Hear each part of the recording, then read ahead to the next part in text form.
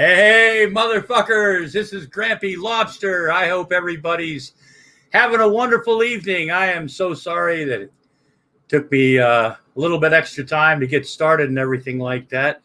9 out of 10 reptilians do prefer the smooth taste of best foods, Bozo. That's really true. Geek Room, how you doing? Bozo, Druid Lover, Adam E., always a pleasure, sir. Yatesman, 89, Spaghetti, yum, all right. Hey, Skunk Water Bait and Tackle. Hope your bait and tackle things are going, folks. Good, folks. It's been a crazy day. It's been a crazy day. You know, kind of slow news wise. Mudbrucker, how you doing? We're gonna get a fucking link out to you in a little bit, Mudbrucker. But I've got a guess that, you know, she's had a bad day. She's had a bad day, ladies and gentlemen. We're here to cheer her up. But we're not there yet. We're not there yet. It came to my attention today through I don't know, various news sources around the country that our good citizens, our I guess as you would say, our neighbors to the north, the normally always friendly Canadians, have once again, Cheeky, how you doing? Have once again shown us what kind of people they really are. Breaking news, ladies and gentlemen. It seems that there's a lot of well-meaning American tourists that love America and love their country. And during this pandemic, they're trying to stay as safe as possible, and yet have a little bit of vacation, have a little fun. Enjoy the wonders that is the Great North, that is Canada, and even Quebec.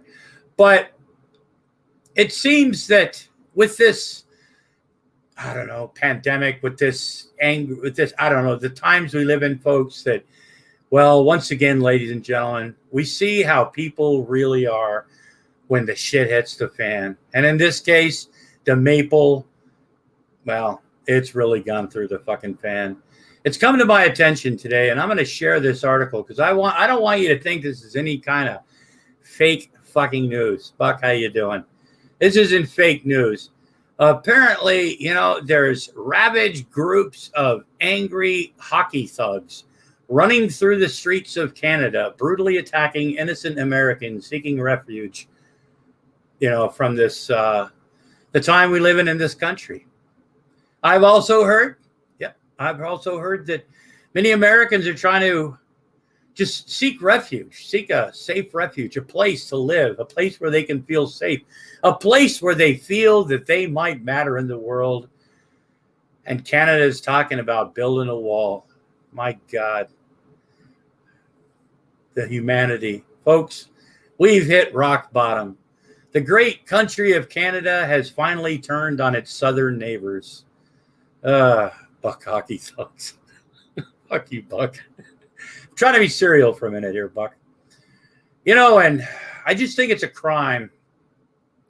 You know, first they take credit for inventing hockey. They take credit for, you know, their maple syrup being best. They even put a maple leaf on their flag. You know, but now they're using that maple syrup, I don't know, to extort, if you will, thousands and millions of American lives that just want a better tomorrow. Folks, it's fun. It's fun. How you doing? Buck Miller Putin. Cheeky, how you doing? Anyway, ladies and gentlemen, you know, I got to tell you, and I'm going to bring her up in a minute today. Everybody, we all know Lulu. Lulu's a YouTuber. It's just hasn't been around very long. And she's had some ups and downs, you know, as we all do. She's, you know, pretty much jumped right in the fucking fire, you know, with this whole, you know, lols, you know, haha, funny shit and everything like that. And you know, she's become, you know, one of, you know, our little corner of the world's, favorite little fun time girls. And I don't mean that like fun time girl like in the Andy Griffith show. Well, Lulu likes to have a good time. Well, okay. And I didn't mean that in a bad way either. But Lulu, everybody likes Lulu, right? And I hope that really didn't come out. Oh, yeah. Infiltrating America with Tim Hortons. Are you serious?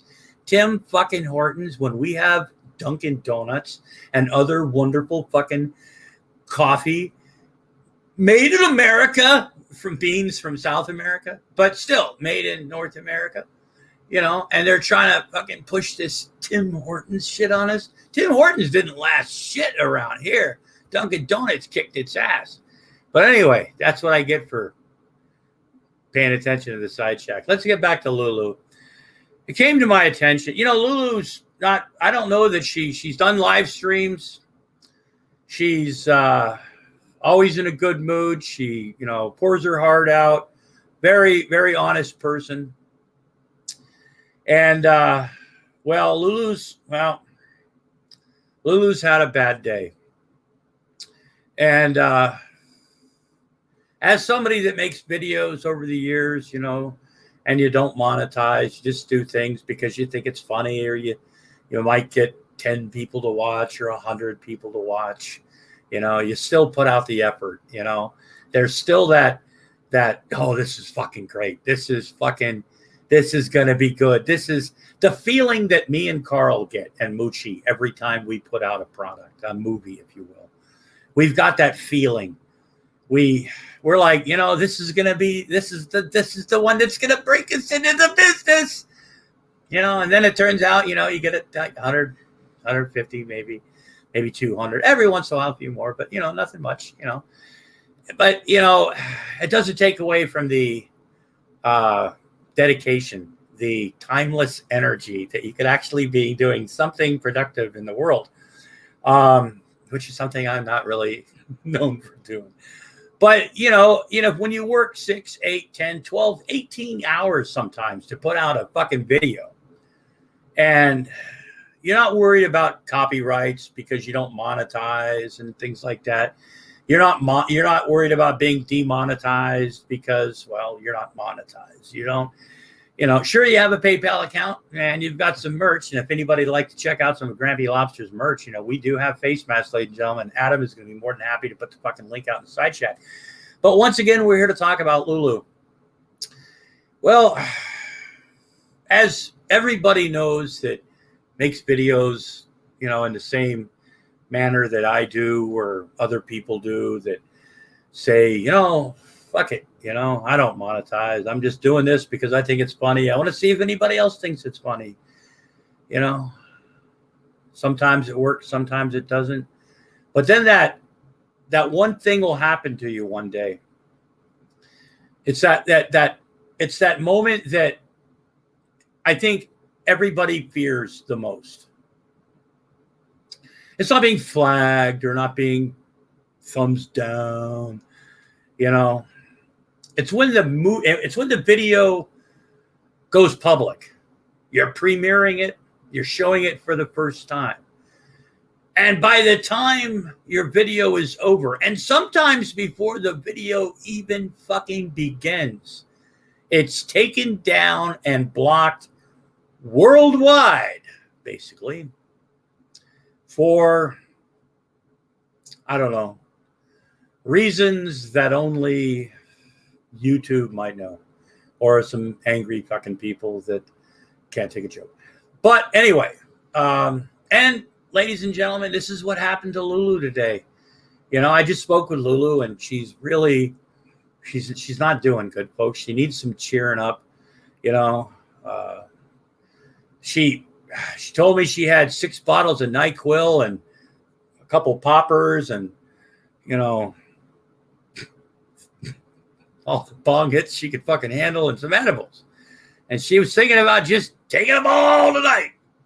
And I was like, okay, great. Can you do it live for us? Because we need the ratings. Just kidding.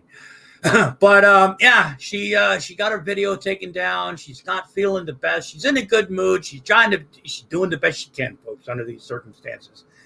Because quite frankly, when it happened to me like 4 or 5 years ago, I was ready to start just hitting things, beating things. Just I wanted to hurt things. Popper, you know what? Oh fuck. Oh shit! Is Bozo in here? Bozo, explain to Random Bastard what somebody explain to Random Bastard what poppers are.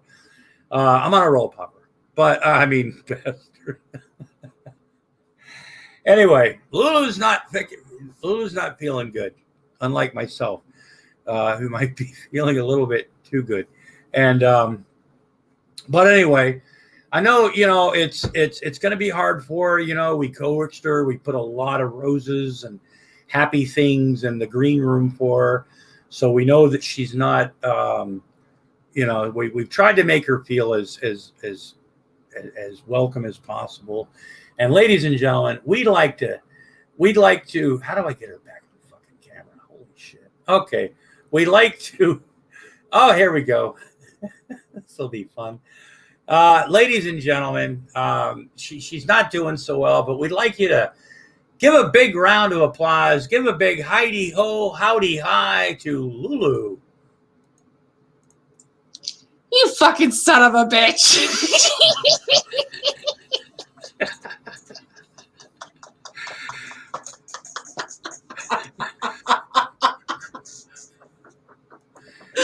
Ta-da!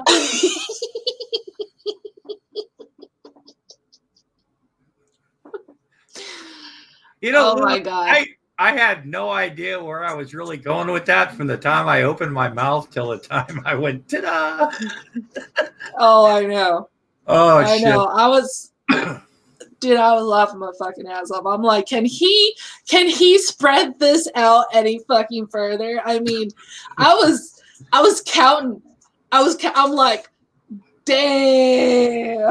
Will you shut the fuck up? God damn, you wanted me to come on your fucking live stream. Jesus Christ. But man. I've seen you a little bit, and stuff. And then when I saw that you did your video, Adam had sent me a message and I was like, oh, I got to watch it. And I saw it privatized, and then he said it got taken down. And then I looked at it, and I was talking to you, and I'm like, holy shit, man, it's a travesty, man. People just don't understand, do they? No, the fucking copyright, fucking bullshit. Yeah, I mean, it's not like you're making money off of, no, and it's not. You're not playing a whole movie. I don't even know what your video was, right? But like like my last one, I did with South Park stuff. I don't go to like South Park, their YouTube channel. I'll go to like random people's that upload South Park stuff, and I'll get it from that. And sometimes it works, sometimes it doesn't, and sometimes it's like I'm not even using this whole fucking video that somebody else already has up on fucking YouTube. I'm using 15 seconds of it, or even 5 seconds, or Cartman going, you're killing me, or something like that. And I've been yanked down for that, so there's always those fingers crossed, yeah. No, my fingers were crossed, my toes were crossed. I was like holding my breath. I'm like, please let this fucking work. Because the only things that were actually considered copyright were some BBC4 footage. Mm-hmm.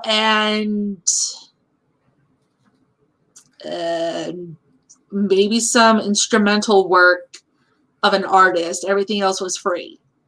And most of the music I use now, except for some stuff that I've collected over the years, there's no names, it's numbers. I've got this thing with numbers with but it got to the point with me where most of the stuff I use now is straight off a YouTube audio library, because it's gotten better. It's still, you can't get exactly what you want sometimes, but if you're not paying for it, fuck it. Not that you're trying to devalue your what you're putting out there, but it's not like you're making money off the fucking product either. You're doing it because, hey, this will be fun. And they were less than 30 seconds. So you would think you know, that was enough of a clearance, so they know that you're not like stealing the content. It's a sample. Yeah. But no, it was apparently enough.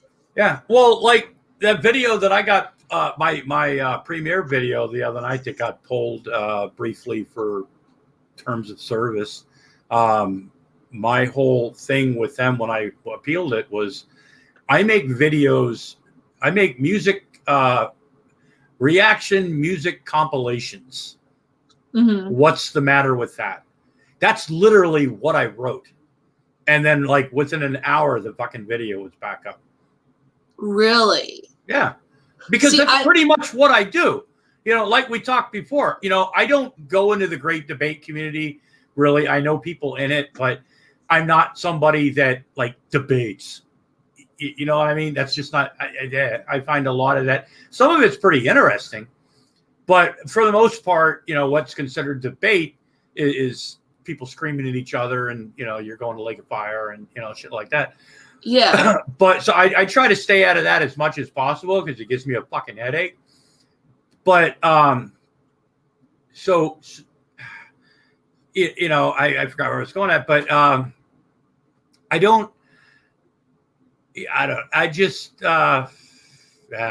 hey, Hannibal and Monty, how you doing? Yeah, Hannibal and Monty got me right when I'm having one of my fucking senior moment stoner stops, right? Or brain farts where I literally forgot what the fuck was in my fucking head. But no, it's just you're having fun with stuff, you know. I remember when I first started making videos, I found this Windows Live Movie Maker, which is pretty much what I've always used. And I thought, wow, I'll try to, you know, put some stuff here. You know, you can do live, but you know, you can like record yourself and stuff. But I was just like, I'll just start putting shit up, you know. And God, Jesus, Gary Snowflake, God damn it, up yours, Gary. Oh, you piece of shit. God damn it, Gary. Oh shit, you know, oh shit, that's somebody else I want to talk to. You know, love you, Gary. Love you. It's Gary, get in here because I'm really confused. I think we live in a different dimension now. Somehow that Lady Di and Emo are like the good people, you know, or I don't fucking know. You know what I'm saying? It's confusing as fuck. I mean, I understand, and I really do. I gotta give fucking Lady Di props on and the whole people giving Von Helton shit, you know, with CPS and everything. But Gary, how you doing? And what the fuck is going on? Are we living in a different dimension? I think we are, man. I mean, I can't even make heads or tails of it. Emo was quitting at the beginning of the month. Yeah. Von Helton, he lost his kids. I thought we were history with him, but they're all coming back, man. It's fucking crazy shit, man. Crazy days. I know. It does look like Lady Di is maybe given a little bit more attention to her appearance. Shit, mute your mic, Buck. Oh, Jesus Christ. Fucking Buck's here. It does look like Lady Di is maybe Buck, mute your mic. Attention to her appearance. Shit. Jeez. Sorry. Christ, Buck. Do we have to tell you that every fucking time? You're going to go sit in the fucking room, man. They think I'm slow because I'm from Canada, eh? Yeah, those goddamn Canadians, man. They're hockey thugs. That's what it is. Huh? Is Tim Hortons like a convenience store, or is it like a Starbucks kind of deal? I think it's like a Dunkin' Donuts or type shit. You know, they probably ripped it off from Dunkin' Donuts. You know. It's actually a front for an international child sex trafficking and cocaine ring. I wouldn't be surprised at this point because what else? I mean, what hasn't been accused of being that? You know what I'm saying? Fucking pizza deliveries and well, there goes fucking Gary Snowflake leaving the room. Can't take the fucking heat. Oh my God. Yeah, piece of shit. He just doesn't want to watch me accidentally pick my nose on camera again. Oh. Oh my goodness. Yeah, Buck. I got a little too comfortable with everyone and forgot on camera. Went a little digging, little gold mining. Buck went about 2 knuckles deep, about three or four. Yeah, he was. Well, after that, I just couldn't stay. Every time after that, I was just like, he was. Oh. You know, Yeah, well, I was always told it's not whether you pick your nose or not; it's where you put your boogers.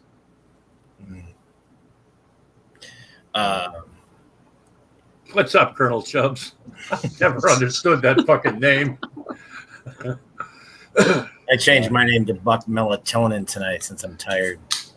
Ah. Oh, shit. So, Lulu. What? Can you, Jesus, there we go. You know, there you go, promoting alcoholism again. Oh, my God. I'm promoting it as much as I am the example of it. All we need now is Wilson, man. Oh, my God. The example of what not to do. Remember that old, what was the Highlights magazine back in the day? Goofus and Gallant. I'm definitely Goofus. Well, Buck, we're really glad you're having a good time and you want to show off your alcoholism skills. But we're here to talk with Lulu because she's not really having a good day. What are you talking about? Reptilians. Actually, I'm wearing this shirt tonight. It says the International Reptilian frickin' Superstructure, and it's got a whole like pyramid. So Lulu. Oh, stop! God damn, we're here. It's for Lulu tonight, guys. You know, we're trying to make her feel better. You know. So I got a little frustrated with YouTube. I don't know how to work it quite right. And I got sad and I ranted. Tell us. Yeah. It's okay to release. My feelings are hurt because of YouTube. That's right. It's fucking YouTube's fault, man. YouTube, FCC, and the God damn it. Hi, Gary. We were just talking about Jesus fucking Christ, man. What the fuck's up with your shit? Hell fucking canceled out on me. I was left out in the fucking dock. I feel like fucking mud on a fucking Saturday night, man. Gary. You poor bastard. I pity you. Oh, fucking right. Nobody should feel Gary. like that. So, Gary, what I'm serious, guys, and I know a lot of you really aren't into this, and we keep trying to change the subject, but Gary, I got to know your take on this. What the fuck is going on? What do you mean? It's just fucking weird, you know? I mean, Lady Di and like brushed her hair and doesn't look. I mean, sure, she still looks like a cranky old bitch, but she's almost pleasant at times now. You know what I'm saying?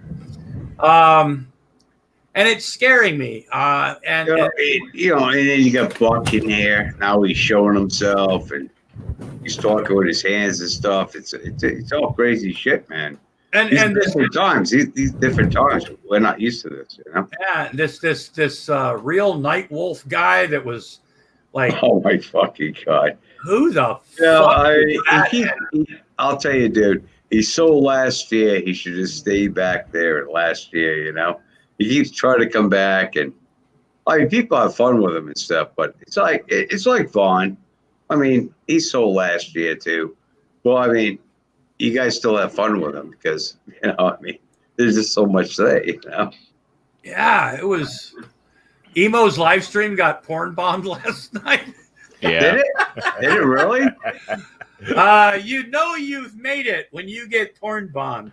No, he got porn bombed. Did he really? Yeah, somebody got a screen cap of it. It's a very large ebony dick.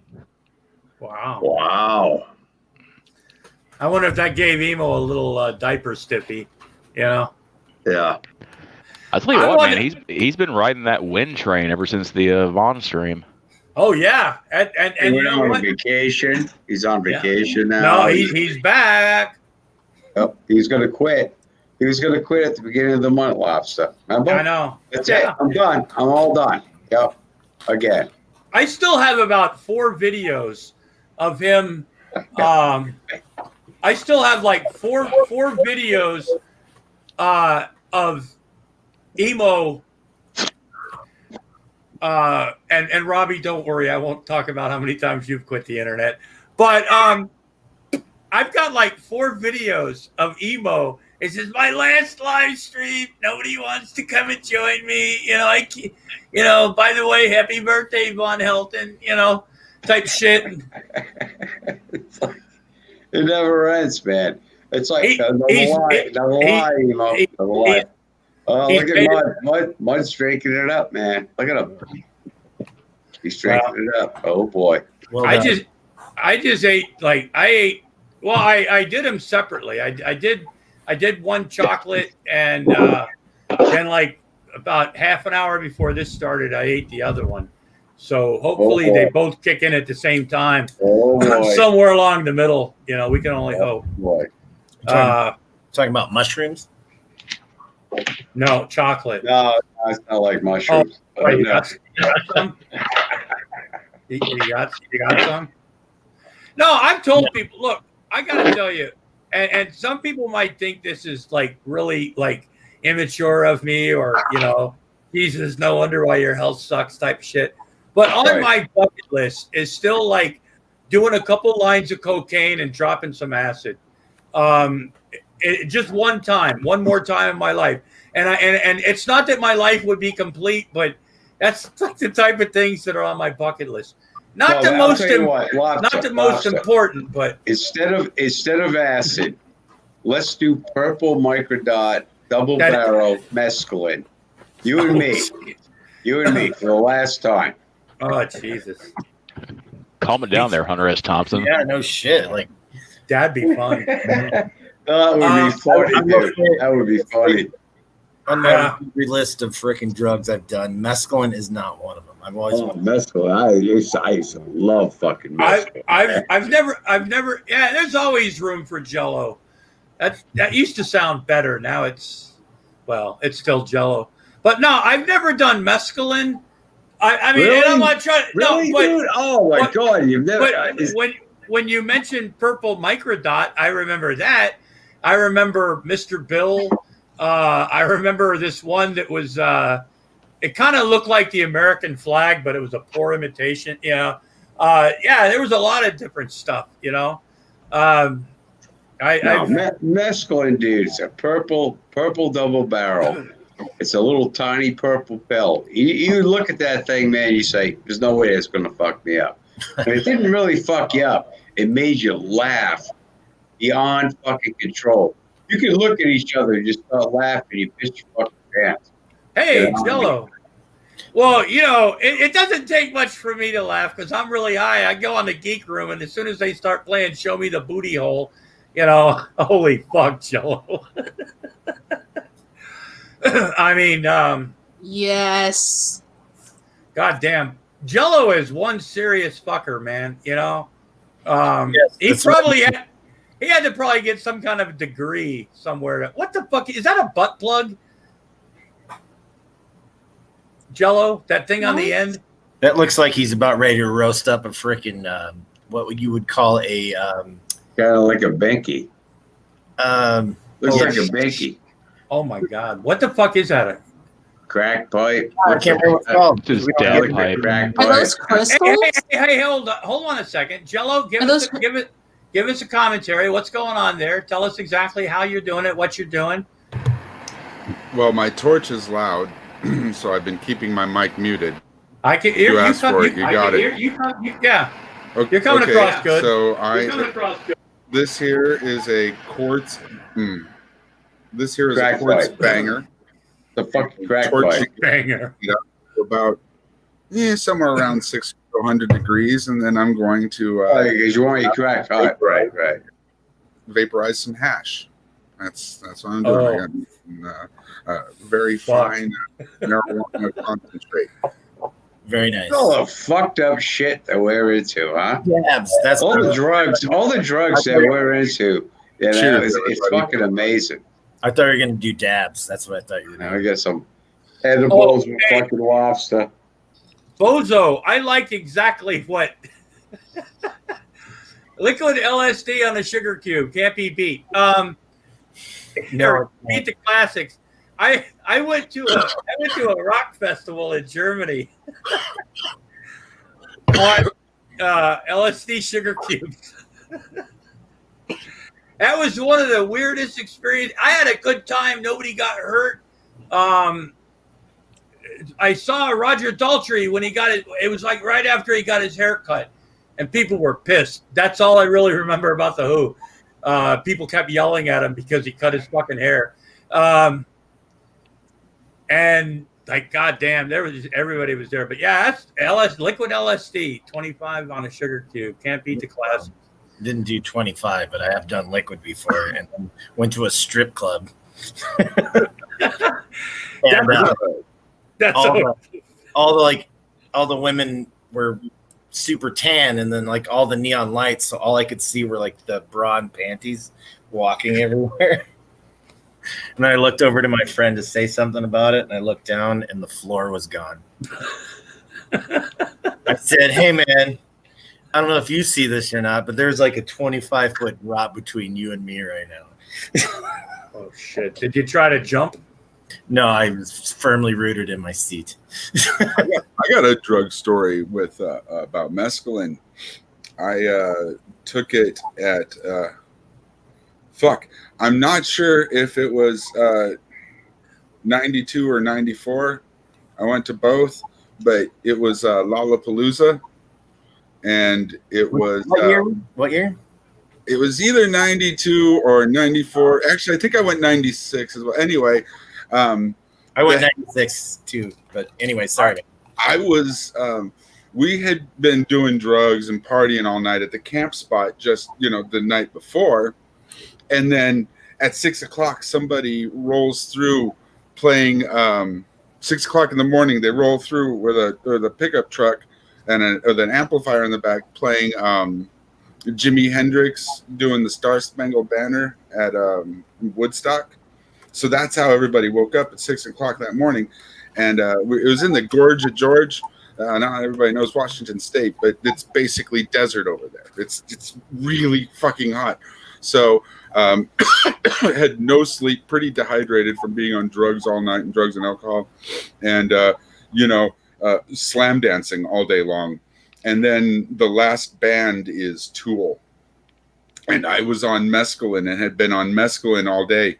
And I found me a nice place in the grass and slept through Tool live. Yeah. Yes, Robbie. Yes, your eyes said exactly that's the case. Yes. I had a nice nap, and clearly I needed it. I mean, if you can sleep through Tool, you need to sleep. That's Yeah. Hey, Tool live is it's definitely a thing to experience. who's that? Tool. Oh, I just had to go off camera for a minute. I've never. It's been so many years since I've been to a. Okay, the last show I went to, where I realized that sometimes you don't want to see bands that you used to like, kind of when years ago. When I went to go see REO Speedwagon. Oh Jesus fuck. I'm talking before their high infidelity shit. What era? They were REO Speedwagon, or before they became like county fair fodder? Yeah, now it's almost like Jesus. Kevin Cronin can make any song last longer now when he sings than most people when they're trying to sing the national anthem. You know what I'm saying? The ones that turn a minute, 20-second song into 5 minutes. Just oh god, it's like a Broadway show the way they sing almost, And I was so pissed off because I had spent like $50 because I saw them years ago, and they were really, when they were really good, kind of you can tune a piano, but you can't tune a fish. That's like when I saw them. And has anybody really tried To tune a fish? to tune a fish? Oh God, is that REO had that album? You can tune a piano, but you can't tune a fish. Yeah, that was a great album, man. My stepdad had that record. Yeah, I think that came. I think yeah, but He also had a great Parliament record called "America Will Eat Its Young," and the main song there is this tune called "Loose Booty," which, if you like funk music, this song is fucking amazing. Like 8 minutes of loose booty, bam, anyway. No, fucking really. REO Speedwagon? Are you fucking kidding me? Fuck you, Gary. You What- fucking guys were into that shit. Oh, give me a fucking break, man. Ario Speedwagon. Give me a fucking break. Oh, man. What's the That's difference? fucking sad, guys. That's sad. What's the difference between REO Speedwagon and 38? I know the jokes about but- Oreo Speedwagon. I'm not making a I joke. want to hear this one. It's got Oreo Fag Wagon. You know, I mean, you know, just Yeah, exactly. Yeah. Really, Ario Speed, of all the bands you could have came up with, that's the fucking one. Really did. I'm just Oh my fucking god. Back in the mid that 90s. was the one. No, I'm just saying that was the one I saw that I thought was a good band when I saw it back in like 1979, Gary. Right? Ario And then I saw it back. Speedwagon. Oh my god, dude, really? Come You on. know what? What? Jesus Christ! You know, there's a. That wasn't It's a even a sperm pole There's a back then. good. There's a good What's the reason. other- What's the other one that's next to You know that? what? There's a good reason right. There's a flock of good penguins. reason right now. Remember there's a Flock fucking- of Penguins? I'm not allowed to come to Massachusetts right mean now flock because of of the seagulls? quarantine thing. Unless Remember I'm flock of baking or buying penguins? groceries. You know, Oh, Yeah. this doesn't happen to all bands. If the band you listen to starts commercial and then they start getting unpopular, in order to get that popularity back, they basically have to become whores. And then you gotta like, just stop being a fan of bands like REO Speedwagon. Look, here's the thing. One of the last bands I saw before, you know, End Times started, I was just talking to Eddie. I was like, are we ever going to go see live bands ever again? Like, is that like, are we just done doing that now? Like, It's like Ario Speedwagon ever gonna play again, for God's Did sake. I ever fucking say that I was Well done, Gary. I saw Ministry was not disappointed. Did I even say that they were even remotely one of my Al favorite Jolson, bands of all time? He lives I to was 106 thinking a years old. fucking- He'll be making great music on stage, and he'll be Good doing it thing well. I And he won't be a fucking whore come to to do it. Massachusetts right now, Gary. You know what? I do go to Massachusetts to go grocery shopping sometimes. That's fucking fine, dude. And one day, you're gonna be walking down the aisle, and I'm gonna come up behind you and say, "What's up, Lobster, you fucking piece of shit, Gary Snowflake?" And you're And gonna I'm turn gonna go- around, and you're gonna be and like, "What the fuck?" And no, I'm going to say, where's my coffee cup? Nope. So They're coming in, man. They're coming in. Don't worry about it. Yeah, they're looking buck. Fuck, don't even try to defend Ario Speedway. I'm not. I'm going to make a I'm joke. not defending him. All right, man. Well, All right. In the 90s, in the mid to late 90s, there was this band called REO Speed Dealer. They were a punk band. I got to see them, man, shortly before they got sued, and like they had, Yeah, LC. there's a lot of LSD, and you know, they wore tight clothes. oh, it was great. REO Speed Dealer, fucking, just fucking great punk rock, man. That's Have you also heard there's a great name? another band called John Cougar Concentration Camp? You ever heard of them? Yeah, yeah. I've heard of that. There's another one, and there's another one. I mean, I didn't fall. I didn't go for everything that everybody went for. Ario fucking Speedwagon. Yeah, I'm not into it. John Mellon Camp, or whatever the fuck he wants to call himself. I mean, here's another one. Little pink houses for you and me. No, Wait, I'm I all got set. a fun one for you. Oh Jesus Christ! Dread Gary Zeppelin. was a, Oh, yeah. Dread Zeppelin. love them. Zeppelin, dude. Oh man, Dread Zeppelin came out when I was like 16 years old. Super into. I was like, this is amazing. They are a wonderful. Tortel. The lag is getting. You know, Tortel. Anyway, anyone that doesn't know, they're a really great Rastafarian cover Led Zeppelin cover band that has an Elvis impersonator as a lead. Tortelvis, man. you know, I'm really sad that the Shags haven't, made a comeback. You know, Yeah, I'm heartbroken about that too. I mean, fuck, man. Right now, the world really needs the Shags. I'm telling you, like Dog Spot or whatever the fuck. What's their song? My pal, Foot. Yeah, Fucking will be something. I don't know what it is, but It's not Justin Bieber or fucking Ariel Speedwagon that can Hey fucking Gary, do that. have you ever seen the Dropkick Murphys live? Yeah. Yeah. Oh boy, did I see the Dropkick Murphys live over in I Germany. wasn't asking you, Buck. I was talking to you. My story's way better. Oh, Jesus Christ. I was asking him for a reason. You see how Buck is? How he just jumps in there like that with his hands. He's always the hands. It's like he's an Italian guy, you know? God, I got more people trying to come in, I think. Holy crap. I'd be willing to bet. I'd be willing to bet Gary was listening to his Air Supply albums right before he came out. He listens. Gary listens to the fucking Wiggles, man. Oh boy, here we go. Everyone loves someone in a platypus. Everyone loves someone in a crocodile. I'm sorry. That's the way I've had young children, so I know about them. God damn. Shit. The Shags had done some new recordings. Wow. Yeah. Bozo would know. He's up on that shit. Jesus Christ. We've got 9 people in here. Wow. Oh, that's a fucking record, Lobster. That's a fucking record, bro. Shit, I've been lazy. I fucking slept in. I only just woke up. It's like 1 o'clock. Well, you're always fucking lazy. Come on. Now you know what, Gary? You can eat my ass. All right. Well, you know, after I have dessert, I will eat your ass after dessert. The accent makes it sound classy. It does, doesn't it? How can you not want to eat her ass after that, Wilson? How can you not want it? Wow. Oh, dear. Now, I'm eating my ass and everyone's quiet. Holy shit. We're all trying to busy eating your ass. That's what it is. Everybody's like, hey, game on. We're trying to figure out like subtle ways to say, okay, sure. Sold. Except for Lulu. We don't know about Lulu. Lulu, Yeah, I don't know if it swings that way, and I don't want to like make any so we weren't talking about Lulu, but everybody else. Well, the only reason I'm Lobster, sorry, I'm reading the.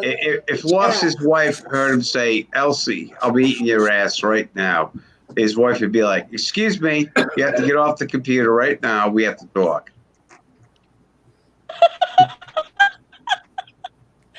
Oh, my God. You know, she's listening. She's like, what did I just hear? What did I just fucking hear? Everybody's eating Elsie's ass. There's like fucking 10 people in the room eating her ass. Right. Well, whoever's on camera, I noticed a few of us just went, Yeah, it's the ones you can't see. You're doing, you know. Eating arse lot, and I don't eat no arse. I eat haggis, which is Mostly That shit is probably worse than eating a human ass. But that's fucking this shit haggis. Wait, hold on. I'll tell you exactly what it is. haggis. It's organ meat. Oh, that's right. Yeah. Yo, Scottish haggis. I mean, fuck, is there a Norwegian haggis?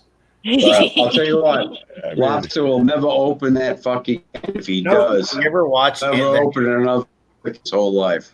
Remember that old That would be worse than when Cobes opened up that can of fucking steak meat, whatever the fuck it was. That was one of the most glorious things I've ever seen. Yeah. Oh, dude, it's spraying. I saved that. I've got that, and when he fucking dyed his hair. And when I was taking I was taking a lot of stuff off my hard drive, right? Because my fan was like really like working overtime, going, come on, dude, Jesus, you have to save every fucking thing. And but that was when I was getting rid of a lot of stuff before I got my external hard drive.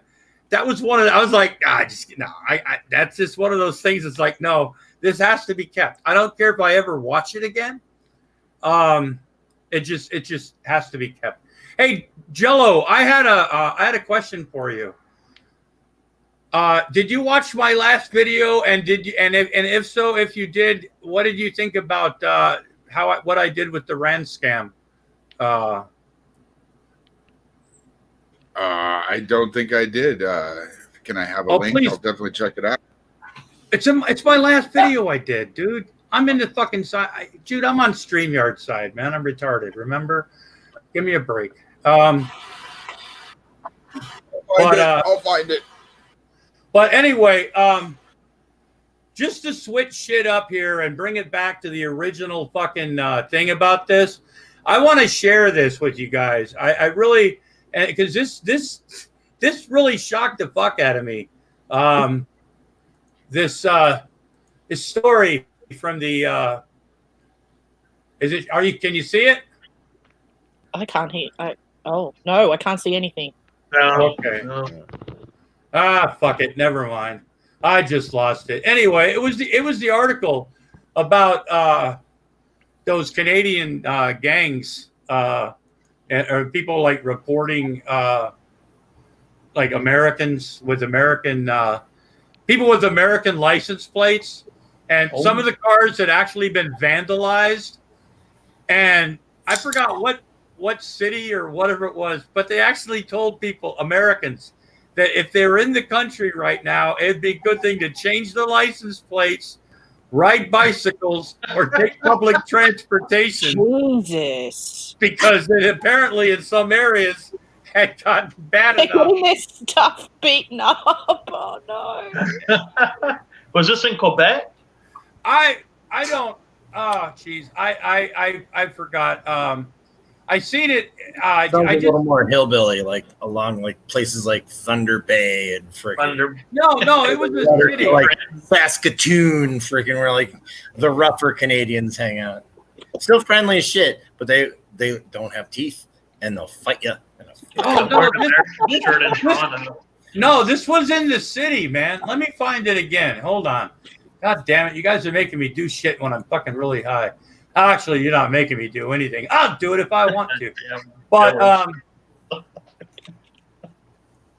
oh, God. What's Jello got on there now? I'm not even looking. But, no telling. Let me see. Okay. It's coming back up. Sorry, folks. I've got an old computer. Okay. Nobody can compliment Elsie on her nice shirt that she's wearing, her little shirt. Come on, really, guys? Really? Nobody can say, nice shirt, Elsie? You fucking heartless pricks. Nice shirt, Elsie. Nice shirt. What? Oh, God. It doesn't matter. It's just a fucking old shitty one. That's a Your nice. shirt sucks. It's just something. That's just a hell of a something nice she put pussy on your shirt. There you go. Hello, kitty. Hello. I'm sorry, I looked at your Hello. shirt and my eyes bleeding now. Oh, What fuck. else would you? Sorry. Okay. All right. Look at the bald guy. He can't keep his eyes off his shirt. Look at him. Look at him. Look at him. He's like, yeah, Sorry. yeah, that's it. I Look at know this- that you have trouble. Look at the like, shine in staying his with glasses. yourself. Look at the shine in his glasses. Hey, He's looking at hey, Elsie's Dad. shirt. He's like, oh, Dad. Elsie. Probably not wearing Right. any pants. Probably the only clothes he has on right now is his hat. You know. Right. That's his hat, right? Yeah. You know what I want to hear right now? Oh, you're teasing us, Wilson's Robbie. opinion of the last 15 seconds of banter. Go, Wilson. Of What what? now? I'm You saying lost me. I'm saying I was wondering what Wilson's been thinking about all this nonsense we've been talking for the last like 20 minutes. I'm just kind of passively listening. I'm playing Borderlands right now. Oh shit! Now look. Now we got a goddamn Canadian in right now that's going to start. We got a hater, folks. Quasi Monkey. You know he's in Canada and he's supporting these violent attacks right now. My guess is that he's probably hooked up with some fucking evil thug hockey ring. Yep, that's right. Yeah, I'm gonna expose you. Yeah. You know, what really gets me, Lobster? You got 9 fucking people in this room, and fucking Wilson's playing fucking Borderlands. I'm still listening. He could do both. Multitask. Do we need to bring up REO Speedwagon again? No, can we bring I'll up suck over that. 38 Fuck's sakes, special? no. Grampy, what are your thoughts on 38 special? 38 special. How about Damn Yankees? Damn yeah. No, that's Damn Yankees. 30 I like that. that's the 38 '90s. That's 38 that's special. the- They were okay. I mean, I wasn't in the country rock or the southern rock thing. I wasn't really actually, and I know a lot of people give me shit about it, but there's a story behind it. I learned to hate Leonard Skinner, and I'll tell you why. It's because when I hate first you now. I hate you, Lobster. Fuck you. no. I hate you. When I first went overseas, the entire time I was over there for 2 fucking years, every band, people wanted them to play Freebird.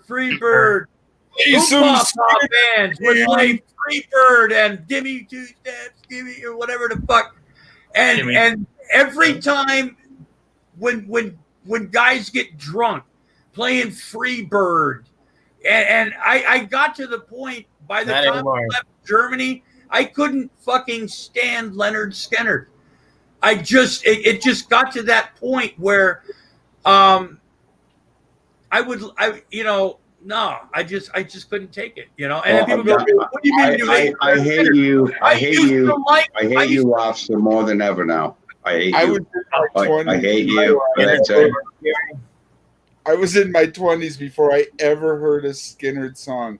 All I ever knew about them was that they were like I didn't. The word meme didn't even exist yet, right? Well, maybe it was, but the idea, the concept of their band. Oh, was a Jesus! joke, Now you right? got Bozo started.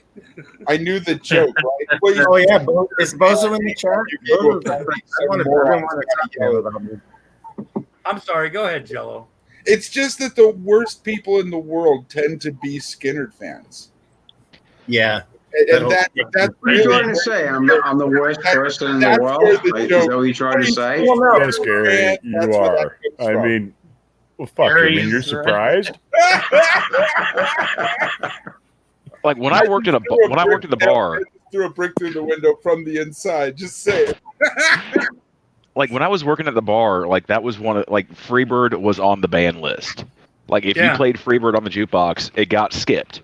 You would get your money back one time. Hey, look, how many times did we have to listen to fucking like Stairway to Heaven before people started going, "Will you stop fucking playing it? It's a good song, great, one of the best of all time for Everyone under 45, you don't have to fucking now. Not that great. All right, Lobster. I have more respect for you now because you're saying it like that. That's You make me that's glad I true. wasn't born. That's true. I agree with you there. Stop playing it right. Yeah, absolutely. I do like the Dropkick Murphys though. They're pretty Yeah. good. Oh yeah, Gary, tell us about when you saw the Dropkick Murphys. It's a Cambodia album. I think I've heard. Yeah. Oh, that's the Dead Kennedy. Yeah, you're talking about Dead Oh, Kennedys. no, you get in you know, Cambodia. coming to Boston. Whoa. Yeah, It was a band. I have a Hugely overrated. I'll tell you what. I bet there's an album you guys Oh, never Jesus. heard. All right. Let Gary talk. I want to hear this. I bet there's an album you guys never heard. It's from LC and Hot Sexy Chicks. It's an Australian album. I'm telling you guys, it's fucking unbelievable fucking music. You've Has never anyone heard anything ever- like it. Gary, has anyone All ever over told you that you're a 18. twat? All over 18. Twat. I'll tell maybe you, not in you're a twat. words, but many times. LP, I'm pretty sure Gary's been called a lot worse than a twat. But the way she said it was pretty mad. Oh, I heard That's the proper way of saying it. It triggers me when I hear people say the word twat. That's not right. Yeah, It's so I twat. learned my lesson from last Twat. time. I said it wrong last time. I got in trouble. Twat. I still Yeah, but think you know, no fairness, guys. And Elsie, I don't mean any disrespect towards you. You know that. You know I love you to death.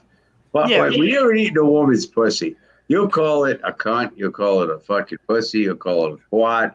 You'll call it fucking everything on the fucking planet because it's so fucking good. You know, you will. You will. I like calling it Nash and Gash. Yeah, hatchet wound. Nash and Gash. Come on, that's good. You don't. That's not. You don't like that one? Okay, never mind. I'll shut up. I call it the ladies' respectable place that if I'm lucky enough, it's right for me to kiss On the lips. There's I've a always- slang term for it here. You call it a fork. Wait, ransom. F-O-R-K. Yeah, Lunch- fork. when you're down there eating it, man, you're gonna call it a lot of different fucking things. I don't care who you are. Drinking from the furry cup. Yeah. Putting my goof juice in the old hoo-ha. Or as Rev calls it, truffle hunting. Oh, God. Oh. You think he kind of? Never mind. I'll never eat fucking truffle french fries from fucking Red Robin ever again now. You think he kind of roots around and snorts a bit? Oh. I was so surprised to learn that, like, I thought that the whole shit about him being a virgin was a joke. No, But like, they talked No, about it this week or last week. sadly, no. I'll tell you what, guys. I'll tell you what. It's only a joke I saw a fucking commercial a week ago that said about women's periods, and they have these new pads that soak it up even more. And it's like, that's not something that us guys want to hear. You know what I mean? We don't want to hear that. I mean, this should be like a personal fucking women's channel, that kind of shit, man. You know what I mean? That was nasty. That was, just suck up a pound of blood and Because Cialis commercials are for everyone. You could have changed the channel when it comes up, too. Yeah. You don't have to sit there and... I was fucking trying. I mean, the fucking remote is used. I've been using it for so long. It wouldn't go fast enough. I was like, what the fuck is this about? What happened Holy to the shit. Well, you've never heard that before. How old are you? Huh? Do you remember the old freaking commercial, like back in the day for not Vagisil, the No, that's Shanny. oh, that was Summer's Eve, douche. It was called Summer's Eve. It was a summer. Ma, Eve do you commercial. ever There have you that go. not Mom, so fresh Mom, feeling? do you ever suffer that not so fresh feeling? Yeah. Remember that Summer's Eve Yeah, commercial? Yeah. Yeah, it's like, really? Really? Are you fucking? No, I didn't need to say it. And you know what? There's an old saying: the only blood I want is on my steak. That's it. You know? Sorry. Oh, so you won't go the So we can honestly say that Gary. The dirt. There's no red wings here. You got your blood wings, do you? I haven't become that fucking nasty. No, I haven't. No, I'm not going there. No. But you're willing to eat. River flows take the dirt road. So where do You're you? willing to eat ass. So where do you draw the line, Gary? I know. Well, that's why I fucking once a week, once a month, once a week. You know, once a month. It's like, no, I don't want nothing to do with you. Get away from me. Gary, would you still eat her ass if she had bleeding hemorrhoids? No, Right. that's just wrong on so many levels, Mud.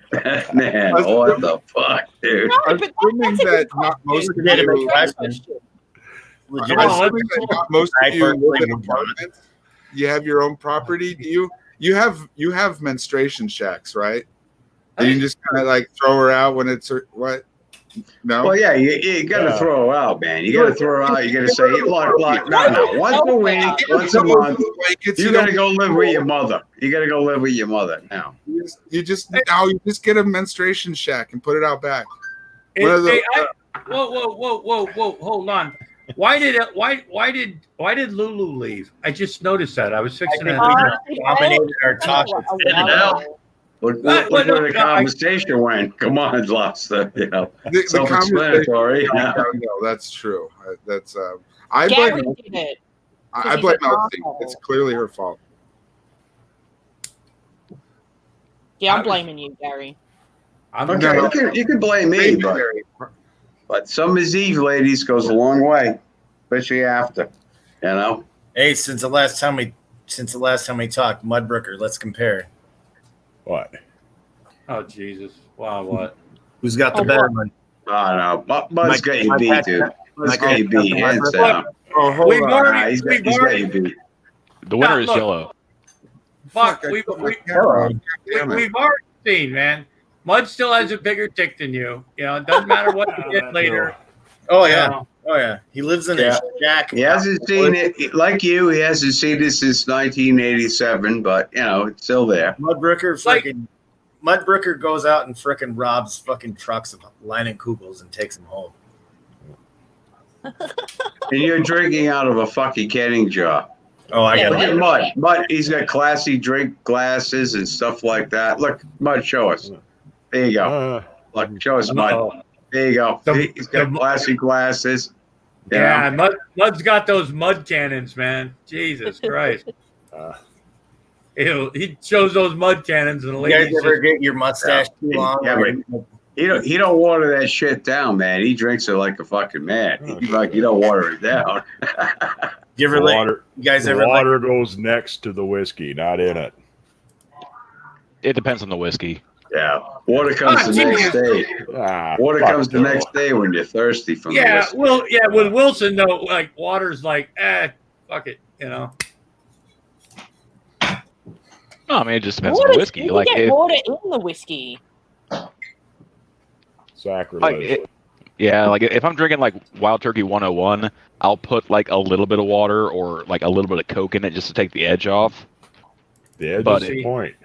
Well, if I'm drinking the rare breed like the 108, I drink that on the rocks. That's He's gonna be, the more he drinks, the more he's gonna water it down, right? Like, you know, if he's just gonna have a few drinks, just put a little bit in. But if he knows he's gonna drink the whole fifth that night, you know. You think I buy? He's got like you think I buy liquor by the fifth? Yeah, I buy it by the handle. I know. Well, okay. That even you get those. Wilson probably get those big jugs they have like in dugouts. You know, like at like athletic. You know, like those water jugs you can buy for like picnics and shit.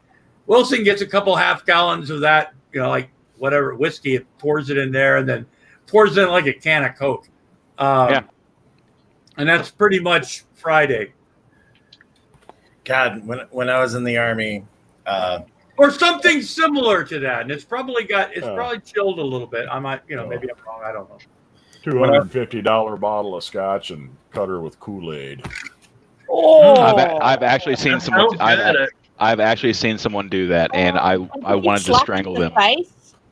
We were we were at a wedding, and open bar. I'm looking at the shelf, and I see that they have a bottle of Macallan 50. Nice. For free, or like they were charging for that shit? If I recall, I had to pay for that one because that was like the super top shelf. Yeah, why wouldn't you, man? Like you ever get a chance to do Macallan's, you got to do it. But it was still only like $12.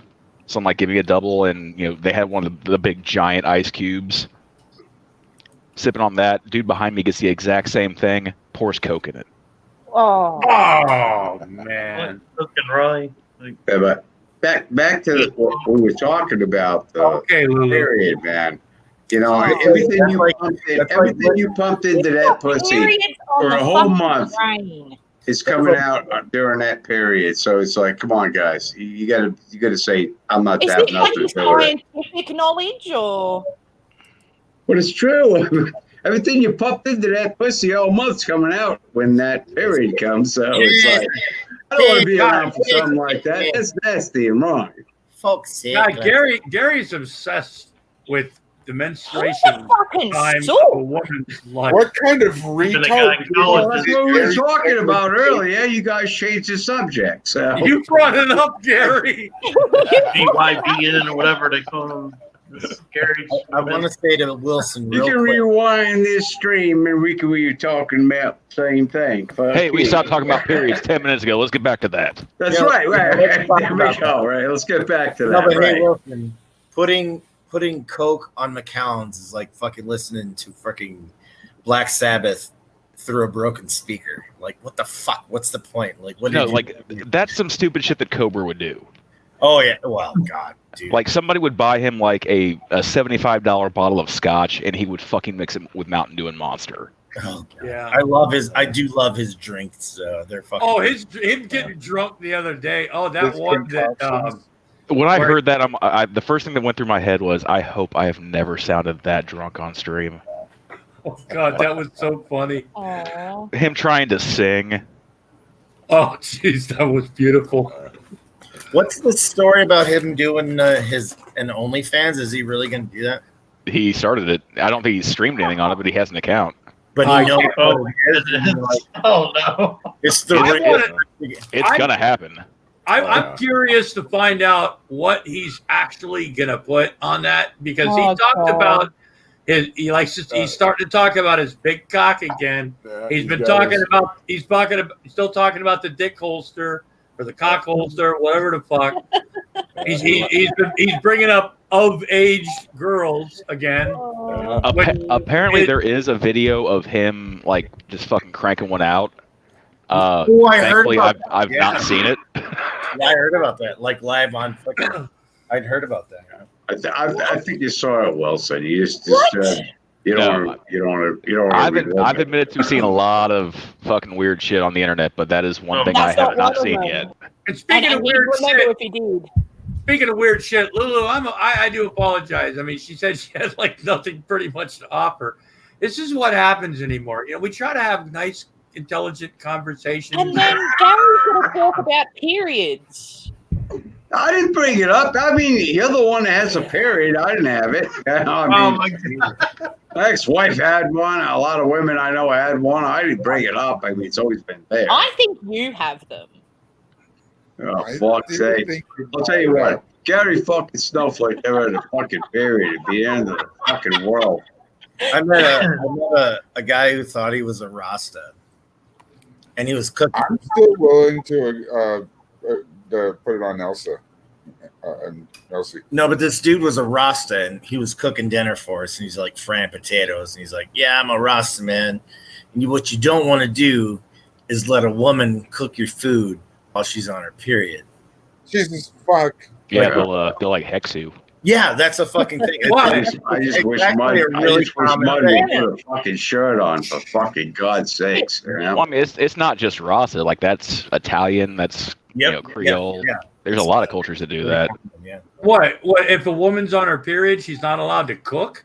You've never. No, you're not supposed to let a woman cook. cook on her period. Most women don't cook, you know. It's a known fact. Men are the best chefs in the world. Most women do not. So that's fucking true right there. If they can cook the grilled cheese, good fucking luck to them. That's what you're doing right now with your words. Yeah.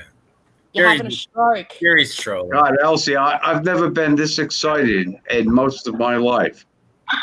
And what you were doing just then, I mean, God, I just stood up all these feelings that I thought was standing inside of me. Elsie, he's not really having a stroke. He just talks slow. Oh, Right. Yeah. And he's you meant jerking off. I thought I thought she meant having brain bleeds. Well, he's doing both. Okay, my bad. A woman cooking. That's one of the greatest things I've ever heard. My girlfriend can do fucking dishes like nobody's business, but cook an egg, yeah. It's like a fucking science fucking experiment, all right, you know? No comprehension whatsoever. Jeez. Cooking an egg, even I could do that. Yeah, It's fucking not that So, Gary, are you saying right now that you don't have a woman actually cook for you right now? Dude, I cook all my own food because I can't trust people because, you know, I got emo out to kill me. That's true. Everybody's out to kill me. So, you know, I have taste testers, Lobster. I have taste testers. If they fucking die, then I know the meal's no good. You know? Yeah. Well, I understand that part. You make That's where I'm at right now. Somebody can slip your girlfriend $20 and, you know, that'd be the end of Gary. He takes test by sticking us. Here, I mean, here, honey, I made you a nice grilled cheese. Emo's making that big fucking YouTube money right now. You know, he can afford to do a lot of things. How did we know that his vacation wasn't really maybe a vacation? Right, exactly. Well, maybe Gary. He's hunting for me. A little bit of business and pleasure. You know what I'm saying? Yeah. He's Case maybe- in Gary's house so he can give the assassin instructions and floor plans and shit. Yeah, exactly. See, Mud's got it down. He knows what's going on. Yeah. It was a recon. It was a recon mission. That's what it was. Yeah. Wow. So I get it. You know, he's probably infiltrated your organization. You know, I get it right now. It's probably pretty rough right now, not knowing who to trust. He probably watches you sleep. Like I said, when I seen the little bastard coming down my driveway, a little 4 foot tall fucking clown like him, I'll let him kick me in the balls once, and then I'll fucking deck him. You know. Well, it's going to be hard wearing that fucking foam rubber. Can you film it at least? Yeah. Can we at least have there needs to be a verbal confrontation. We need to see a little bit of rage. You need to film it. Yeah. And stick that shit on the internet. I have every intention of doing so. So when he kicked me in the nuts, I let him kick me in the nuts. I'm wearing the fucking guard and all that, you know. Must let him rage for a few minutes. That'd be good too. And then I take him down and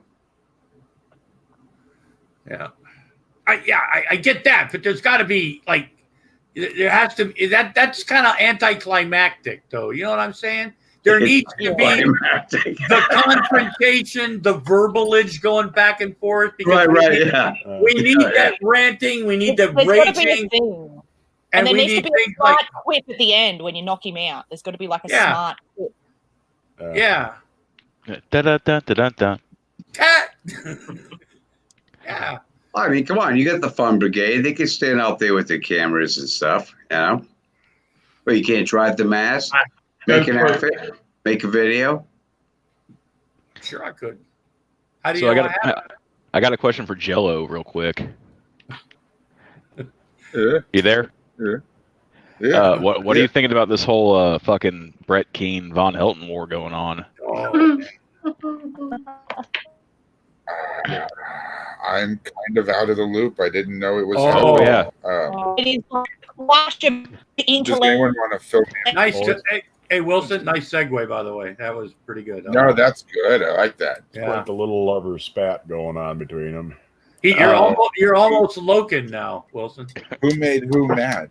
Apparently, Brett made a video directed towards Vaughn saying, like, you're trying to win people to paganism, but, like, look at the state of your life. A bag of shit.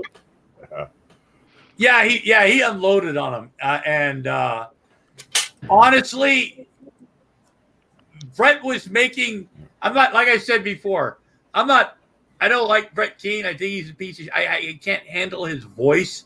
I just think he's just scum. But at the same time, he was making some, his points, he was making some good points. And the way Vaughn, with some truth nuggets. Yeah, and then when Vaughn was like, the funny part was when Vaughn would try to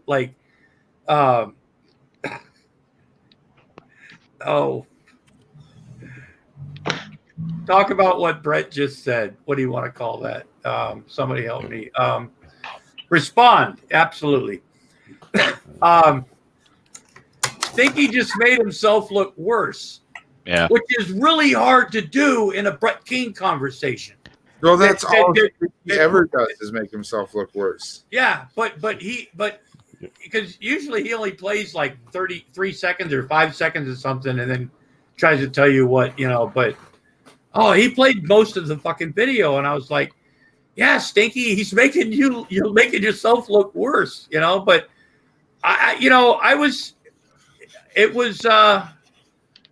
it's happened before with those two, but not to this magnitude. Yeah. And I know you were asking Jello about that. I am starting to believe in Vaughn's gods and think that maybe they are using him as their representative and tool here on Earth, because he's managed to make Brett Keane sound like the intelligent voice of reason. Yeah. He's made Emo and Lady Di look good, like they're actually Yeah. Well, can I comment on this? There are supernatural forces at work to manage to pull that kind of shit off. Okay, can go ahead. Comment on this because he did ask me, and I of course, and I want to say without having seen it, I just want to throw in, and it's okay that I haven't seen it. This comment I can make, that talk about punching down. Yeah. Anybody that can't make a good point about what's wrong with, at least some good point about what's wrong with Vaughn's life, is probably in a vegetative state and can't really say anything. Gary, G-Man. Yeah. G-Man makes good points about why Vaughn is in a bad state of affairs when he cares to make those points. So, well, that's the thing, though. He doesn't. No, he has. He has. He's fallen out with fucking Vaughn, and he has fucking made a couple of poignant statements for once in his life because of it. I think G-Man got involved with Von Helton because G-Man was like, "Oh, how bad can this be?" You know. No, G-Man got involved with Vaughn because of the Shanny stream. Oh, okay. Because at that point in time, fucking Gary and Shanny were going back and forth with each other. And after Vaughn had sat through 14 hours of just getting his shit pushed in, he needed to find an ally. Yeah, and those allies are shrinking. Pretty sure they've known each other for a lot longer than that. Oh yeah, but I'm saying like that's been like the newest alliance they've. They've been back and forth for a few years though. Like they're nothing new to each other. And like I said, he has made points about how shitty Vaughn's life is. So I just wanted to put that in there. Like, you know, don't break your arm patting Brett Keane on the back. No. Like I don't think it's gonna last. I hate him. I'll be honest. I do. I would just it was just the way the video, it was the way Vaughn was presenting it. It was making anyway. And I think like the only thing that might drag it out a little bit longer than what it probably will already last is the fact that he's got fucking Will Kincaid and J-Dubs in his corner. That's a weirdo. Oh god. And like Will Kincaid, like he's a cunt. And then you got the fucking world's shittiest Jew. I think I got in trouble when I brought up women's period, so I think I was done then. I can't believe you actually used the term "woman's period." like the two words is a it's theirs, dude. It's not mine. It's theirs. It has nothing to do with me. I'm not going to the store to get your tampons or Kotex. You knew this thing was coming. Jesus Christ, Jello, you got to start it up again. That's just it's like 1950s verbiage. Gary doesn't want everyone to know. The reason why he doesn't do it is because he's actually banned from doing it, because the last time he did, he stuck them all over his body and played ninja. Fuck. It's like you were there, Elsie. For fuck's sake. I was reading your diary. It's like you were there. I love to see those guys. You're walking down the aisles in Walmart, and you see the guy in there, right? And he looks like he's lost in time, and he's picking out Kotex for his girlfriend. I have to walk up to him. I have to say, dude, what are you doing here? Well, I'm trying to help my girlfriend out. No, you're not. You're not helping her out. She knew when this was coming. She knows that every fucking week of every month is fucking things coming. You don't belong here. And he called his girlfriend and say, Gary said, I don't belong here. Well, I don't know who Gary is, but you better get my fucking tampon. Fuck Gary. I heard it on the phone. I heard it myself. Fuck Gary. I don't care who. Yeah, I try to educate gentlemen. But, I try. God. You're just a bag of fun, aren't you? I've told you, Gary, I've been in the aisle. I've actually gone because I know what product. You did it. You fucking did it. So you know the confusion. No, I don't. All these different sizes and different brands, and you're like, I don't deal. People have more of a problem probably trying to figure out which pain reliever to take when they have a fucking headache or the flu or the cold than women do or men do, because like if I had to go to the store, I'll at least know what I'm looking for. And if they don't have it, come on, you go in the store for Kotex or fucking tampons, you don't know what the fuck you're looking for. You have no clue. No clue. You're fucking stranger in a different land. Because I've seen the box in the bathroom. I don't want to agree with Gary on this one. I really don't. But I do he brings up a question, and it's like, how do you run out? Like, do you not know that it's like, because like I've never gotten the call. I've never gotten the call. Oh my God, you got to stop. We're out of Band-Aids. We need You can use other things for a Band-Aid. You can use other things for a Band-Aid. Yeah. I'll tell you what, guys. Right now. Okay. We magically always have Band-Aids, but this other thing that happens once for a certain amount of time every fucking month. Any of you those things. Have any of you ever watched? Side with these guys. After the first couple of times, it shouldn't be a fucking surprise. No, but any of you guys ever watched a woman take a piss? When she takes a piss, she wraps the toilet paper around her hand about 8 fucking times. How big do you think your fucking vagina is? Okay.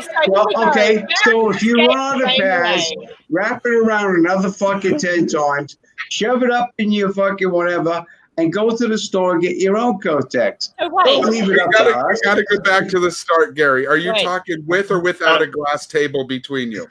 I was gonna say. It sounds like Gary watches women pee. It was worth it. It was worth it. I'm sorry, Elsie. I had to go there. It was totally worth it, though. Oh, that's what people like people like. And I see these guys, and they look so confused, and I'm like, I feel sorry for these bastards. And I walk up to him, I say, you know, dude, you don't have to do this, man. She knows it's coming every month. Sure as clockwork, she knows it's coming. She could just go and get some. But no, she sends you. It's the ultimate humiliation for a man to be in the Kotex aisle. Ultimate fucking humiliation. Wait a minute. What's really bad is when people run out of toilet paper for some reason too. I've seen people with more than 2 or 3 people in a fucking house. Because if you've ever worked in a store, whether it's a convenience store or a supermarket at some time, you see people running down the fucking aisle because they ran. I saw a guy one time that had already literally shit himself a little bit. Oh no! And I'm not. What about? I know that Lulu's got a story like on her other channel when she does phony phone calls and shit. But actually, there was a guy. This guy had literally, if he hadn't, he was fixing to. I mean, because you could just tell. And I don't know where he went, because. Oh. But it just, people, and that had to be, I don't know. That's toilet paper. That's toilet paper. That's not ladies' products. I would have more question for you. I would have more of a problem with that, personally, than I would with, having to go to the store because, cheaper, because people, Because at the same time, would you expect your girlfriend to go and get you condoms? Because you should just know. You should just know when you need it. Oh, don't even go there. Don't even go there. Wait a minute. Steve fucking Lobster at the register with a box of fucking Kotex, and I'm standing next to him as a man. I would be laughing my fucking balls off at him. I would be like, dude, really?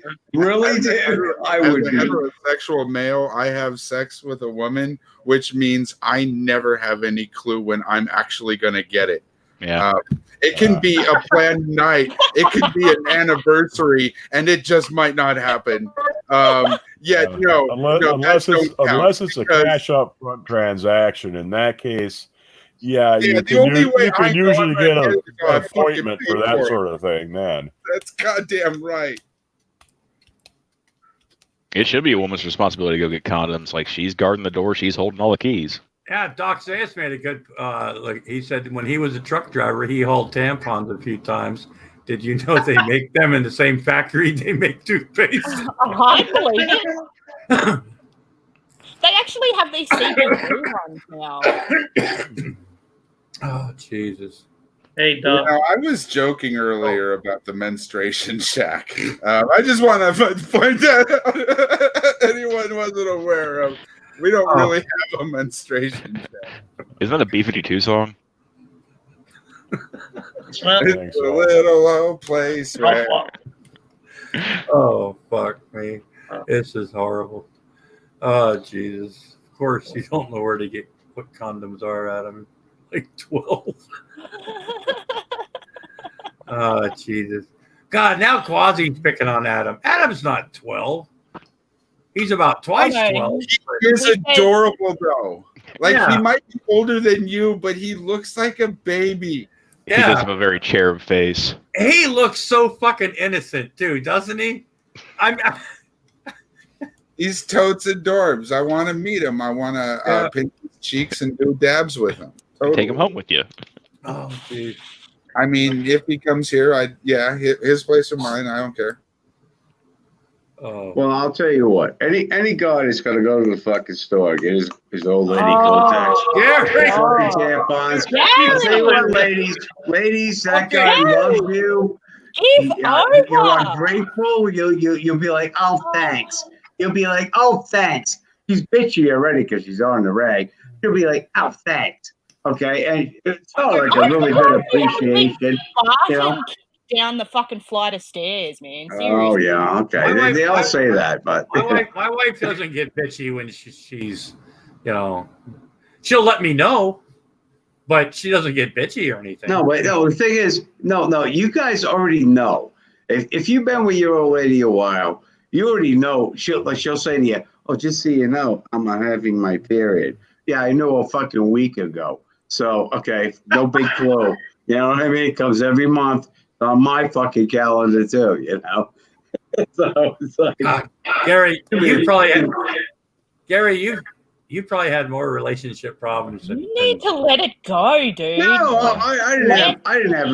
No, there were disagreements. They weren't relationship problems. They were disagreements. Holding on to it like a deep-seated thing, dude. So REO Speedwagon. Oh, fuck you. Menstruation shacks. Evil Canadians. There's some things in your relationship you shouldn't really take seriously, and her period is one of them. That's hers. It belongs to her. She's had it her whole life, and she's got to deal with it, not you. It's not a part of your life. Never let them make it a part of your life. Look, hey, okay, and at that, Gary, I'd like to end that, and I'd like to comment on something that Truett Lover said, and I think this might be a good idea. And I know at times people say not to do this, but in my case, I don't really care because it is easier for me to read. So if people were to write in capital letters in the side chat, it probably would be a lot easier for me to fucking read. So yeah. I'm just saying. So you need to start reading your chat the way Cobes does, like sideways and up over your glasses and through your eyebrows. I'm just trying to save some men from the ugliness of life. Okay, we're done with periods. For fuck's sake. You know, Gary.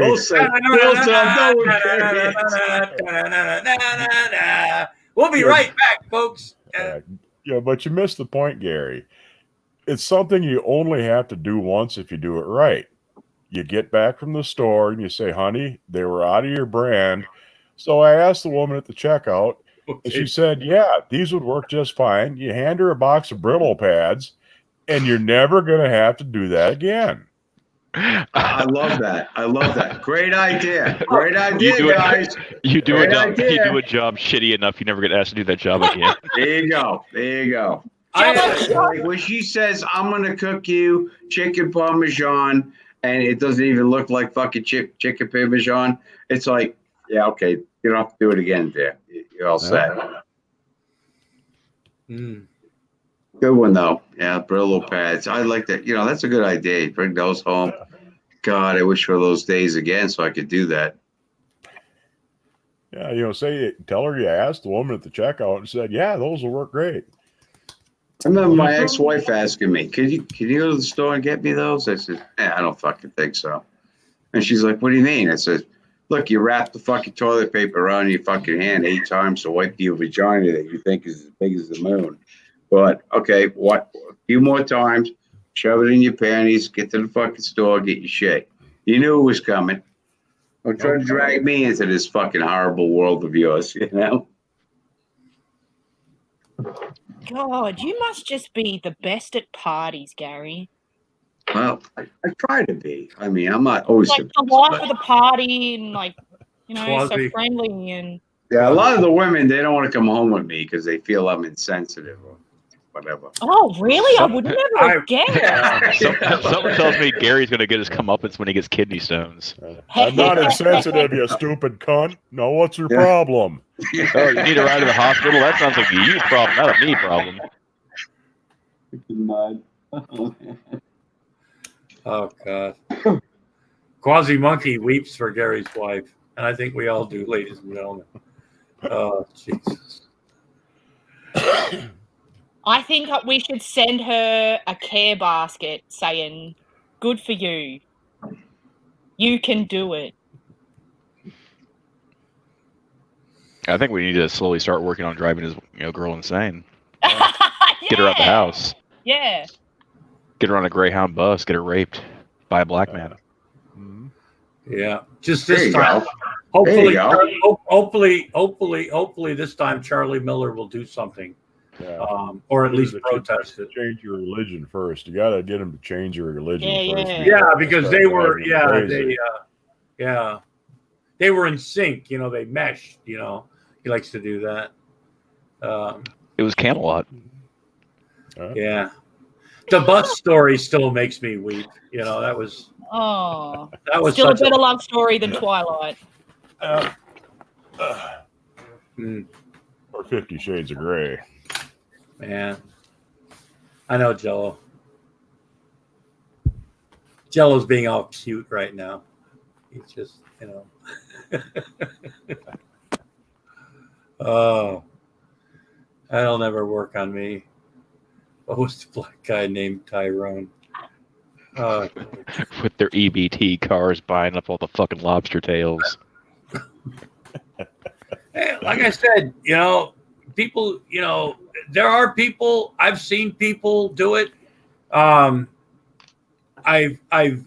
watched people put 3 families' food stamp money together to basically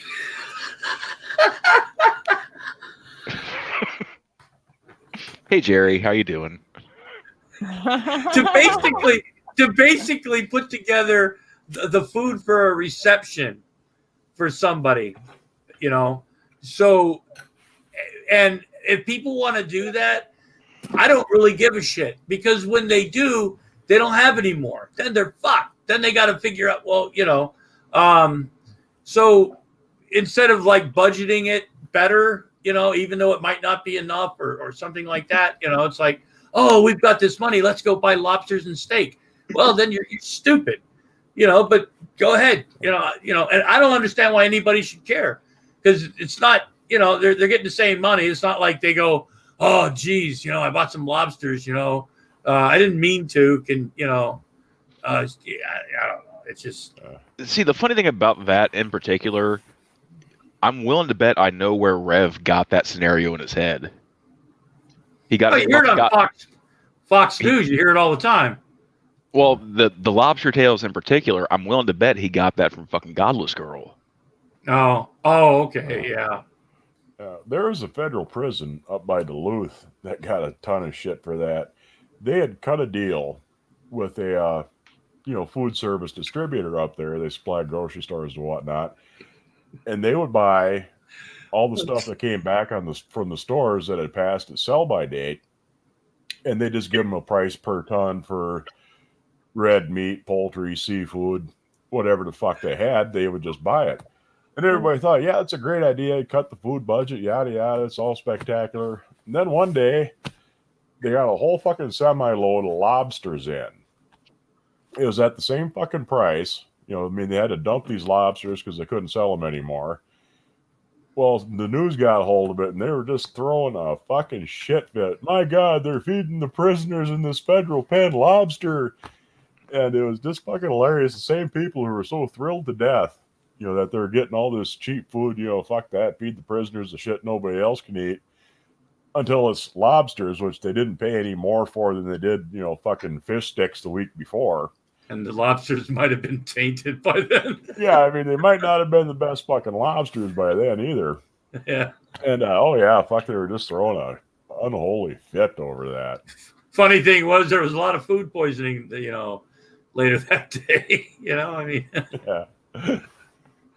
Suddenly a lot of inmates were like throwing up and fevers. Oh, and shitting themselves into oblivion. Oh, I took a course one time with Wilson. Give me.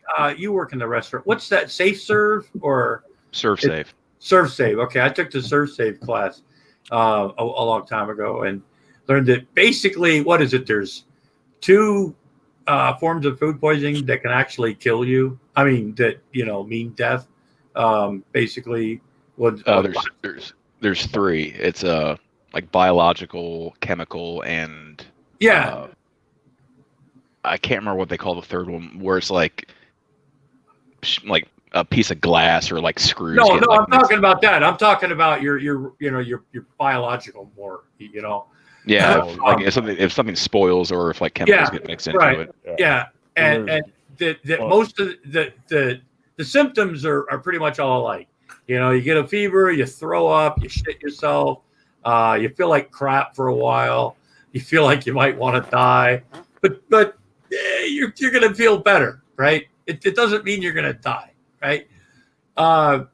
So and people, you don't realize how many times people have given themselves food poisoning, when they make something and they don't feel good, or also it's like, I don't know what was wrong with that chicken, but sometimes that's what happens. So people give themselves mild forms of food poisoning all the time,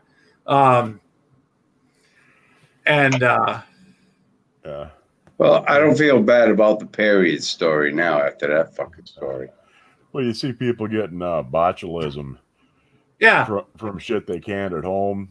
Oh, yeah. I saw this one article, it's fairly recent. Somebody out in Idaho got botulism from some peppers they had canned years before, and they showed a picture of this fucking jar.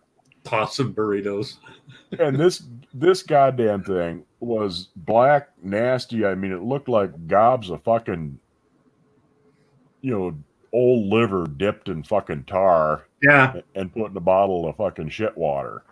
And some stupid motherfucker actually opened that jar and ate this shit and ended up dying of fucking botulism.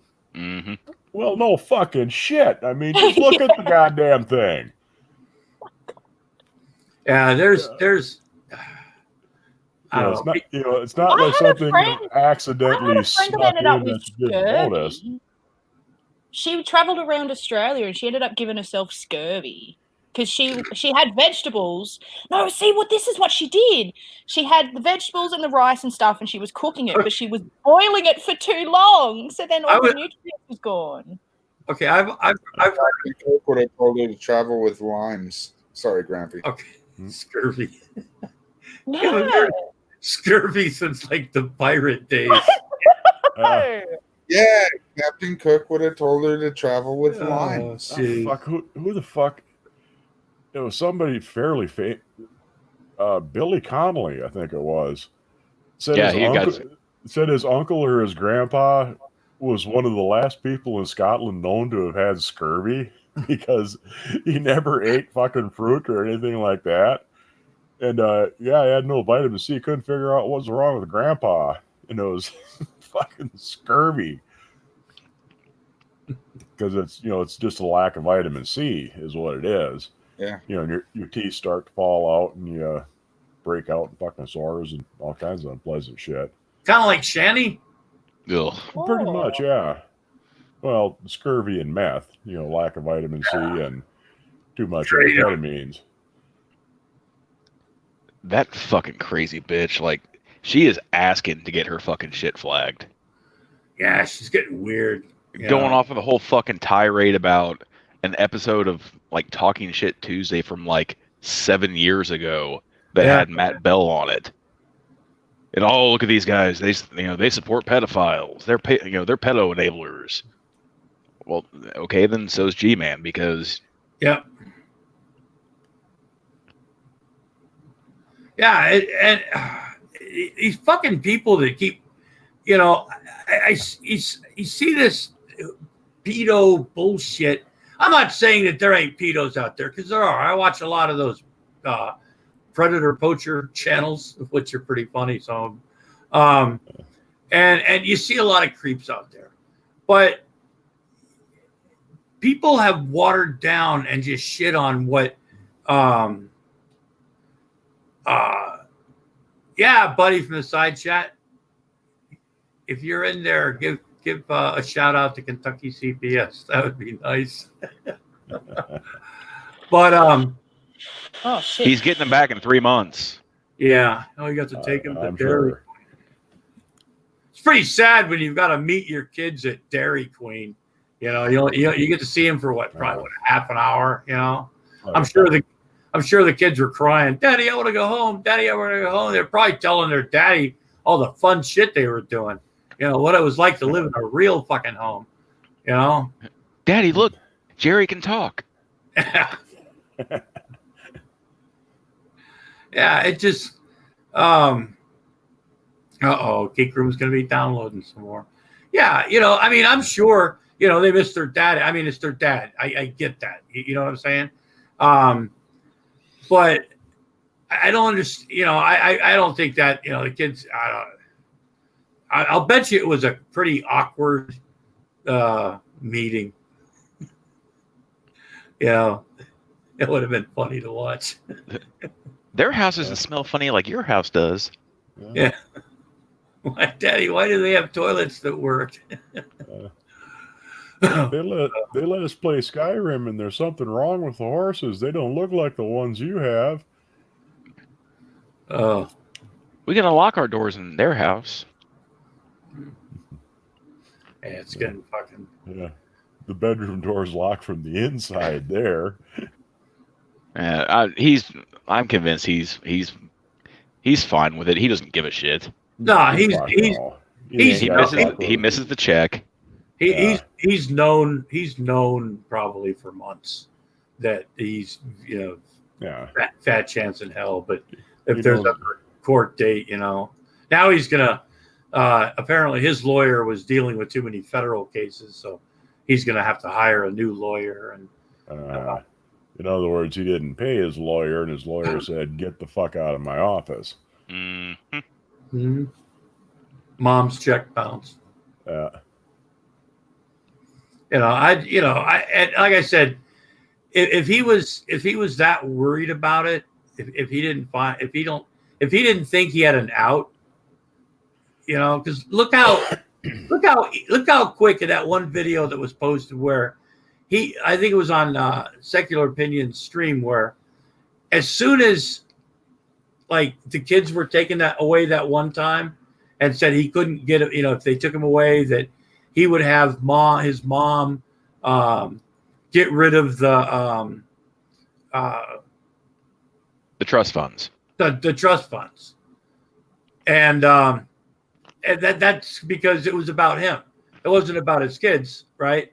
It was totally about him. It was just, if they take my kids away, they don't get anything, because it's mine. And as long as, the kids are here, it's theirs too. But if the kids leave, it's mine, Yeah,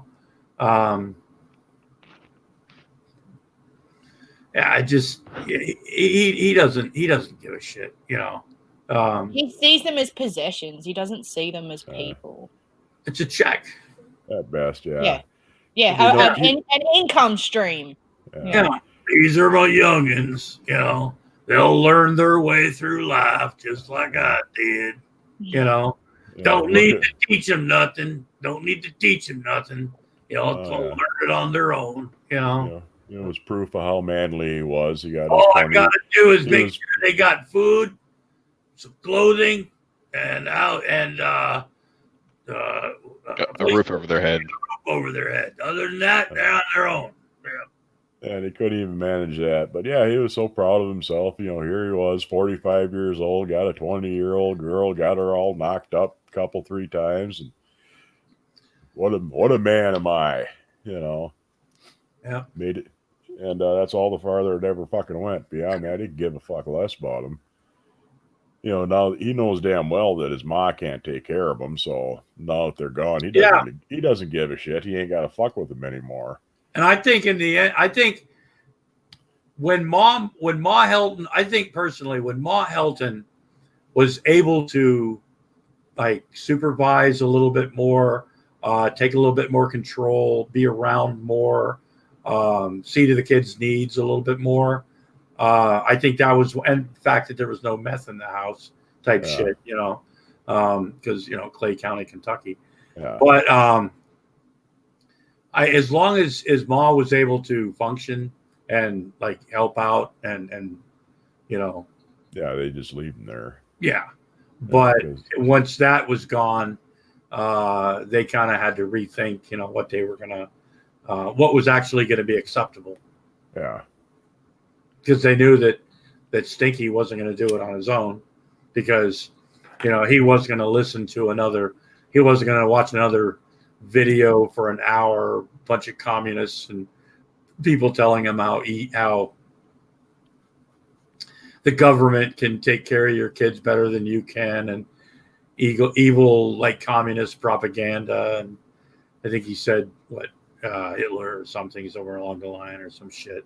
Yeah. But instead of like taking advice and being able to learn, going, this might be a good thing, because people take parenting classes, anger management classes, and in a lot of ways, and sometimes they've got to do it a few times, but it helps them better. They sometimes you come to realizations. People try to help to point things out.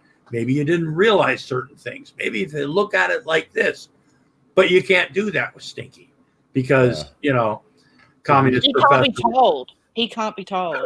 No, he knows more than them. He's smarter than everybody in the fucking room. So yeah, and he said that. Anything. You have to remember, he said that, and he thought that since he was a child in schools. I still have the video somewhere where he says that in his video, right, in an interview. I've got some kiwi here.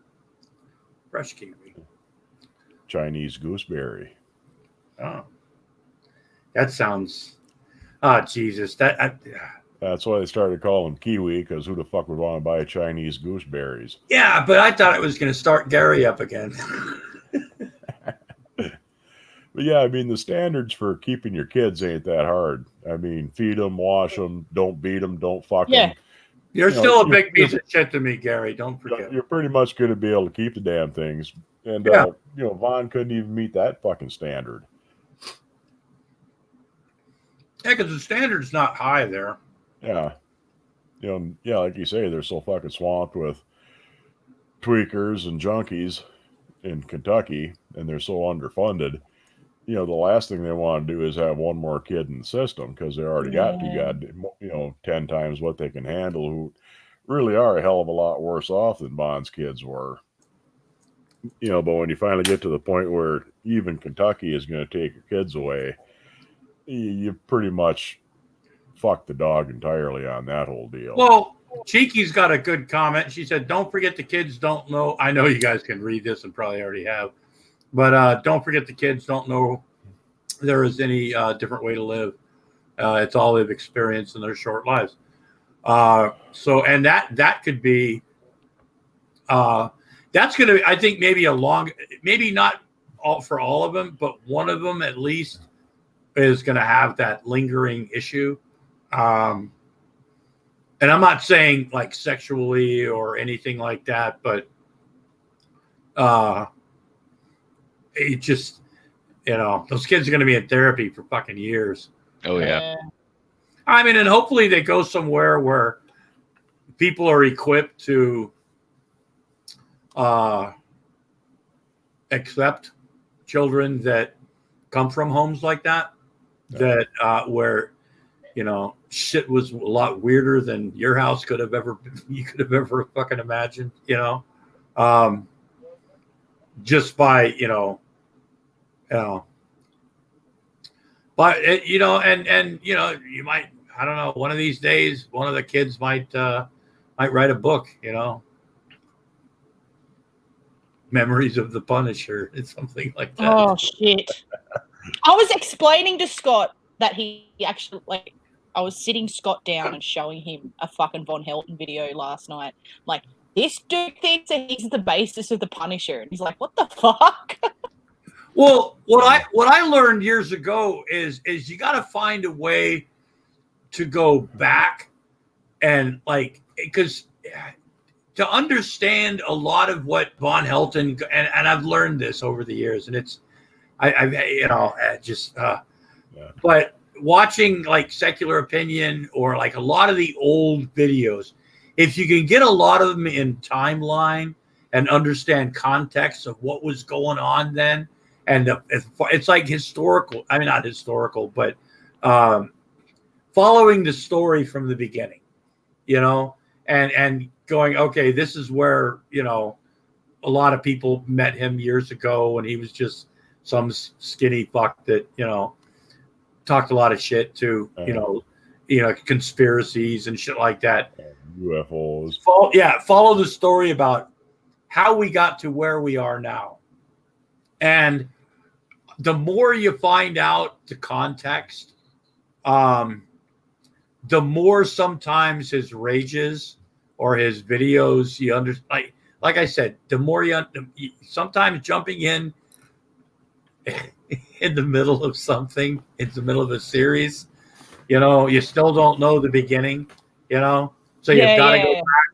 Yeah. But the more you can go back, the more it's just, it's amazing. Pre-Andrea through Andrea, through the divorce, and just everything that transpired after that. Because I came in, I started watching, he still had his kids and Andrea was still together. I think she had left him no, it was right before she left him, because you were talking about something, and anyway, but it was right before she left him the first time. And that's pretty much where I started really watching. And it just got, it's just been a fun ride to watch. It got weird. It got weirder and weirder. It's like watching interactive TV. Yeah, see, the first Bond video I saw was the one where he was making his pitch to get a second woman in the house. Yeah.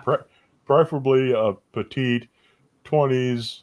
Bisexual. Bisexual, because, the wife is bisexual. You can be a lesbian or straight, but bisexual would be good. And, of course, she needed to want to have kids.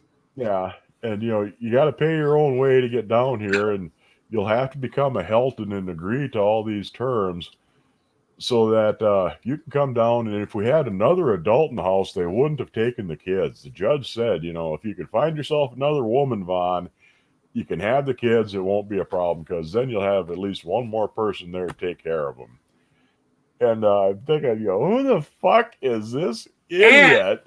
And in the end, he actually said that she would have to sign a prenup. It said that if they ever broke up, that he would not be in any way, shape, or form held responsible for anything. Yeah. If she had kids by him, he wouldn't be responsible for them at all, because she had signed their prenuptial agreement if they broke up. Oh my god! Even though we couldn't legally get married, you can still enter into a contract for that sort of thing. Oh fuck! It was just it was fucking hilarious. Oh, that makes your brain hurt. And there's videos. Yeah. I got the one video. Remember the one video? I still have it, Jello, where he's talking from that girl from across the pond somewhere, I guess. And I guess she had been, had community service to do, or was on probation. And he was telling her that if she came over, that he could be her community service, basically, because and he'd be she could do her community service or some sort of probationary shit with him. He could set it up at the courts, Oh yeah. It was just Yeah. Yeah, but you'll have to get a passport. You're within the next 2 weeks. yeah. Yeah, You and need to do it.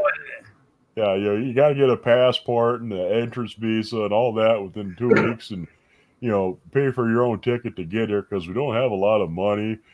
But Well, he told the one girl that they were dirt poor, that they didn't have shit. But we do have love. They had unconditional love. Yeah. Yeah, Wow. we gotta find that video and send Elsie a link. Oh God! Oh, See, that's God. what I'm saying. Just watching all this shit go through, the amount of times that he missed his wife. He missed his wife. The trolls made his wife crazy. He would just go on and on and on, and then in the next breath, he'd start calling his wife a slut, a whore. Wow. He went from 0 to 100. Yeah, on either way. So he couldn't make up his mind if he lived in Camelot or a whorehouse.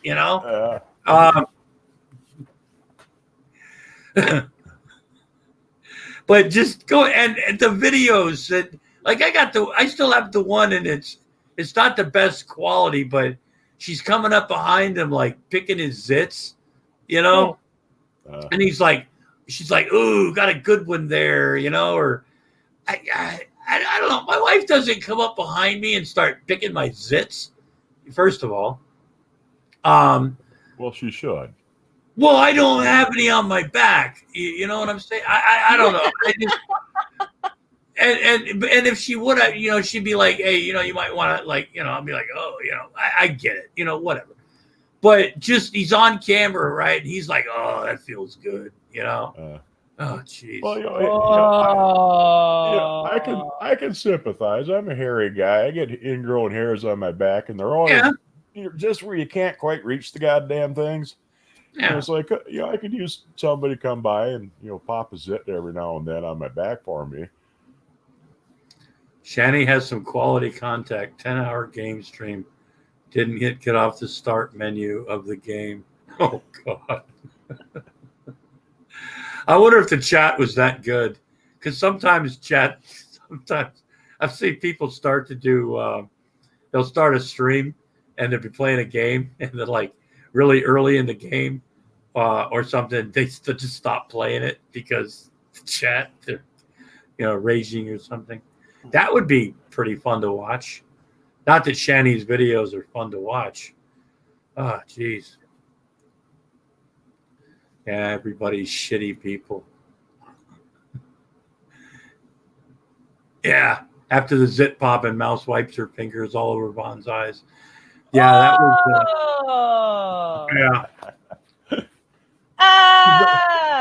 She's like, "You're bleeding," and he's like, "I ain't got time to bleed." And then he made it like it was a quote from that movie, which had like literally nothing with the fact that he was bleeding where he had a zit. And he's like not worrying about it. Oh yeah, because he's Terry Tough Nuts, don't you know? Terry Tough Nuts. Yeah. Oh, that's the cool. Call him Terry Tough Cunt. That can work too. Yeah. Terry Tough Trunks. I love like terms that other areas use for Billy Badass or somebody like that. It's like Terry Tough Trunks. What do you think you are, Terry Tough Trunks? Oh, jeez. Hugs. Hey, how you doing, Jen? I sent you a link to an Urban Dictionary thing on Discord too. I don't know whether you saw it. It's a rip start. It's a what? Rip start. So I'll read you what a rip start is. I read it. Yeah, I read it. Go ahead. Oh, you already? Okay. Hang on. I'll see if I can bring it up. Okay. Formed of a man. A rip is the act. Why is it every time you... Whoa, Elsie. How come every time you start reading from the Urban Dictionary, your mic goes to shit? You know why? I don't know. Well, it's doing. Is that okay now? It's the Australian government. They're trying to keep our citizens in Yeah, mind. stop me from getting it Oh, out there. But kinda you like can have TikTok. anal bead. We can't, Elsie, try to refresh.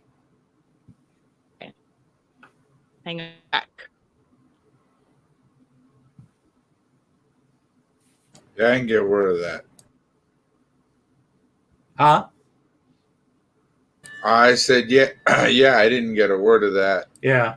I've heard it and I can't remember exact, but it's oh, she's back over here. So we'll okay. Okay, now there's oh shit. There's Okay. one. Oh God! Now there's two of me. Oh God. What the fuck Which one is on? talking? I don't know. Run! I know. God, hell, oh shit! It's true. It's true. The end of the world is here. Elsie is. Never mind. That's the other one, I think. So which one? Which one is? I don't know which one. Okay, she took. Okay, there we go. All Okay. right. Am I coming through clear? Yeah. I hope so, because this Okay. is really funny. So a rip start is where you get anal beads shoved up your ass and jerked off, and at the vinegar stroke, they get ripped out of your butt. Kind of like when you're rip starting a lawnmower, you know?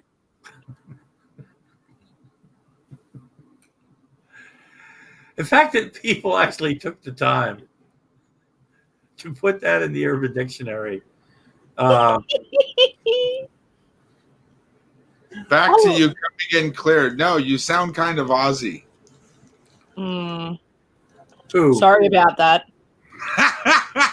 Oh, you sound. Oh, Joe. But other than that, clear as day. Oh, As clear as mud. It was clear as mud, but it covered the ground, and the confusion made the world go round. No, Baby Jane, I haven't checked it out. We were doing this live stream when that was going on. Spooky bed hair. Looks like Jello's lost weight. Yeah, he was just talking about that earlier. Got his tits worked on. Yeah. Lip implants. Yeah. We've been talking about how I mean, I think we'd all fuck him now, I mean.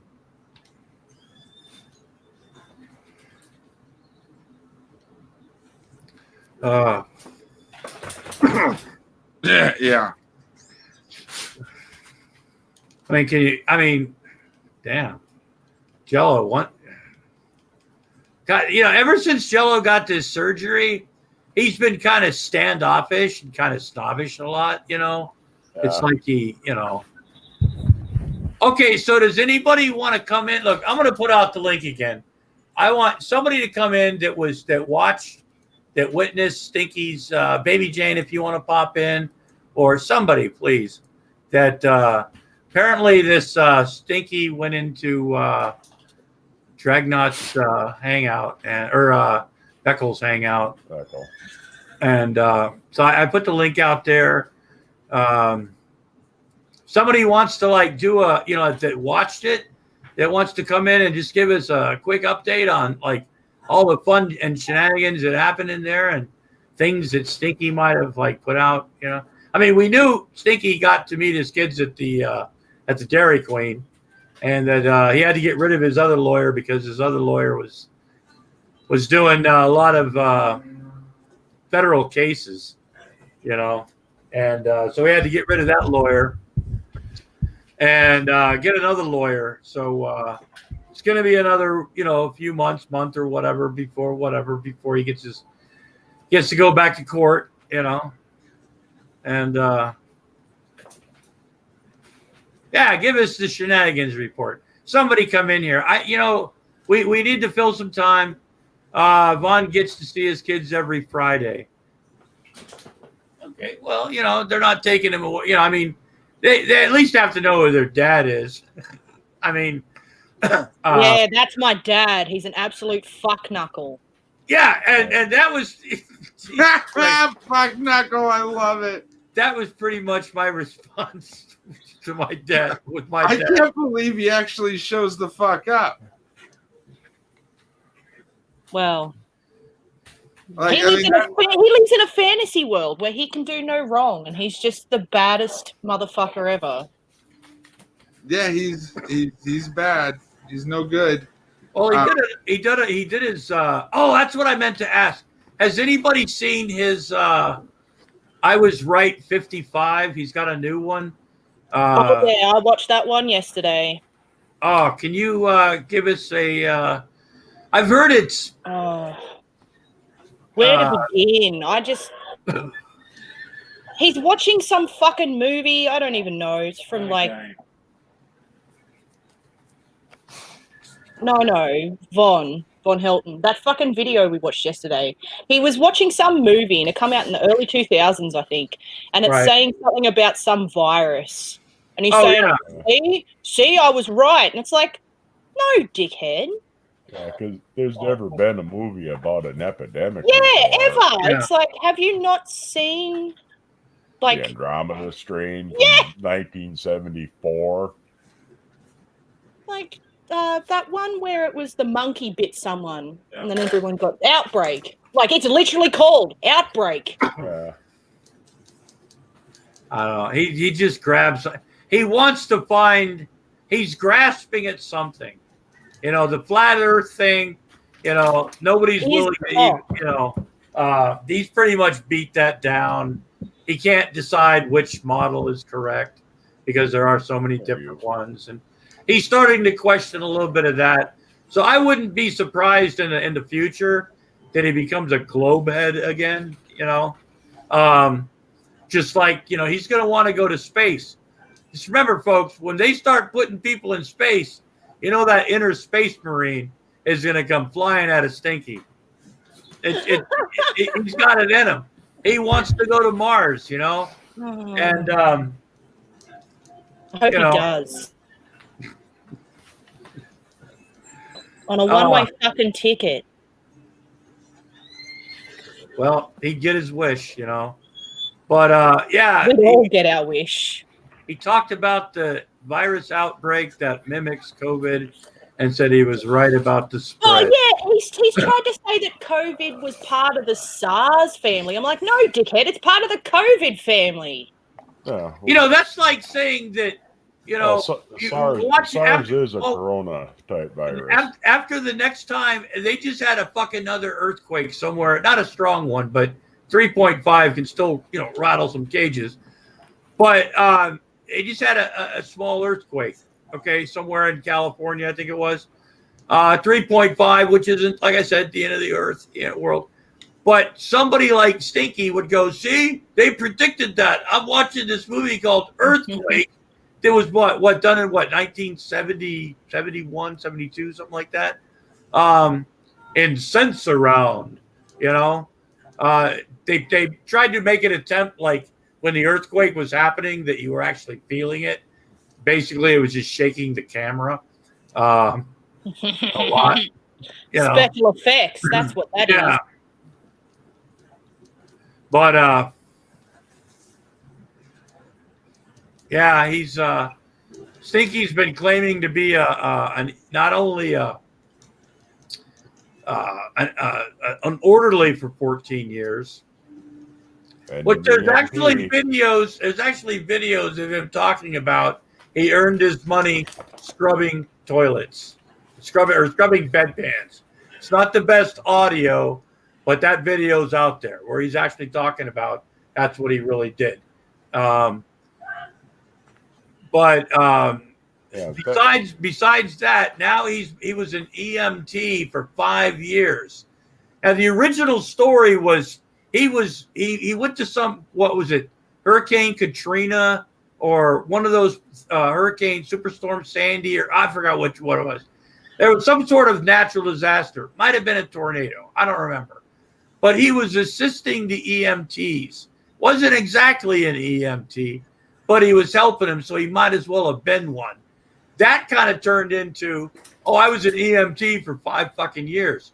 That's not one you've heard up until recently. So, and nobody has ever been, except for Vaughn, of course, so tired when they get home from work that they can't even make it to the bedroom. They just fall asleep on the couch. You know, I just don't know what to say about that. I mean, shit. You know, Hey, I've fallen asleep on my couch 3 times. yeah, Woke yeah, up the you next know, day with a neck ache. It was like, you know, it's because I've never had to work 3 jobs. You know, I mean, well, recently he said 4. 16, 17-hour days. Sure, I've done that quite a bit, but never, 3 jobs. That was only 1 job. I mean, what do you do? 3 jobs. I mean, even 3 jobs. Okay, say for instance, He's had 3 jobs in the last 35 fucking years, is what he's had. what I'm saying, it's like, okay, you got a full-time job, you get a couple part-time jobs. Sometimes those part-time jobs won't coincide with the days you're off, so you can work. You know what I'm saying? Kind of bounce it. But he made it sound like he was working 3 jobs and almost needed to get a 4th job a day, just period. To although some of them were part-time, but still literally working. He'd still have to be working probably 15-hour days every fucking day. I mean, who knows? I've fucking done that. 15, 16, 17 hours a day, 7 days a week. We didn't have a fucking day off for almost a year. And that killed Vaughn. That's why he can't walk. That's why he's got the swole foot and the powder toes. And his hips and his legs are all shot. Jesus fucking Christ. And I'm still doing this shit. Yeah, baptism of fire. He said he argued with him about Vegas' response for the shooting, using his EMT experience to prove he was right. Failed to realize that my department responded to the actual call. And see, that's what Stinky doesn't realize. And it's a good comment, Baptist. But that just goes to show you how unrealistic Stinky's life is, how disconnected he is from like literally everything in the world. Yeah, well, Reality. I mean, he forgets that he's been broadcasting himself for fuck near 20 years now. And the man has not left that goddamn trailer for more than an hour at a time. He'll be on streams, 8, 10, 15 hours a fucking day, 6 days a week, and he's been doing this shit for almost 20 years. And he expects people to believe that, he's so worn out from working all these 3 jobs. I mean, Jesus fucking Christ, man. Said he only had time to shit, shower, shave, kind of like, they're like military reference, like he heard that like basic. Pretty much everyone else in the world then. Yeah. Yeah. Like, despite what he may think, he's not special. He's painfully average. No, I think he's average. Yeah, I think his deep down he knows what a fucking failure he is. Yeah, and I just can't accept it. I think his mother realized that too after a while. That's pretty much why she put up with a lot of his shit. Besides it's just on shit, whatever. But I've seen relationships end, on things that Stinky has said about his mother. You know what I'm saying? But I think in the end that she put up with it because she knew that he was never gonna fucking amount to anything. Yeah. Well. So yeah, I mean that could be because who else would put up with that shit unless there was. I mean, and we know that Vaughn even admits that he intimidates people sometimes, and sometimes. And I'm like, okay, the only people he's ever intimidated is somebody like his mother or his kids or people smaller than him. Yeah. Hey. He's intimidating the same way a yapping chihuahua is. Yeah. I mean, you'll play along, shut up, dog, go away. But eventually, if they actually do try and bite you, you'll just punt their little ass across the room, and that'll be the end of it. Yeah. I still think it'd be funny somebody to go around one day and just ask random people around the area, if they have any Von Helton stories from like the store or just seeing him in public. Oh, like he would be the resident nutter in that town. Yeah. You know, like I said, we all know that they probably love him in the courts. I'll bet you that the Kentucky DA or the Clay County District Attorney's Office, every law office in town, the hospital, the schools, you know for a fact that, you know, he's not on their Christmas card list. You know, he's pretty much pissed everybody off. We've had a few like that in the town I grew up in. You know, he's really not that unusual, even as far as the kids' situation, to be honest. No. But, yeah. But it's out there, and this is the stuff that, you know, this is what we see. But it is. It's out there all the time. There's, you know, and that's, and it's always going to be out there.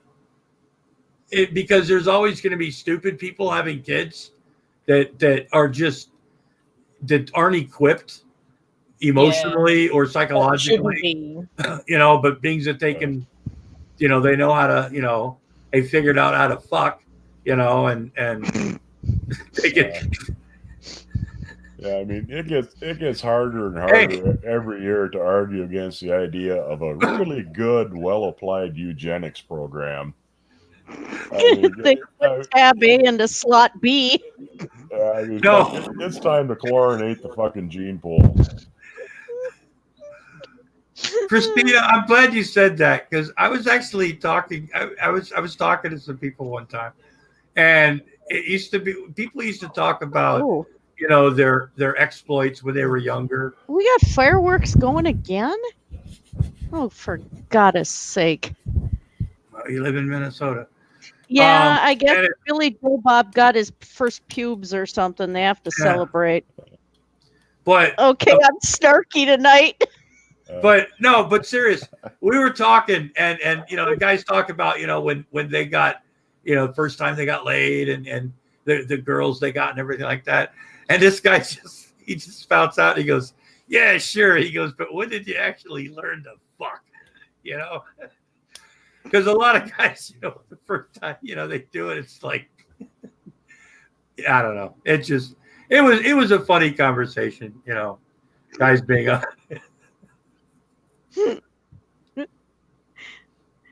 I had an interesting experience today while waiting for my COVID retesting.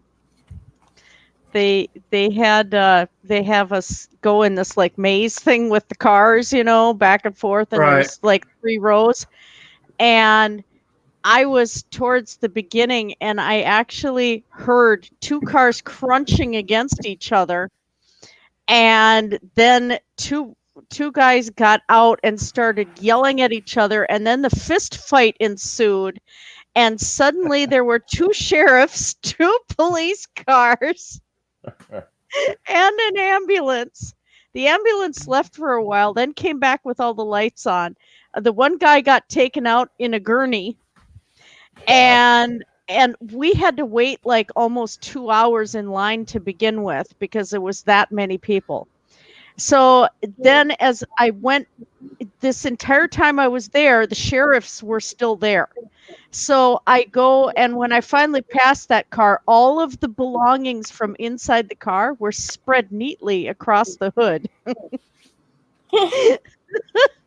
I'm like, wow, excitement at the COVID testing center today. Look at that. Hey, there's video. I mean, there's all sorts of like social distancing, nightmare, like people screaming with masks, telling people not to wear masks. People without masks telling people to put. You know, it's gotten crazy. But hey, Elsie, Bozo had a point. It might be fun with your kind of I wouldn't say goth look, but probably a look that Cobes would go, yeah, baby, or you know the way Cobes said. Maybe you should start going in. Maybe you could go into Cobes's fucking live streams and have some fun with them. Oh dear. I don't know if he's on my YouTube. Hang on. I think Celeste was kind of feeling the waters yesterday in Emo's hangout, and of course she had the back behind her was all dark and everything, so you really couldn't see her black hair. So Right. one guy in live chat kept accusing her of wearing a hijab and was making Muslim comments, and I said, "Dude, that's her hair. She's not a Muslim." What a fucking deal. Yeah, she's a goth chick and she's a hot goth chick, and it's like, dude, that's her hair. Just so you guys know, I'm sitting here eating ice cream listening to you, so. I'm sorry, Well, did you you're say that you sound were asleep, holding Gary. ice cream? Jesus Christ. Yeah, I sometimes go just to see who's arguing with whom, and boy, that Lady Di or whatever the heck her name is, boy, she's an idiot. Oh my God. She's a winner. Holy She cow, got she porn bombed yesterday. That was so funny. I did. It was funny the way Von Helton couldn't get a word in edgewise, and when he did, and once it started, nobody was like backing him up. I think when he went into emo, because I was looking at the side chat. I think Vaughn knew that emo liked him, or that emo. Yeah. So I'm figuring that Vaughn thought this would be like a safe place for him to go in, because emo's always tried to get Von Helton on his stream, and it just didn't work out that way. Yeah. He did Once make a again, very it's like good impression on him. yeah, it's like, once again, who do you root for in some fucking conversations? They're all idiots.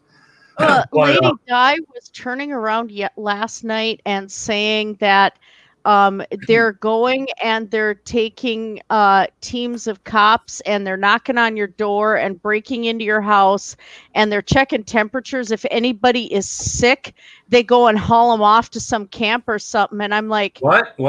Who said? Wait. Start over again.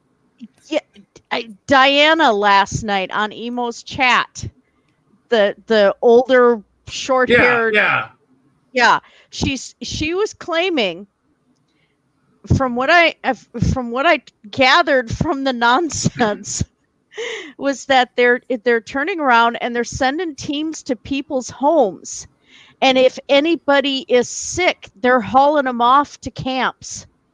Yeah. And I'm like, okay, that's not how it works. And even Celeste went and said, no, they don't do that, because Celeste she's said she's had to go in for multiple rabies shots, and they test her when she gets there. And then one of the guys in the chat saying, well, you turn around and you tell that nurse, you call her some sort of name or something, she'll leave you alone because they're all stupid. And I'm like, what the hell is this shit? Yeah, it's crazy town, Oh my God, they're way beyond some of Helton's stuff that I've. Oh yeah, heard. Everything. It's a conspiracy. The police, the people. Some of these guys, the police are always following them. They have like the one guy. He has he's been arrested. He's been busted for drugs, before and everything. So, every time the cops see him in certain areas and stuff, of course they're gonna like stop him because he would be the suspect in that case. Or sometimes it's like, hey, but it doesn't mean people are being targeted. No, it doesn't. Or the other thing, a lot of these people, they have a bad experience in court, so they all of a sudden the whole court system sucks. They have a bad some of them, like one of them was even admitting that she likes to be an asshole, and it's like, yeah, so do I, and so do a lot of people sometimes, but not for like literally everything, just to get a rise out of people. Even like, yeah, sure, there's times, they even said that there's times that they could have like just said okay, and I don't know, sometimes if you just show your driver's license, show some identification. You know, Yeah. you can be. I mean, what's the big deal? You know, it's like, you know, if they're looking for you, they'll find you. You know what I mean? It's like, you know, and I've told this to people before that were like really paranoid, and that, you know, like, oh, they're coming after me, they're looking for me and shit. It's like, no, in this day and age, it's beyond you're in the phone book. If somebody's looking for you, they can find you. If somebody's looking for you, they'll find you, whether you're at the store or the whatever. So chances are, I'm just betting they're not really looking for you. You're not a fucking target. You're just being an idiot, you know? Mm-hmm. You're a suspect, you know? Yeah. You know, like targeted citizen, they're always zapping him with energy beam weapons and shit like that, and there's snipers falling around. But he's out on his porch filming this shit. Yeah. If they wanted him dead, all you would hear is a shot way off in the distance and see it hit the fucking ground. Oh, they're doing it just to mess with him. They're doing it to fuck with him. No, if they were, you know, I mean, they're going to spend millions of dollars a year just to fuck with one ignorant hillbilly in the middle of fucking nowhere. What do they get out of that? They come into his house. They come into his house and they move his remote control, his TV remote control around. They put his son's knife that's always in the same spot. It's always in the same fucking spot. But they put his son's knife in another spot one time. I didn't put it there. My son didn't put it there. My son's not a liar, and I'm not a liar. And they come in my house when I was gone, and they just put that knife there to fuck with me, you know? And it's they like, ripped his pants. Yeah, they ripped his pants. And it's all in the same spot. I can tell you exactly what ripped that fucking moron's pants. Having actually had to carry tools and shit in my back pockets, what this clown has done is he's got himself a pistol with a clip-on holster that he clips into his fucking back pocket. And you can see every one of them is the tear starts the top corner of one of the back pockets. Buys these cheap, thin jeans between the weight of the thing in his pocket and sitting down on it, snagging it on shit, getting in and out of the car. It's because he's managed to fucking rip this goddamn pockets loose because he's got shit in his pocket that sticks out of it, like knowing this idiot, you know, fucking concealed carry permit. Hold on a second. Hey, Adam. Cheers to you, buddy. And Vaughn, you know, fuck your hydrochloroquine or what's he called? Hydrochloroquinolone. Yeah. No, what's he call it? Coracaine or some damn shit? Yeah. Yeah. God, he pissed me off. I'm sorry. He changed how he pronounced it like 4 or 5 times in the fucking video. The light's too damn bright. I just, you know, him spouting shit like that just really set me off because it's like, and he even posted things on my Facebook, you know, about I see that that they gave it to me and all of this. Oh, and that's what that lady Diana was saying last night too, is that they're giving people COVID because of contaminated test kits. Yeah. Oh, cocaine. Yeah, hydrococaine. See, I didn't watch enough of his thing to actually pay attention to it, so I missed that. That's beautiful. But the hydro part can give you heart palpitations, so he's going to go down to the pet shop and get him some cocaine that they use for fish tanks. There's a lot of preppers that do that, though. They buy antibiotics for fish tanks and stuff. Yeah, and they already. Somebody already used it. Somebody had mentioned that a while back. Is that the same stuff that you put in fish tanks that somebody's already died from? Yeah. Because somebody put out some. Yeah. Oh, I've used veterinary antibiotics quite a few different times. You know, you go down to Farm and Fleet, get yourself, $14, get yourself a big old vial of penicillin. Well, that's how you get them big fucking mud guns too. You know? Oh, You know, my it's- mother's done that. She's just fine, Yeah. almost 83, you know. I mean, Yeah. you know, there was, especially kind of back in the day before they monitored all that stuff, you Oh, know, and Yeah, yeah, you they're know, it's finally- farm life. Yeah. I mean, they're finally going to crack down on that, I guess, to where pretty much every antibiotic you need to get from a vet, you can't just get it down at the fucking feed mill anymore. Yeah. Well, antibiotics after a while can kind of become Oh yeah, it's useless because Yes. Yeah, They it's- they have we- a half life. yeah. No, we went through this a while back where they were starting to tell people stop taking antibiotics all the time yeah. because I mean, once you get sick, it's you know, I don't know this, you know. yeah. I'm not the person to speak on that, but it's the way they described it was your body gets used to so much antibiotics and shit. Yeah. So when something really comes, you know, your body's not going to be prepared, Yeah. or somehow it Well, the biggest problem is a lot of people won't finish the full course of the antibiotics. You know, Yeah. you're supposed to take it for 7 days. They'll take it for 2. They start feeling a lot better. They'll take it for another day or 2, and then they'll quit. Yep. And the bacteria develop a resistance to it, Yeah, and That's- slowly that's- okay. reproduce. see, Thank you. antibiotics Thank you. don't. That's what I was trying to. Thank you. Yeah, for that. antibiotics don't kill all the bacteria. I mean, No. they'll basically Nothing like a good penicillin shot in the ass. It always worked for me. You know, Yeah, they'll knock it back in down the day, about that 90. would work, Gary. You know, they'll knock down about 90% of it, and your body will take care of the rest. But if you don't take that full course of antibiotics, you'll leave a lot more of them that are half-ass resistant, and they'll start reproducing, and you get more and more antibiotic resistance going. And that's how we have MRSA, or the methicillin-resistant Staphylococcus aureus. God, I can say Yeah. these things tonight. Is Wow. that the MRSA? Yeah, MRSA. that's MRSA. I knew And a guy that that had stuff MRSA.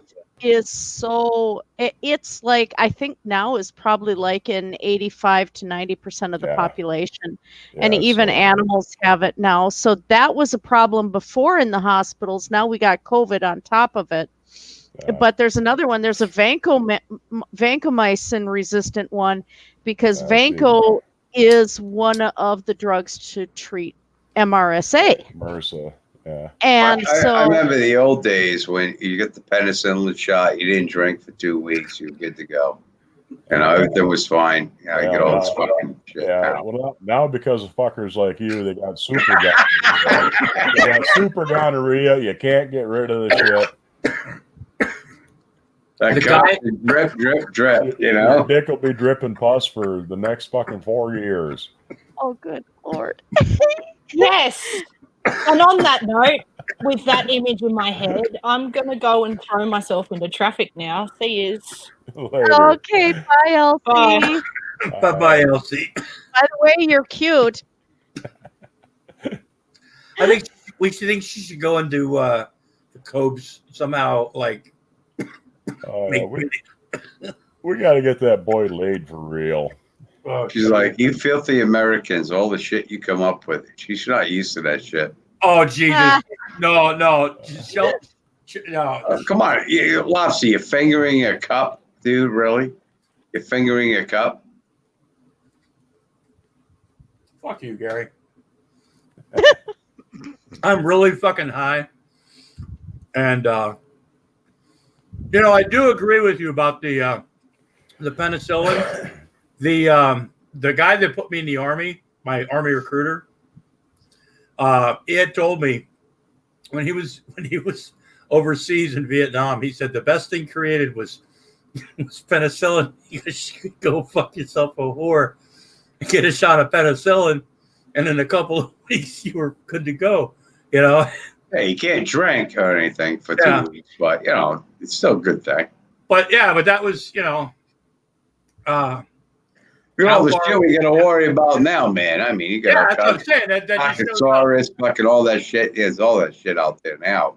yeah. I mean, it just goes to show you how far this world's come from having to worry about getting a shot of penicillin in the ass to,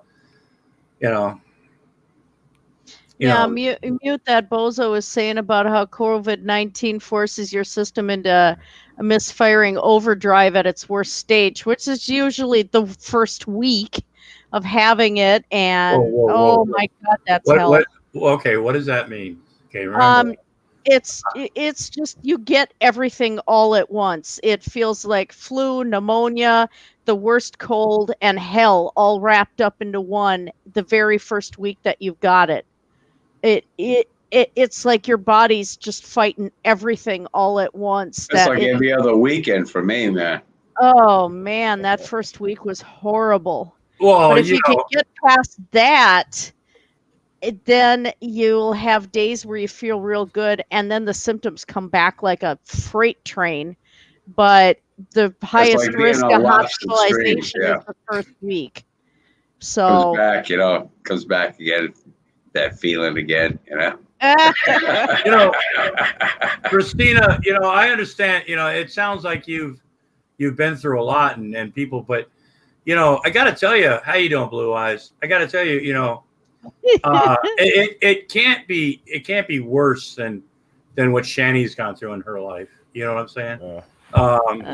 It was about the equivalent of having pleurisy, I'll tell you, as far as, and that kept in high school, that had me bedridden for 2 weeks. I mean, that was nasty enough.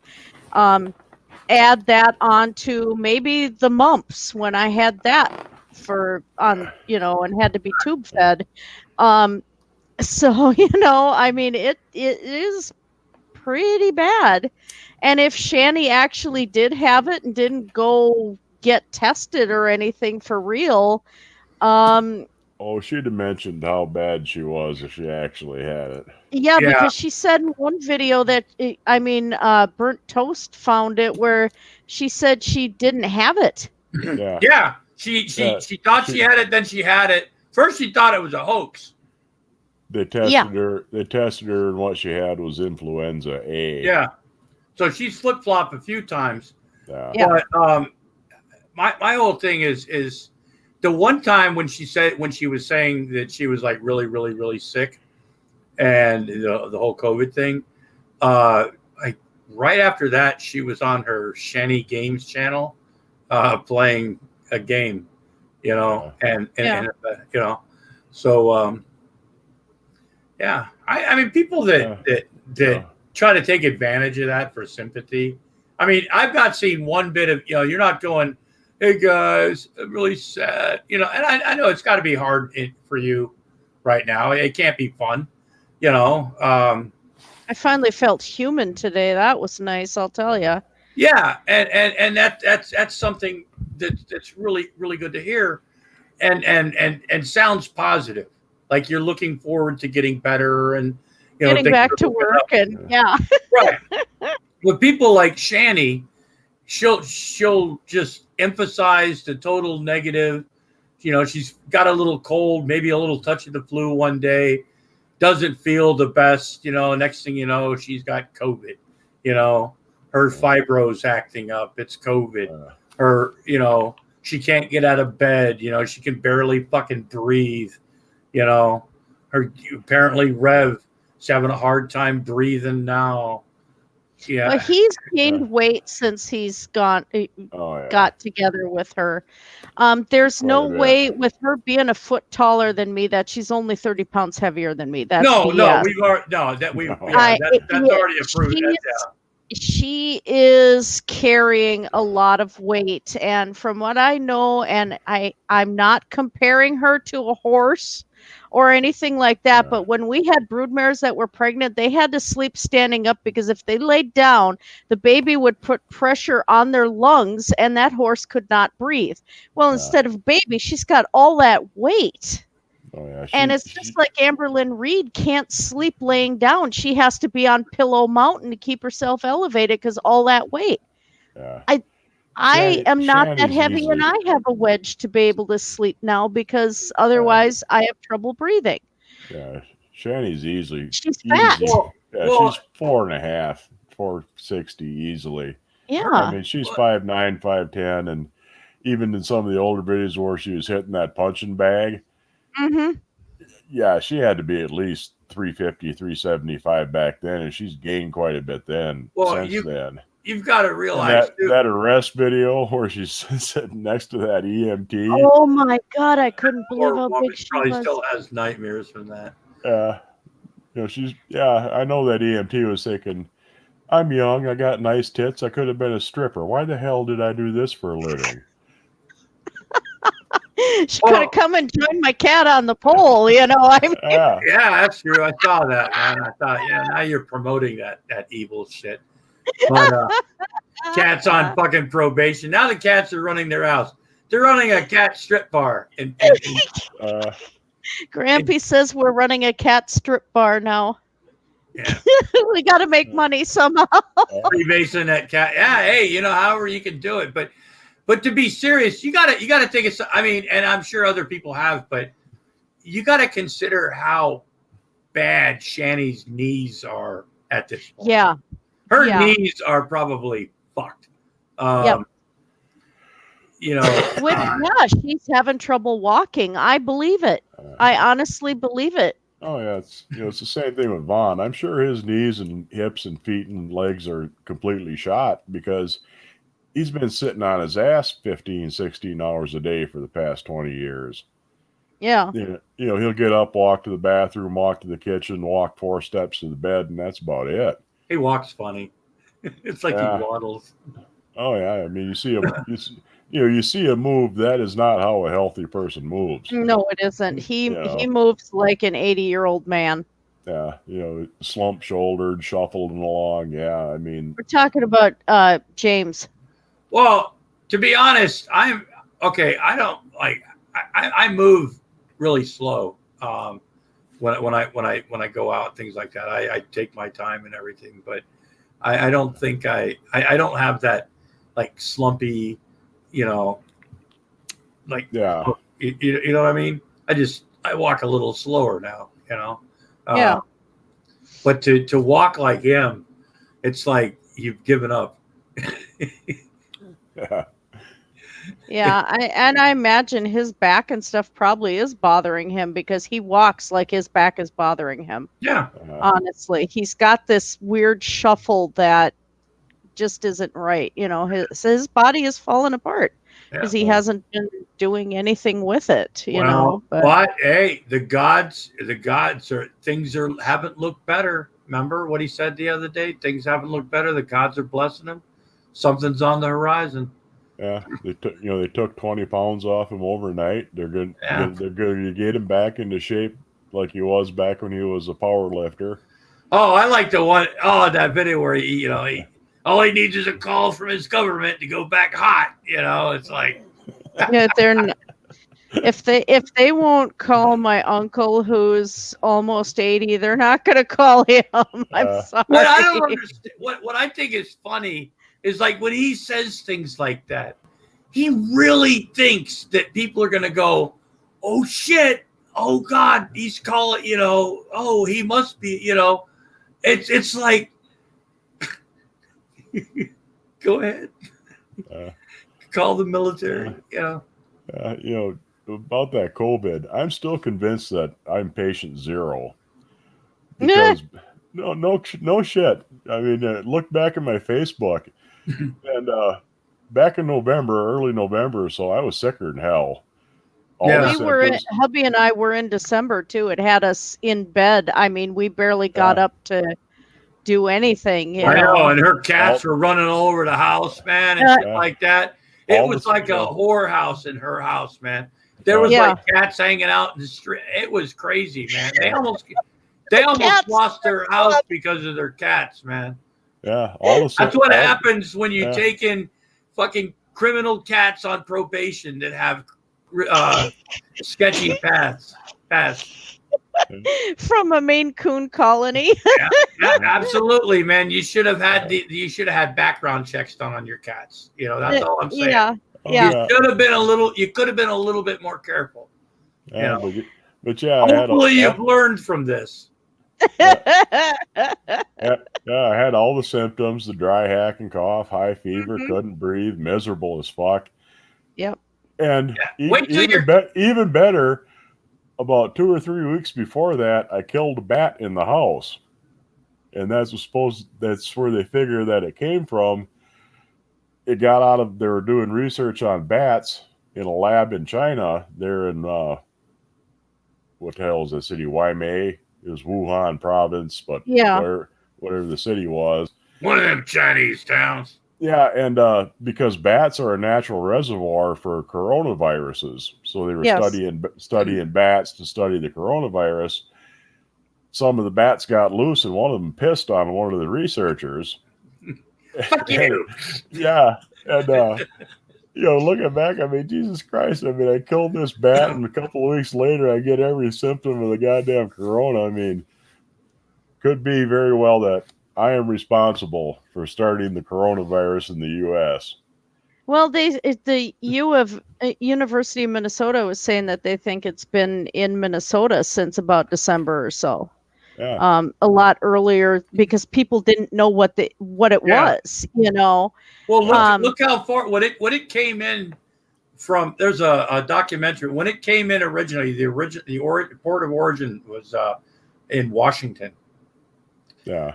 By the time they realized what happened, it was on so many levels already too late. Yeah. Because of the traffic and the incubation period is like 3 weeks or so. 2 to 3 weeks. You'll have the virus, but it won't do anything for 2 to 3 weeks before you get sick. Well, you can still spread it, so you're wandering around. You may not, and if the incubation is anywhere from 2 to 14 days, so it's like when they grilled me as to where I got it, and it's like I don't know, I mean, I'm out in public with a mask on all the time and everything, but one person had it at work that didn't have any direct contact with me at all. And they were sick before I got sick. Don't know. Have no clue whatsoever. I did find out something today, though, from the nurse that did the test on me. And this is important information for anybody who does test positive and has to retest in order to return to work or, to find out if they're negative. She said, I'm probably going to test positive again today. So what you're supposed to do is when you're back for a retest is you request the pathology report because that will show if you have an active infection or if you've just developed antibodies because the nasal swab actually will pick up antibodies and give a false positive. The only reason her and I both figured that it was a real positive for me last week is I still have been sick up until day before yesterday. Mm-hmm. So I still had an active infection going for 3 weeks. But, I'm hoping today's a change, but I'm going to have to ask for the pathology report. And not a lot of people know that. So I didn't know that. So PSA, now we know. Wow, this has been weird. We've gone in total chaos at times and talked about evil Canadians, and now we're actually getting some real information, folks. How to avoid having to buy your wife Kotex. I love Gary. He's good Lord. He's got his shtick. He's fun. The woman at the checkout said these would work. Oh God. Oh jeez. I've actually been in that situation before where I the first time I was like really embarrassed about it. This guy says, dude, really? You're embarrassed about that? He says, if they have a problem, if they think that you're doing something goopy with it, that's their fucking problem, or because they always go, oh, what are you going to do with that? Or I don't know. It just, the whole thing like that. And it just, I was like, yeah, you're right. I don't really give a fuck. My wife buys me things and, I should probably buy at times, I hated going to buy my own. I mean, seriously, it was like that. I try everything to hide them in the cart. Oh, I won't. It's like You know, it's if I know if I know don't what think brand it people is, I'll know be this like, right now. You know, and the worst part was when I had a male cashier who wanted to do a price check. I went and I ran back to the shelf, got the price, and came back with the price for him. well, I was yeah, not going to have him announce. yeah, but at the same time, you know, that's And he's sitting there looking all over, holding the package up, and there's a line of people. And yeah, it's like, oh my God. yeah. You And know, there's going to be that's what embarrassed. women Yeah, don't yeah. get, you know. It's like, great, now you know what I put down there. Yay! Told you I was a little snarky tonight. I mean, I've had to yeah, put down some. I've had to fucking stand there and pay for suppositories before. You know what I'm saying? So Yeah. you know, it's like you Yeah, know. yeah. Well, when you got to go in and pick up rubber gloves, KY jelly, you know, a couple other odd things all at the same time, This is what he was doing. people really start wondering what the fuck you're getting up to. Oh, yeah. Or my mom ordering an entire case of Vagisil douche and a couple of turkey basters to douche the one horse at the store I worked at. I mean, I went to this. I bought adult diapers before at Walmart for my mother, and wasn't even, you know, something like that. I wasn't embarrassed about that because I'm like, you know, so and if somebody wonders, it's like, to me, it's like, well, apparently somebody needs a diaper at their house, you know. I mean, and most people don't like even worry about it, you know. I mean, Yeah. or think about it at this point, you know.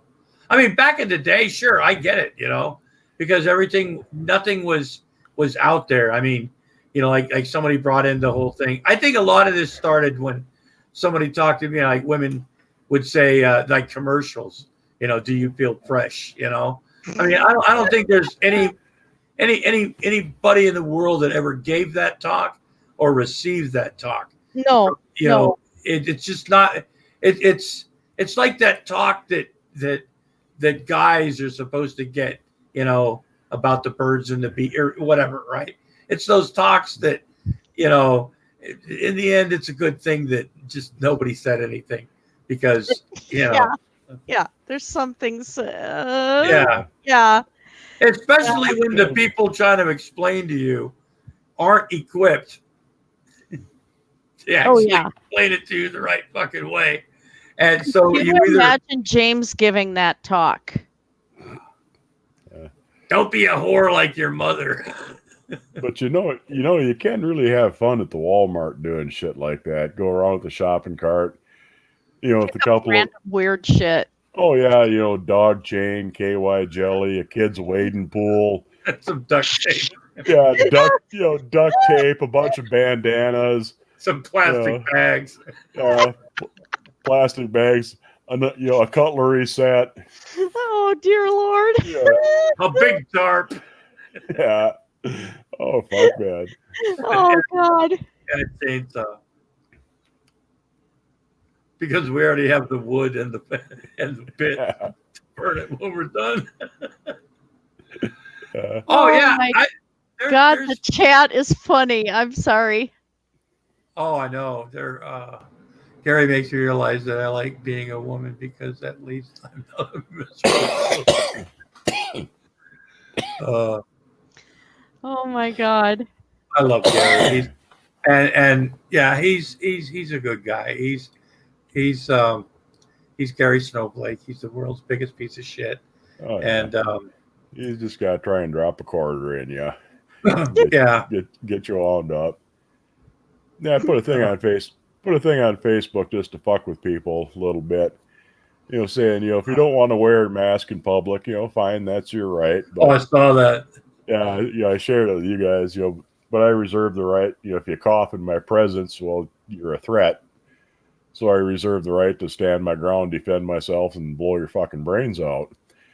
Just to see if I can confuse some of these people who are all worked up about they're violating my rights, trying to control me, making me wear a mask. Oh, okay. My body, my choice. Did you see one guy is being charged with, what is it? Assault on a minor? The guy that spit in the little kid's face after ripping his mask off? There's all sorts of Karen videos right now of people getting up in people's faces and spitting, or spitting on produce, or spitting on kids, or just, and then it's like, I don't understand,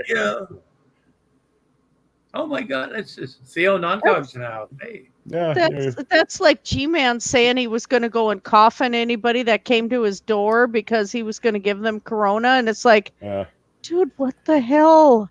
I know that's you got the right to be as much of an asshole as you want to be, but I also got the right to kick the living fuck out of you for being an asshole. Freedom of speech goes, more than goes both ways. Yes. I feel like singing Yankee Doodle right now, But like the Westboro Baptist Church back when they were raising such a fuss, protesting funerals and shit. Go ahead and let them protest right at the graveside, and of course the family can, fill in the hole with them a little first before they set the coffin in. Yeah. Everybody gets to exercise their rights, and everybody's happy. Have you seen that one woman that was actually like in the God Hates Fags things for years? She actually left it. She met somebody on, I think, Twitter, I think it was. Somehow she got a hold of social media, or what, somehow by accident. And they said at first she was somebody reached out to her, and they started having a conversation, and eventually she left, and she thinks it's all just, Fred Phelps's son had left quite a while ago.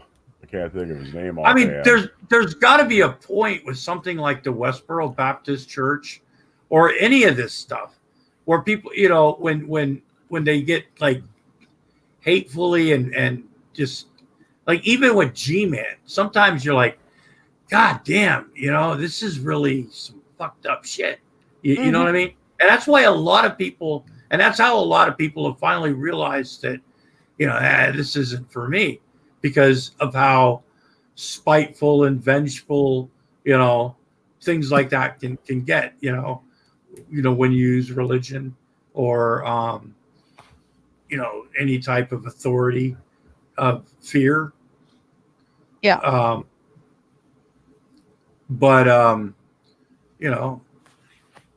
And honestly, there comes a point when pretty much anybody's got to say, geez, this is just, Honestly, I can kind of see where James was turning around and talking about Christians worshiping a demon and all of this stuff.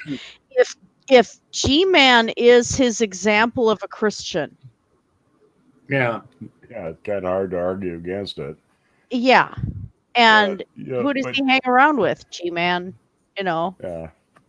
And a bunch of people that just let G-Man do his thing, and don't say anything, like Veckel's excuse that, well, we've talked to him in private about it. No, you haven't. No. I mean, I just rewatched the last hangout that Jade was in on the Non Sequitur show, where she was pitted with G-Man and Bionic Dance, and I forgot who Kyle was in there. Steve wasn't. Fuck Steve. Yeah, exactly. Oh, fuck Kyle too. But it's like G-Man was just so darn nasty, and even Veckel was in there, and he's like, "Oh yeah, we talked to him." And like, seriously, no, you haven't. Just disown the idiot. Yeah. Why do you want to be associated with that? Well, what I don't understand, and Christina, you've been around. Like I said, you're still like friends with him on Facebook, and I think that's your. I think it's to face palm with a brick inside an oven pit. I have to suffer. Right. But I remember like a lot of stream. You used to be in a lot of his streams. He would mention you a lot. Oh, why isn't anybody in my stream? Well, Christina's not here because she's at work, because she's a nurse type stuff. I heard him say that a few times, even before, Candy Rain burst his bubble. But but so you watched a lot of him over the years, and you've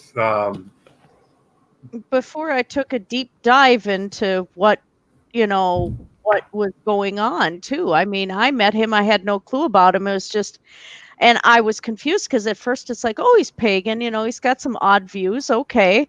And then I watched him in a Brett Keane hangout, and he was talking about the Bible and all this, and I'm like, wait, I thought he was pagan, what the hell? And then he disappeared for a couple of years, and I completely forgot about it, and then he came back on again, and it's like, oh, I remember him, and I genuinely liked him. But it's like there is a point, like with Shani, there is a point where it's like, no, this is not me. I do not support this. And I mean, I've tried to steer him in the right direction, as far as even with Jerry, I would send him links to resources to help him out with autistic children, stuff like that. And then he comes out with the stuff that it's all communism. Yeah. Well, he threw you under the bus too. He threw you under the bus too with your jewelry, which he finally asked me, he says, I don't understand why it fell apart. I said, you have to take them off and let it air out, because he even said, yeah, I saw you said you have the one necklace is 25 years old and it's made of hemp. And I said, yeah, I take care of it. Yeah. And he was genuinely asking me about it, and he actually was genuinely sorry about that. And okay, and it's like, okay, I'll give you one more chance, but it's just so bad and so toxic. And that's the thing, it's very, very toxic. And while I'm not going to fight with him on Facebook, I don't want, I know, and that's why enough people on Facebook lately over all the conspiracy COVID shit. But it's like, I've gotten to the point where I don't know how much I want to upset myself anymore. Yeah. Well, I get that. Elsie, if you've got cake, man, you better get your ass back in here. Oh, no kidding. Yeah. Oh shit. But no, it's just if I don't know. Like I said, you've watched him for years, and could you ever, I mean, and his ideas were kind of kooky, and I get that. And I think that's why a lot of people, I think originally that was the draw that a lot of people had to Von Helton, was because my own mother thinks that aliens have bases on the dark side of the moon. I mean, And you hear this, Edgar Casey and Anakin. It's like every conspiracy and everything that popped out, right? Von Helton was on top of it, right? He had the old. I remember the video where I guess he was thinking he was going via satellite and introduce himself as Baron Von Helton, but anyway,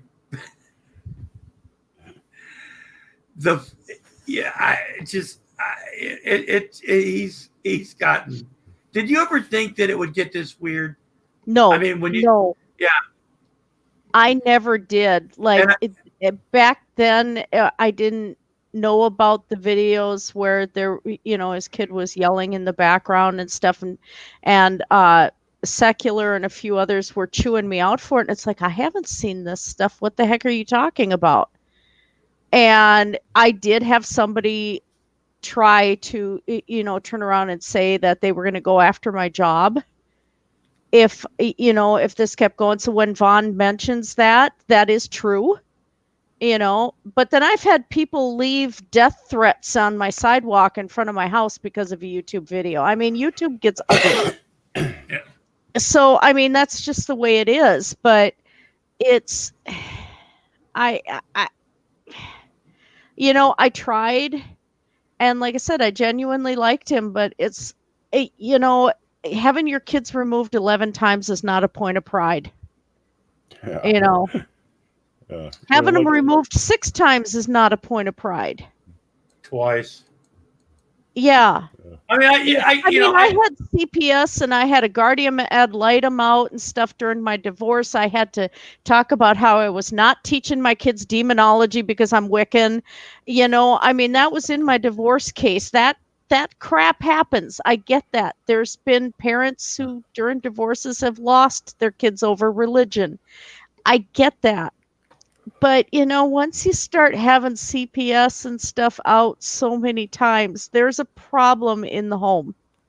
Yeah. And the thing And is, I've tried to tell him that. But there is no problem. Do what they tell you to do. Do it to the letter. Go above and beyond that even. Everything the county asks you to do, do it.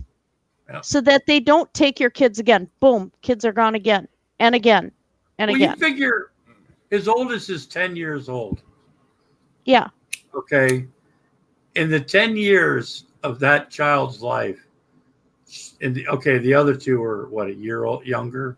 Yeah, I think so. Okay. But just going by the oldest, in the 10 years of that child's life, she's been removed by CPS 11 times. Yeah. Yeah.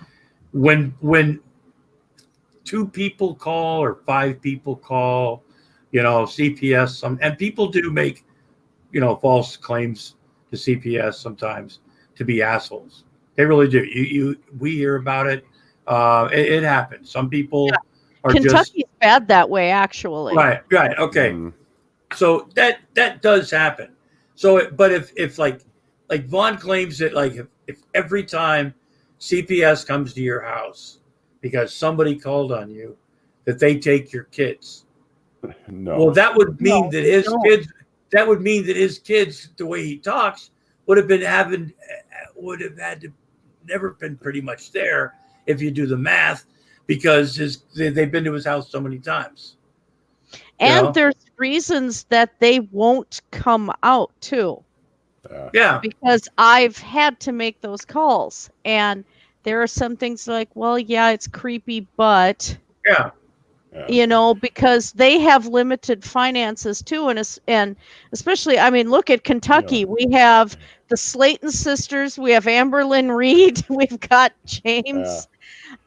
Kentucky is. You get in the backwoods there, it's an interesting area, and there's not a lot of money. And then you have the fake ARC exhibit that stole a bunch of money from the city there. And you'd think with the racetracks, with Lexington and all the money that goes into that state would be a lot more wealthy, but it isn't. Well, look who they got, Mitch McConnell. But yeah. But yeah, so the whole thing about, like, Vaughn even claimed that, like, when 50 people call, if 50 people call CPS on you, that they're gonna say, hey, there's a reason, we just gotta take these kids. If 50 people call CPS on Vaughn Helton, like in a like one big, like, just lump, and it turns out it's all bullshit, I'm guessing somebody's going to want to find out who those 50 fucking people were, And a lot of times people, because they have phone records, or when you call, you could be anonymous, but, I was anonymous one time, but for a tip, and ended up getting a phone call back. But it wasn't for a CPS thing, but still, it just says you don't want your name released or some shit. But, but they're going to find, okay, exactly what did you notice? What did you see? Why did you call? They'll ask stuff like that.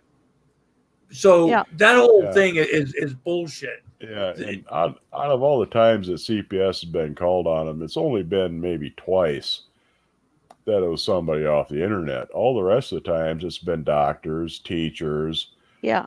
social workers, shit like that. You know, Dr. Delmundo. Yeah, you know, the trolls hired her, shipped her in from Tennessee. You know, but it's people who are mandatory reporters on shit like that. If they see child abuse, child neglect, they have to report it. Yep. And, I do. If I see it face to face, or a kid were to say something to me, or I witness it in a store, something like that, I have to call. You know, like I said, I mean, the standards for It's being none of able your to keep business if I beat my child while he's sitting in the fucking shopping cart because he won't shut his goddamn mouth. I told that boy to shut up. Yeah, the standards ain't all that high to be able to keep your kids. Wash them now and then, feed them once in a while. Don't, it's like taking care of cattle, Yeah, I mean it's. We got some shelter for them when it comes time for winter. Keep them out of the cold. I know in northern Minnesota the standards are very low for keeping a child in the house. And especially in Kentucky because they're so underfunded, and basically as long as you don't have a fucking meth lab in the kitchen, they ain't gonna take your kids away. Yeah. So this had to be something really bad. Yeah. Well, because there's so many people who have meth labs in their kitchen, they just bury the system. Well, the one time it was bad, the whole thing, we've seen the pictures, it was Marshall's fault, all that stuff. But to me, and somebody else in another stream, a secular brought it up. It all goes back to a long time ago when the initial accusations or claims or the subject of the one daughter seeing something or doing something to her sister or something that little children shouldn't do. I just heard about that recently too. I'm like, oh my God. That video was out a long time ago, and I remember that. But secular brought it up again, and so that whole thing stems back, I think, a long way. Like, sure, there's dirty. Like I said, I don't think Stinky was like doing anything sexually with his kids. No, I don't. Or anything like that. Okay, but I do believe that he's very liberal in the sense of his filters of what he shares with his kids or what his kids see in certain things, because not that he's going, hey kids, here's kiddie porn, or not that he's even watching, but his Skyrim stuff, very sexualized things. Yeah. Right. That children are going to see, and if he's not paying attention, and that's part of his responsibility is to pay attention. Or if he doesn't understand what it's doing because it might be animated, Yeah. I mean, I remember there were times that I, have a good sci-fi series on or something, and all the neighbor kids are over playing with my kids, and my son was 9, and we're actually watching Torchwood, and all of a sudden there was a scene where Captain Jack kissed his boyfriend, and I have all these kids sitting here watching this, and I'm like, oh crap, now I have to explain this, and I have to talk to parents. Oh crap.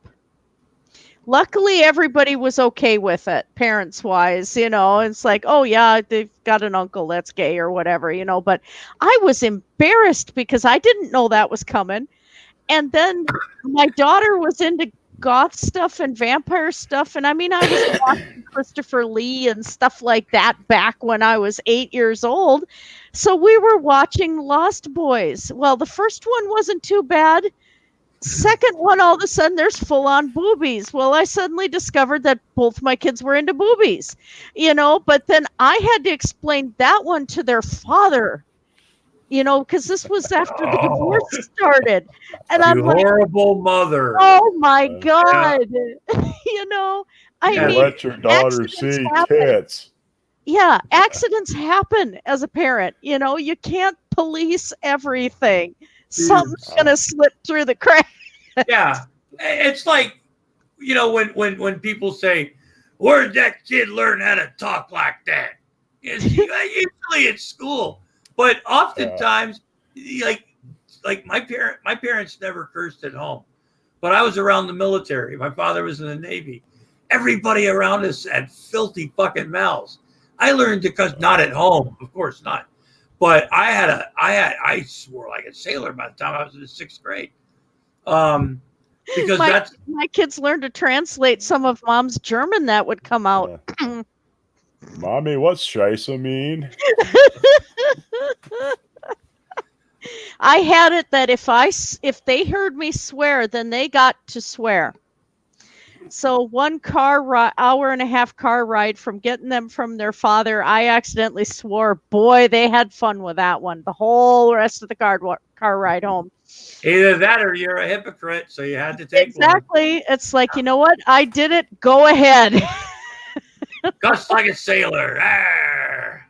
Get it out of your system. Laugh it up. You know, I mean, accidents do happen as a parent, but it's. I don't know how, you know, all that stuff that he had on his computer. You can lock files. You can lock out and have it that the kids can only access one account on a computer. I mean, he's running a Windows operating system. There's ways to do child prevention measures that they're not going to get through. Pull the plug on the modem when you're going to bed, you know, I mean, things like that. But what I'm saying is sometimes, like, okay, now he's got cameras, okay, like somebody said, even in the bathroom, which, that's gonna go over real big. A camera in the bathroom for any purpose, okay. Now, I don't know what you know. I didn't know he had one in the bathroom. That's bad. Yeah. The Andrea touching that. If I saw that going in that house, I'd be questioning. People hide shit, man. You know, the camera. They're connected to his computer. I know that for sure. And I'd heard that, and had been going around that he had actually had, you know, one of his hard drives seized. I don't know if that's, you know, true, but he had cameras in his bathroom, the only bathroom in the house. No, there was another bathroom. My husband just said, "Oh wow. Oh, there was another bathroom and he had cameras in there too?" Yeah. Oh God. Yeah, there's the bathroom off his bedroom, then there's one down on the other end of the trailer. And then if they found anything on his computer that was pornography related, they're probably investigating to see if there's anything further. And then they find Skyrim or not. That's just stupid. Yeah. Oh, holy crap. So not making the best choices, you know? Yeah, that's parent of the year material there. And then not understanding what they're trying to explain to you and trying to help you like dig yourself out, you know? Oh my God. It's all a communist thing, and you know, because you know, like I said, he's not upset. You know, normally when his kids are gone, he was good for some rage. He was, you know, but he's lost that in this last. Well, yeah, you know, it's become par for the course. Yeah. Oh, it's happened again. Yeah, you know, and Andrea and the kids were always little more than ornaments for his vanity. You know, when it comes right down to it, you know, oh look, you know, I'm a 45-year-old guy. I got a 20-year-old wife and kids. You know, I'm a virile, manly man. Look at me. Well, yeah, you know, back in the day, Grandpa married Grandma when she was only 13. I used to hear that shit. It's like, you know what? That was back in like agricultural days, you know, when people got married younger because you had children, because those children were going to be like working on the farm. You know what I mean? So people built families at a younger age back then. I was 19 and dating a 40-year-old from my band. I mean, you know. And that's fine. And that's fine. But I'm not saying, but Yeah, I think my that's wife more was- of what Vaughn, that stage in life where they're still fertile and they give you children. You know what I'm saying? You want to get them young. Pop out a bunch of kids. That work just the gave farm. me a creepy idea of why they call it Brigham Young University. Oh my God. Ah, oh no. My head goes in scary places. Welcome to my world. Yeah, I mean, well, shit, my wife was 27, almost 30 years older than I was. We've been together since I was 18, for Christ's sake. Yeah. So, and my mom liked the guy I was dating, I mean. My wife is 17 years younger than I am. My husband's 8 years younger than I am. That's just disgusting. Yeah, and there was a point in time, if I was 17 years old and found her attractive like that, that would have been kind of creepy. Even like when I was in my, when she was like would have been in her teenage years or of age or whatever. That's still what But when I met her, she was in her mid 30s already, and so at that point, I'm like, you do understand that how old I am, and she's like, okay, I don't care, but at that point, it's not a thing anymore. Yeah, because you're in life, and you're both nutty as hell anyway, so why not get together? But but yeah. I mean, I've known 17, 18-year-olds who actually got their shit together and are a lot more mature than a lot of 30-years-olds that I know. Yeah, but do you want to fuck them? Well, it depends. They got nice titties. Okay, we'll stay off that. Christine's in the group. But no, that's okay. She'll start showing her fucking cleavage again. No, I'm wearing Doctor Strange right now, so I will keep him covering the girls. Oh, jeez. Well, not to get too. He's making magic gestures. It's one of those shirts where his hands are actually crossed right over top of it. Yeah. Oh. Okay. Yeah. All right. Yeah, I mean, I've heard some really fucking creepy discussions over age of consent and shit. You got to draw the line somewhere, and 18's as good a place as any. Yeah. But like I said, there are exceptions. I've known, people who are younger than that who are fucking a lot more mature than people who are a lot older. I mean, when I was 15, I was pretty much running a 60-cow dairy herd. I was just a dumb kid. The guy who owned the farm did the books, and that was about it. Other than that, I'm running a fucking farm when I was 15. Oh, Great boy. man. Somebody asked for flashy, flashy, boom, boom. Oh, dear. So my husband said, oh, dear, too. Gray Man says, I was a boxer. I'll show you how to do the whole roundhouse. Yeah. You hear the old same argument, you're 18, you can get drafted, go and kill for your country, but you can't stop off at the bar and have a fucking beer. Yeah. You can vote, and a lot of, like in Wisconsin, you can own a tavern. You can have a liquor license. You can buy stock for your bar when you're 18 years old. But you can't sit and drink in your own fucking bar. Think that one through for a minute. Yeah. How about this? Instead of Ren and Stimpy, we could have Rev and Stinky. Speaking of Rev. Oh, what's he done now? Tento Saga. Here we go. Oh, God. This Start is the reading.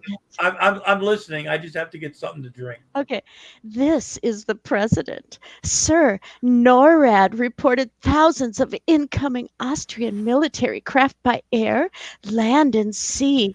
It appears as if a large-scale invasion of the United States is in action. Early intelligence reports state that it's General Zonfer's brigade, the military official said calmly.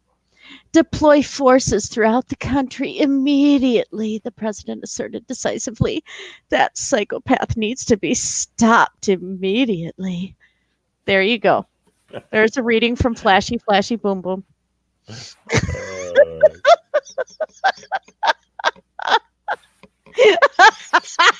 Too bad. Oh, God.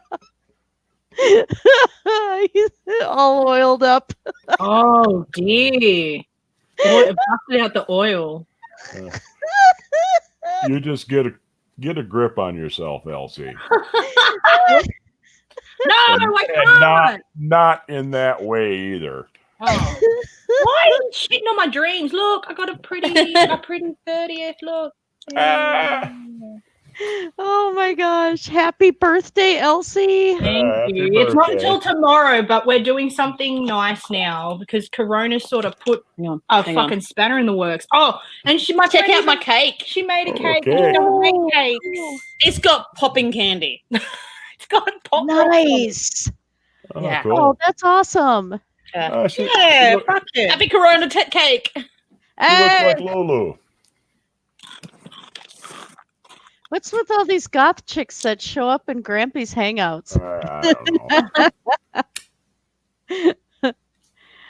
I was like kind of one of the precursors to goth when I'd have to sneak the clothes to school so my mom wouldn't find them back in the 80s. And then my daughter went full on goth when she was like 12 to 16. So I'd even make some of her clothes and, so. Yeah, my mum didn't even fight me on it. She said, yeah, whatever. You gotta pick your battles. Yeah, well, I mean, school was the one that they sort of chased after us a bit more, didn't they? With what? With the uniform and that. Oh man, they chased me so hard over that. I used to download the guidelines from Yeah, the we government and downloaded stick the them up on fucking notice boards. uniform You can't policy. put me on levels or suspend me for not wearing uniforms Yeah. because I'm poor. Yeah. Mute that bozo. Flashy Flashy Boom Boom didn't have a wardrobe malfunction. Oh, he's disappointed. He wanted to see boob. Yeah. Well, there was a boom boom on I-94. You're bozo. I'll show you my tit. Oh my god! I lost my earphone. Oh god, don't lose your earphone. I can't go topless in a live stream. That would probably get Grampy's channel taken down. It would just make YouTube explode. Oh, I can go topless either. You can't go topless. Oh, I got a really difficult teabag thing on. It's I was about to hard say get that's on. a damn lie. I just want to drink all of the drinks. Sounds like you guys are actually having a fun birthday celebration. Kind Yeah, of. sorta, I mean, kinda. it's the most. I tried to get her to come out to my house, so I didn't have to carry the cake in my car and risk my steering and my driving. It's But did super you die? Safe. Yeah, it's super safe. I've never once hit anything. Ha ha. Yeah. So, but the cake survived. It's all good in the end. And then we just But having. she even got me like wicked cool cheese. Like, look at this shit: sour cream and Yeah. chive, cream and like cheese. crackers. And, Oh, fuck yeah. Yeah, crackers and dip and cheese and cake. It's like it's a miniature birthday party. But what would you do for a Klondike bar? They don't get what do you the want joke. us to do, They baby? don't- What do you want us to do? You're They not don't- supposed they to don't- fucking haggle. They don't get the thing. They live in Australia. No, we wouldn't get Hey, it. can I smoke drugs? Yes, you can. Sick. Fuck yeah. Let's get high. Well, I'm done Yeah, with eating I'll- now. I don't know about Libby. I'm just super done with food now. I'll have a drink for your birthday, Elsie. Oh, thank you. You have, to, Absolutely. you have to have 30, one for each year that I've been alive. I couldn't figure out what that noise was. Yeah, do we really want to know what it really is, though? Get the cork off that wild turkey. I'm gonna rearrange and throw me a little nug in here of some drugs. As I your just friend have put it. lemonade in the Guardians of the Galaxy cup. Cheers to you. Happy birthday, Elsie. And I'm Happy probably gonna birthday. choke Cheers. and cough. Probably gonna choke and cough after I did this, and have to mute my mic and go off camera for a minute until I recover. But happy birthday anyway. So Birthday mukbang. Oh, and 101 proof wild turkey. Nice. Makes the best homemade vanilla. PO Box 418, Glen Ennis, if you just want to send me some alcohol. PO Box 418, Glen Ennis. You guys can send me all the alcohol you want, and then we can drink together. Oh God, no! We used rum and vodka for doing our homemade vanilla a couple of years ago, and then I hand painted all the bottles, and we gave them out as gifts. And boy, that vanilla is good. Yeah, Okay, so I turned 30 in September, just saying, you guys. Nice. Yeah, I'm just trying to solicit presents from strangers. 53 in October. Yeah, I turned 30 21 years ago.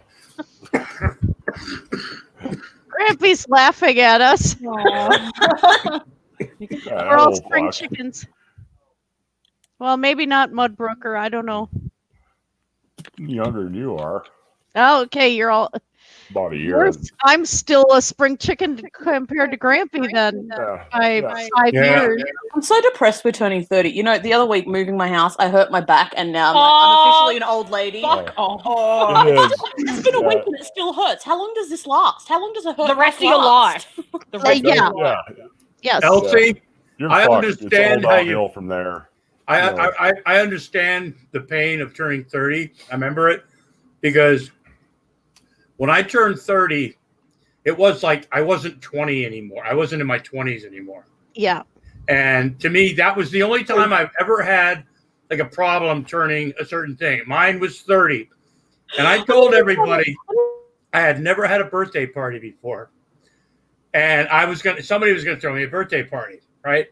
Well, there was one being planned, but I didn't know about it.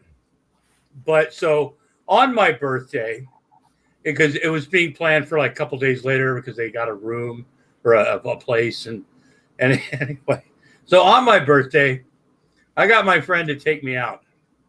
And we got so fucking hammered drunk because I was like, God damn it, it's my 30th birthday.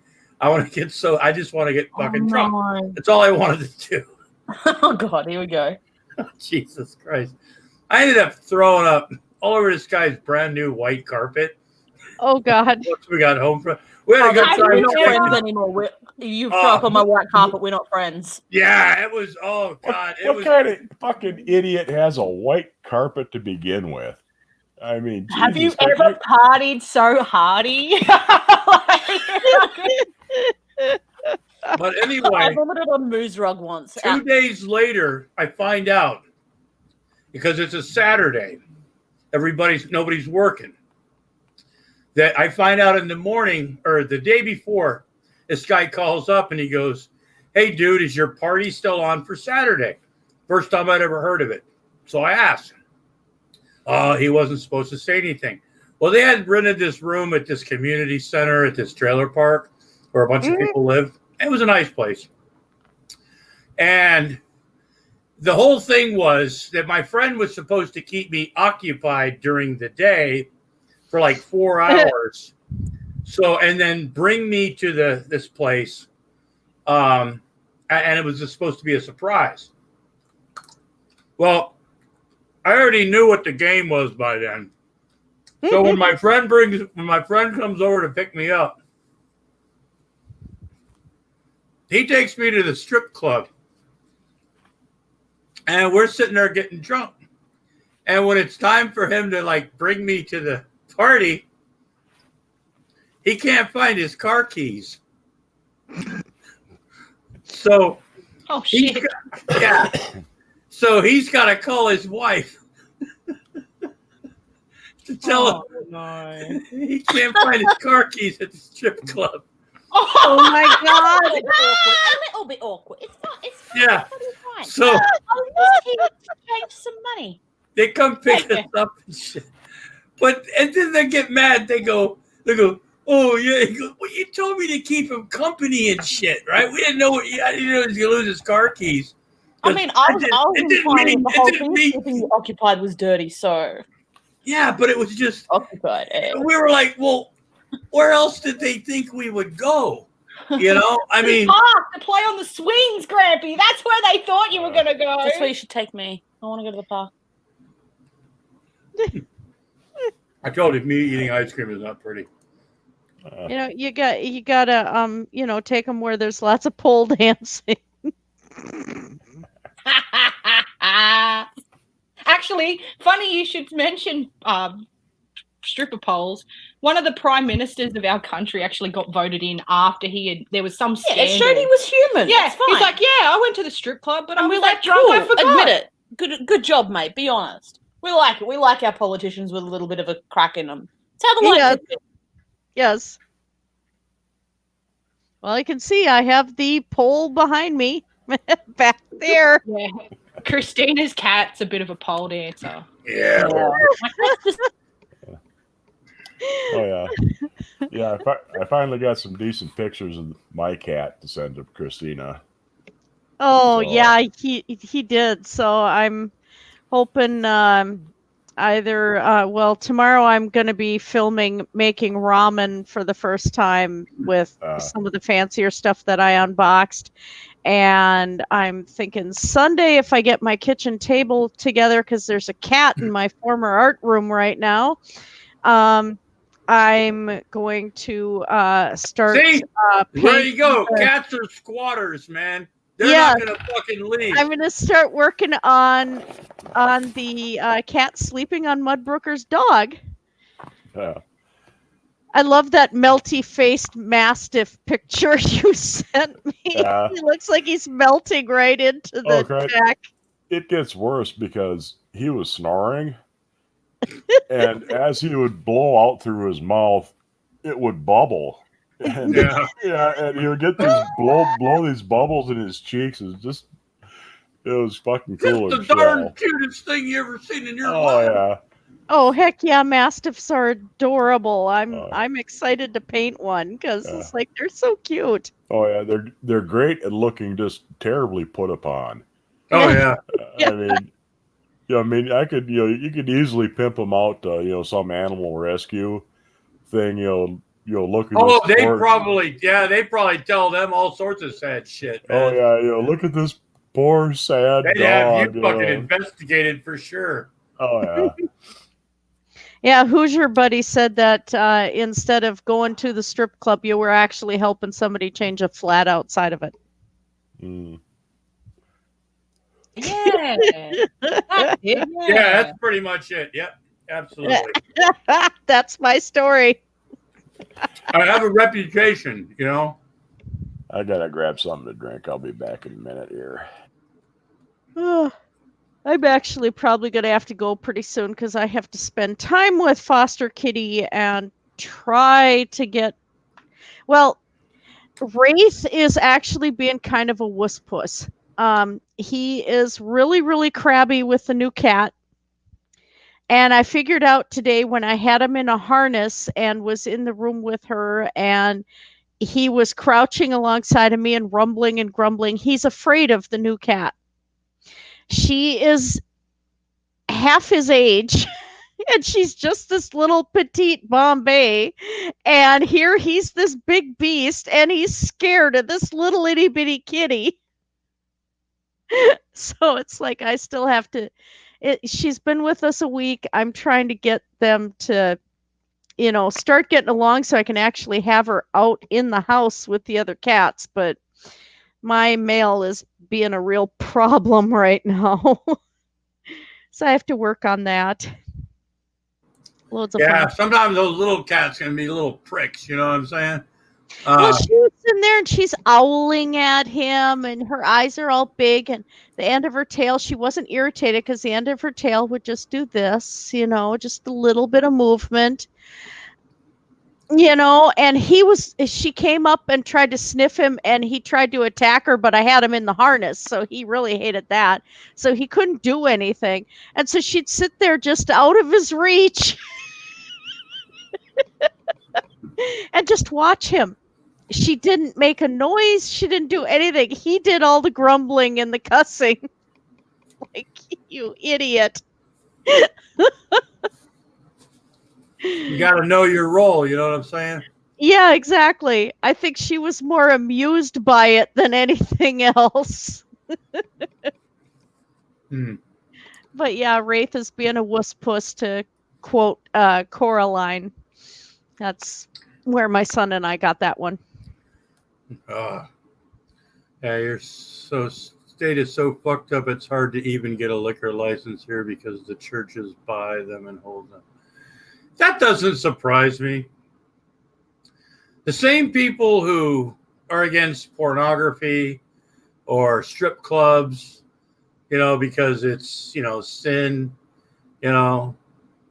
pornography on the internet, it's the sign of the devil, How many of them get caught, Oh, heck, because my mom's an artist. When I was in high school, she's like, yeah, go ahead and buy Playboy and stuff. If you want to learn to paint the human figure, go ahead.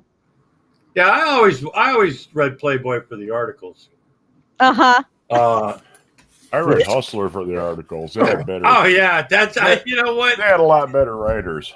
That was I heard that the first time, and that was my excuse for years. Oh, you bet you read it for the articles, huh? And I'm like, yep, absolutely. That's exactly because I used to be that. Yeah, some of those were some of the craziest. I mean, Hustler. Hustler actually did have really good fucking articles in there. A lot of shit that you would. Oh yeah. That's a weird. That's the first time I ever saw what I guess is considered now like furry sex. Where they'd have like guys dressed up like bears fucking a girl in a deer suit or some shit, or dressed up like Pocahontas, or those were always like, Remember, have your furry spayed or neutered. Absolutely. No, I actually had gotten to like Heavy Metal magazine because the artwork and some of those comics is actually really, really fantastic. And when the movie came out, my mother and I watched it together because it's like, wow. It was ahead of its time, really, for a mainstream release, and so it wasn't. I wasn't looking at it on the porn aspect on it. I was looking at it like, oh my gosh, I've seen this artist and I've seen this artist and stuff like that. Well, there wasn't really porn; it was nudity. Yeah, basically. Yeah. You saw a breast, maybe a nipple or two. Yes. Maybe you did see a couple of animated wieners in there too. Did we see any vaginas though? There you go. We didn't see any vagina mods. Pubic hair. Yeah, which is like, yeah, okay, that's a thing, and I've had to paint nudes for people since. So I mean, it's it's a thing. Yeah. Yeah, see, I was never into comics, but see quite a few heavy metal magazines. They did have some good. You talk about the. There was two graphic novels that I followed, and someday I'll get the rest of them. One was Gunfighters in Hell, and there's like 4 or 5, and I think there's a sequel to it too. But I've been meaning to get the rest of that. And the other one was Mouse, by a guy named Art Spiegelman. His father was a Holocaust survivor. Oh, wow. And he basically told the story, his father's life story. His father had married his mother after the war. They were both Holocaust survivors. and his mother committed suicide in 1968, 1970, and his dad burned her. She had written her memoirs of what happened to her in the Holocaust, and his dad burned all that shit. And later on, he married another Holocaust survivor. But he's, telling basically his dad's life story and his life story at the same time in this graphic novel. And he illustrated it. The Jews were basically mice. These kind of. God, I remember that. Yeah, and the Nazis were cats. And the French, were frogs, of course. And he used animals to represent the people and throughout the story. Yeah, and, I remember some of that artwork. Yeah, and he started it back in like the early to mid 80s. Yep. That was the time I started reading the magazine. And he would come out with a new volume every 10 or 12 years. I don't know. He might still be working on it for all I know. Because I haven't really seen. It's kind of like George R.R. Martin, the guy doing Game of Thrones. Yeah. He'll write something, then he'll fuck around for 10, 12 years, and then he'll write something else. Yeah, exactly. But, that subject matter, though, couldn't have been that easy for him to do, No. Yeah, I remember I actually might have an issue with one of those episodes in it. Yeah, I think they had part of that in Heavy Metal magazine, at least, part of the whole. Because they got, one, it's a book, like the first, or I think it's actually the second one, and it's quite a lot of stuff in the one book. They just put, small bits and pieces in Heavy Metal, but the whole thing is, quite a huge deal. But that sounds like one I might have to find. Yeah, I don't know if he's ever actually finished the damn thing yet or not. Were there tits in it? I think so, probably. Mouse tits. Yeah, a little mouse tits and frog. Probably some frog tits. You know how the French are. Please draw me like one of your French frogs. Hey. Yeah, that would work.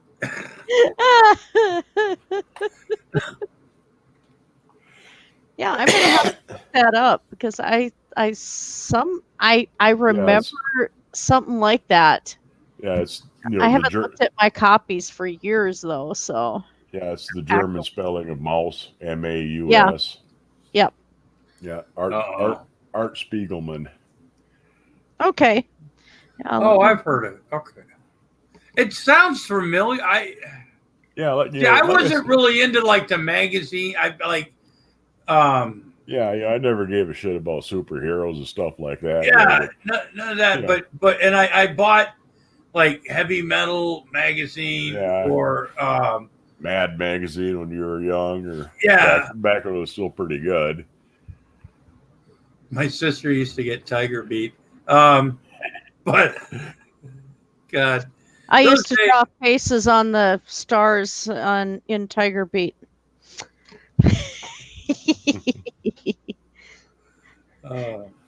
And sometimes convert their pictures into risque situations.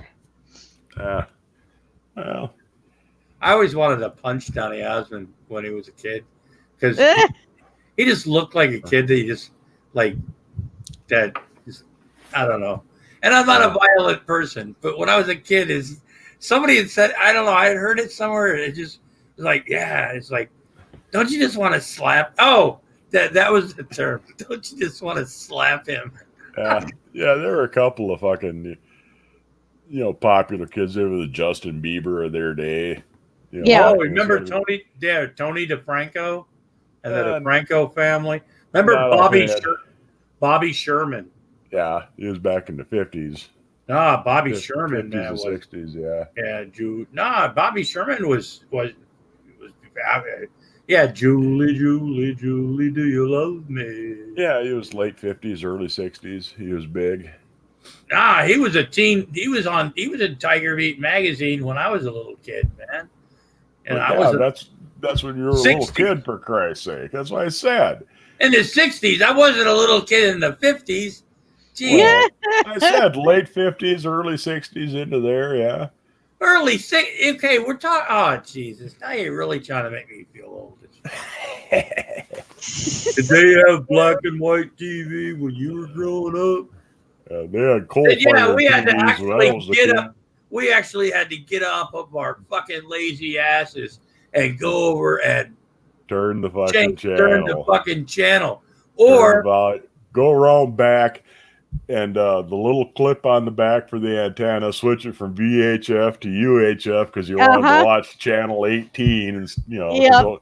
dial only went up to 13, and anything beyond that. you got that little UHF thing where you get to spin around and Yeah. play. Is this channel gonna come in the fucking day? Yeah. What time of day is it? And you turn the channel, and there's the fine tuning ring around the fucking knob, so you could The adjust whole it. color slide and Oh yeah.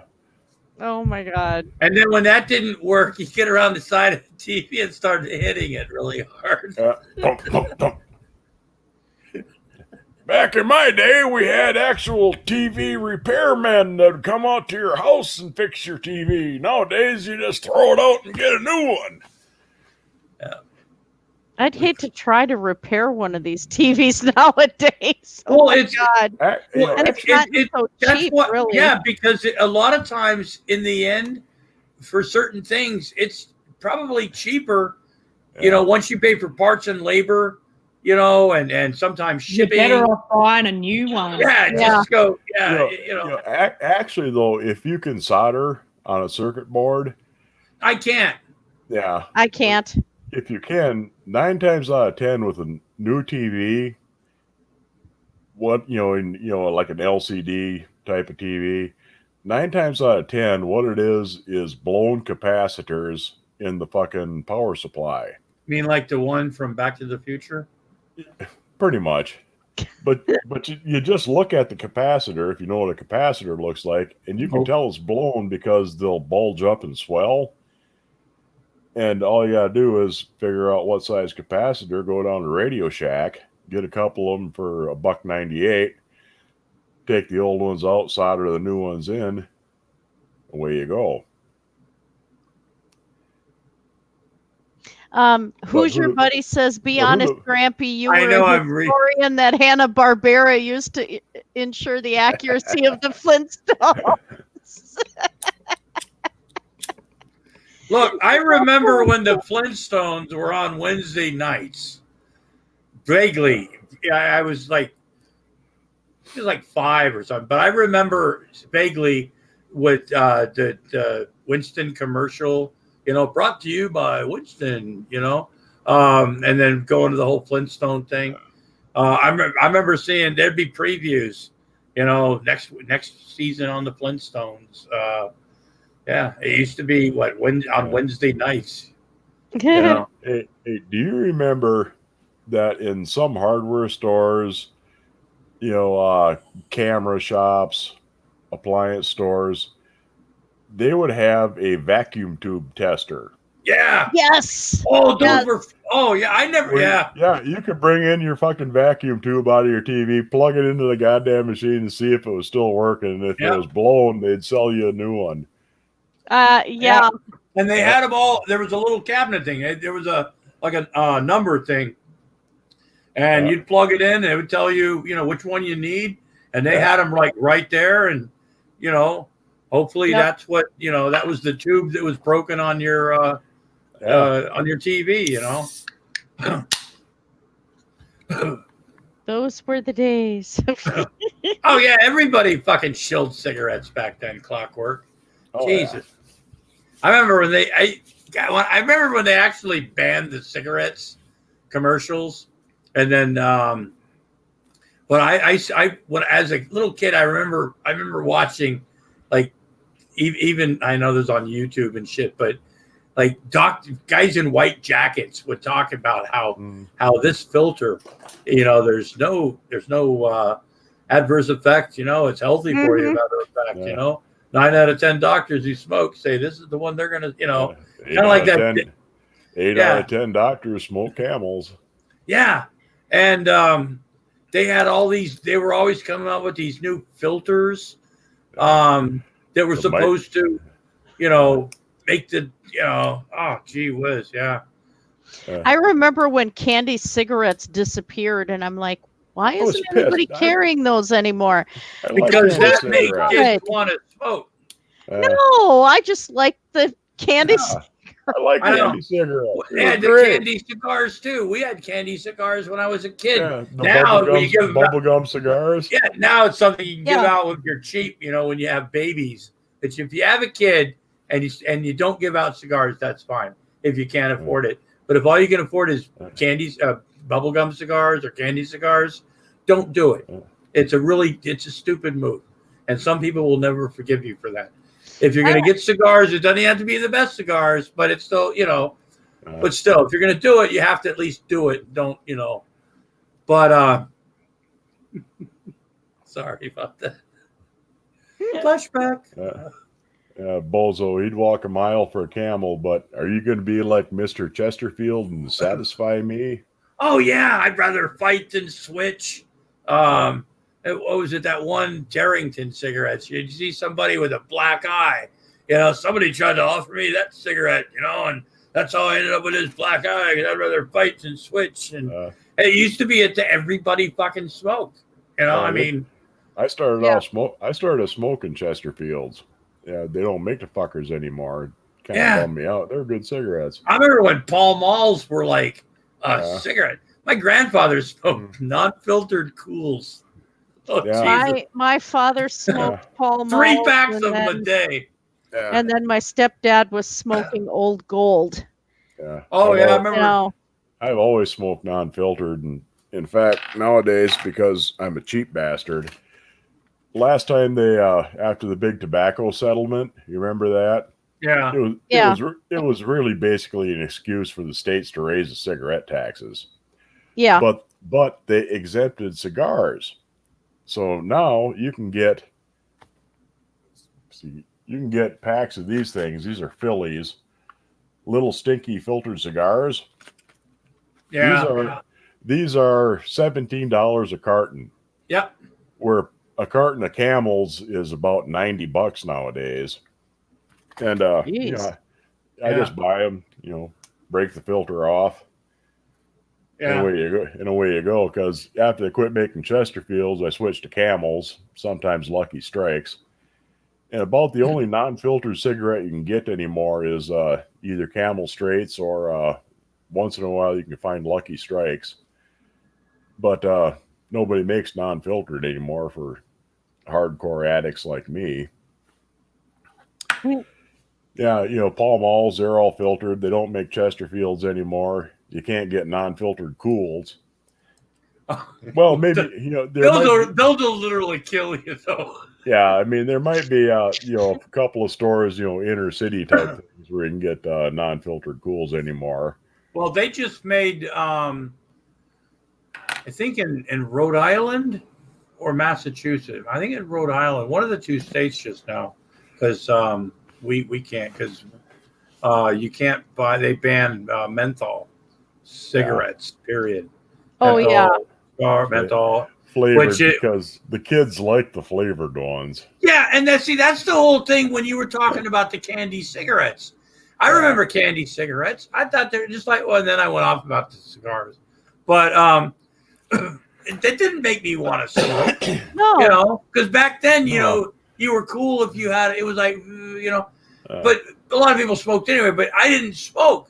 Once I got past my candy cigarette phase, goddamn army taught me how to smoke, Yeah, so, I didn't start smoking until I was 20, 21. Yeah. Most people start smoking when they're 14. Well, the whole thing, the whole idea, I get it, flavored shit. Kids like flavored shit.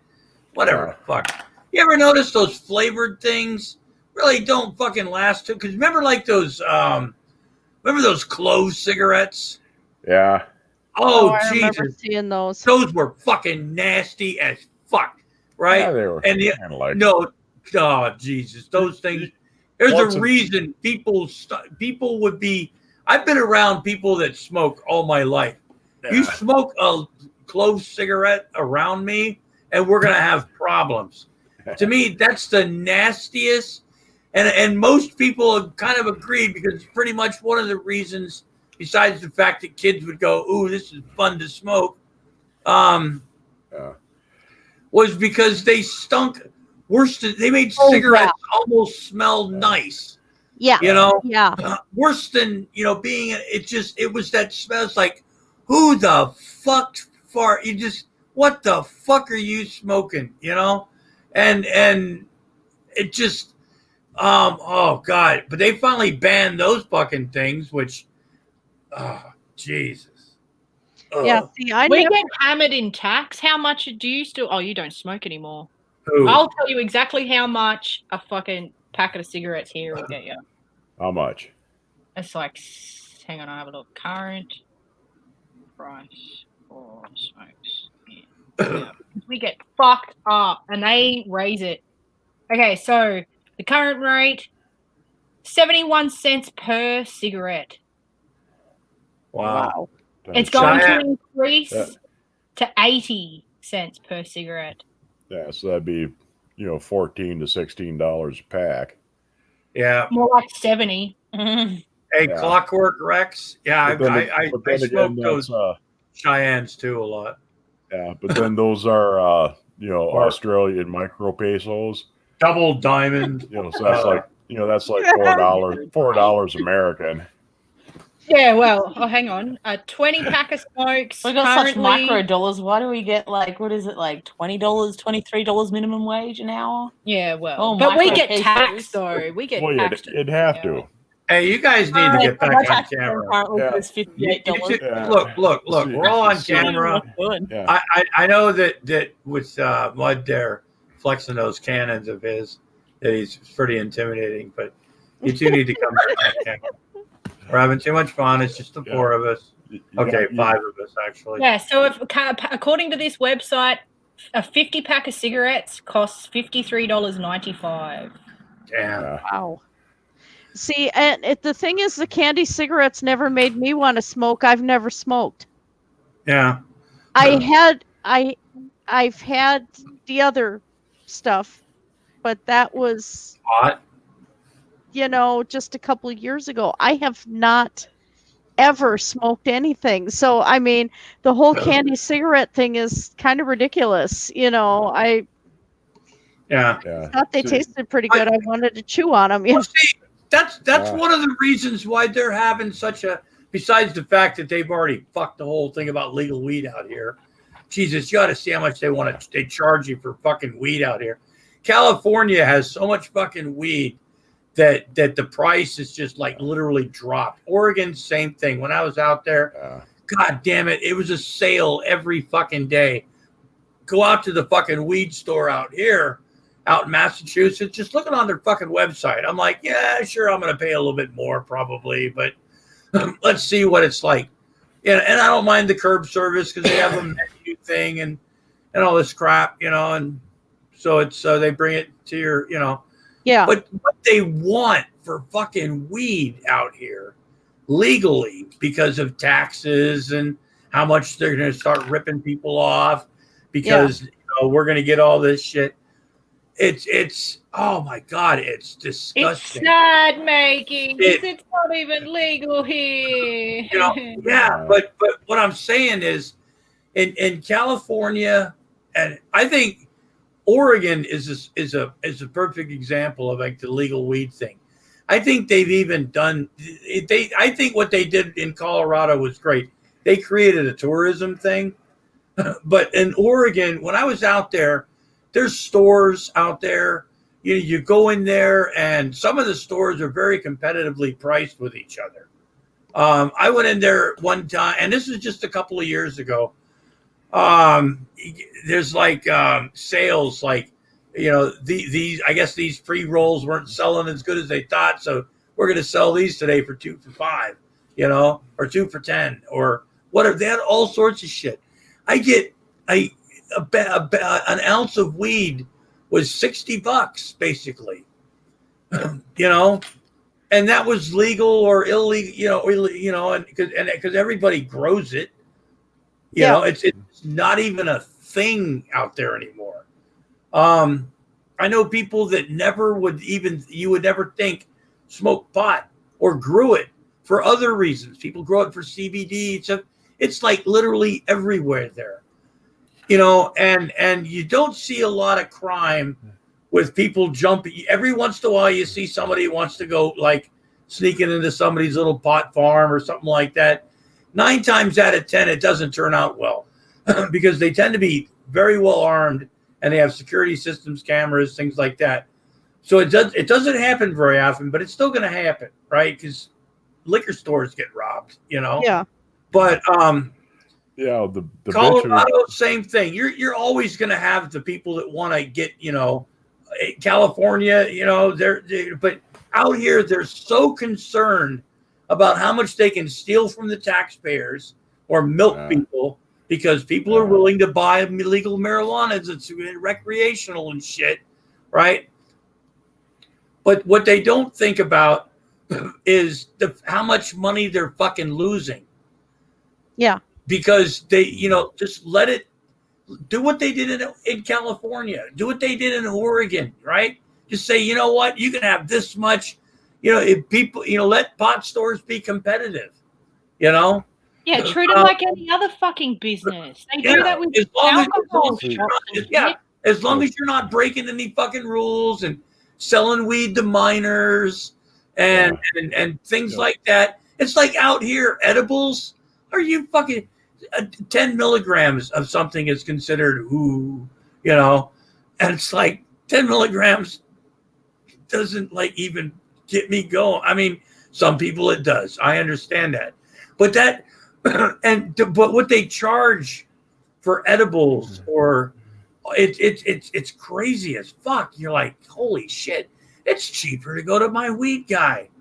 I mean, it's that much fucking cheaper and you don't have to deal with the bullshit.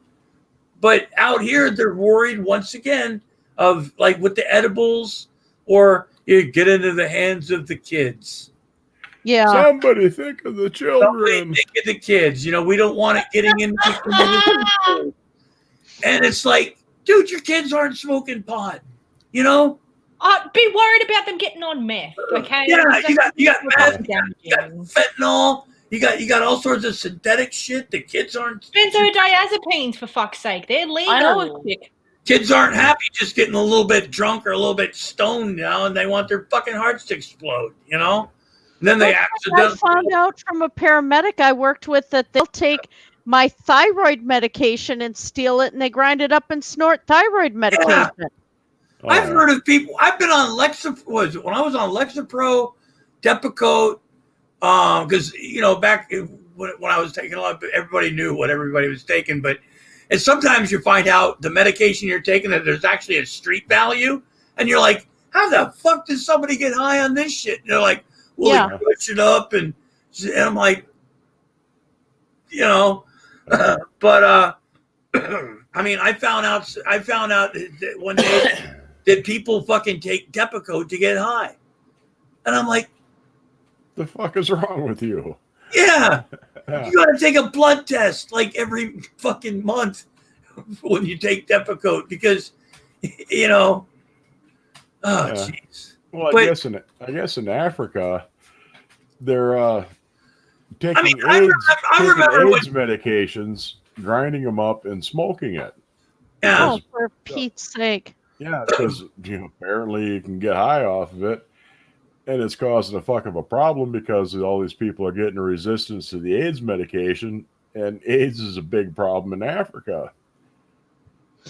Well, it's like, and this is going to sound really ridiculous, but like I had actually found somebody on YouTube, Veckel shared it, about hydrochloroquinolone, and somebody in the comments section of this thing that Veckel shared, said that he was taking his wife's lupus medication and how much better he felt. And it's like, so you're stealing needed medication that your wife has to have to be able to actually live remotely functional. Yeah.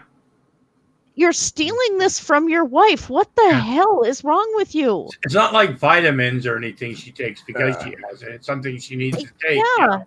And they're stealing medications that people need in order to get high and to get, get this and get that. What the hell?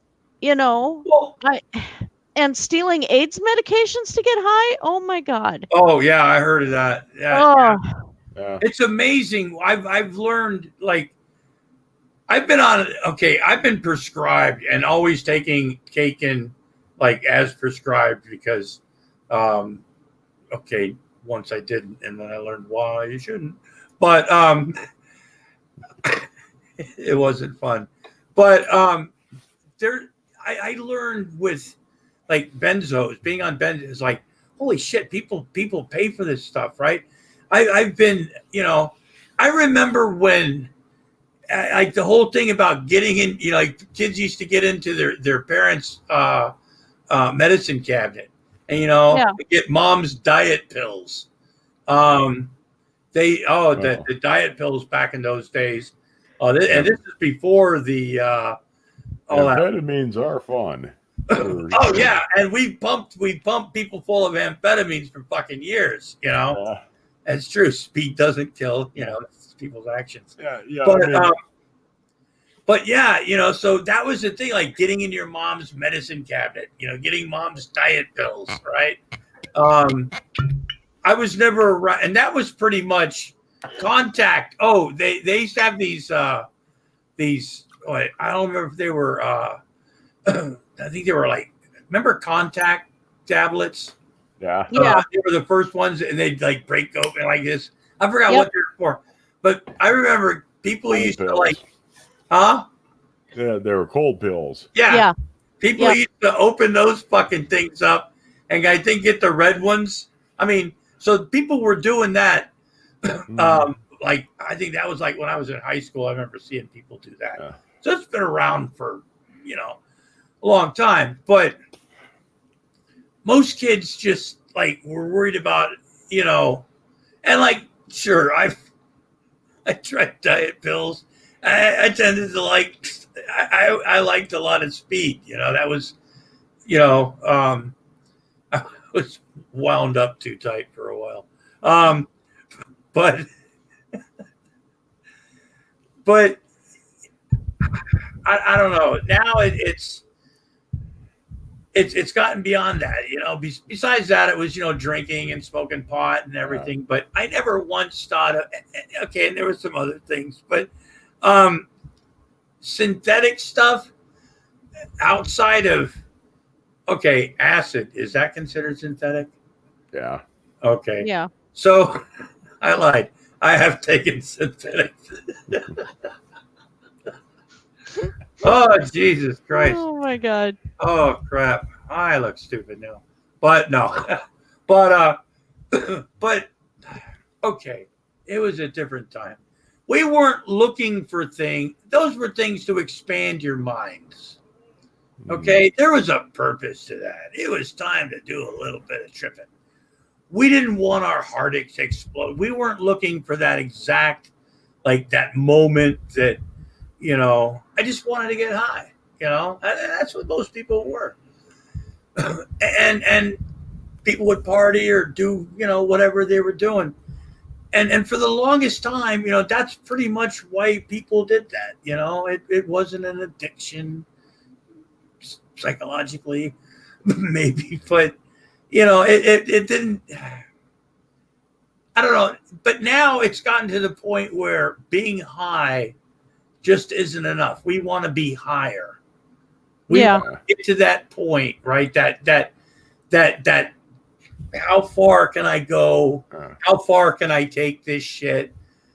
And I think a lot of people really get stupid with that, because look, it's like when people, like would people roll like really big joints, right? And like, and I'm thinking of Shanny with that. Never mind.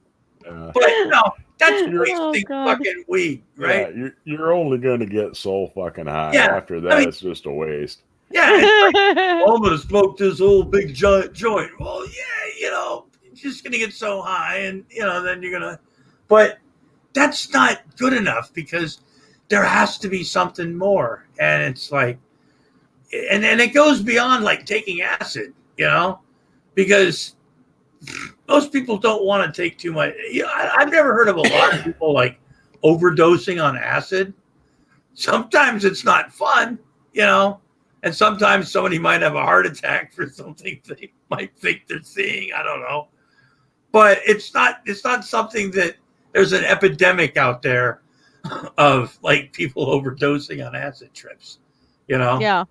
But there is with this fentanyl stuff, which gives heroin addicts, now people are hooked on heroin. I mean, they're saying it's even in, just the tiniest, they describe how much of it takes, the very minute amount of it takes to literally kill someone.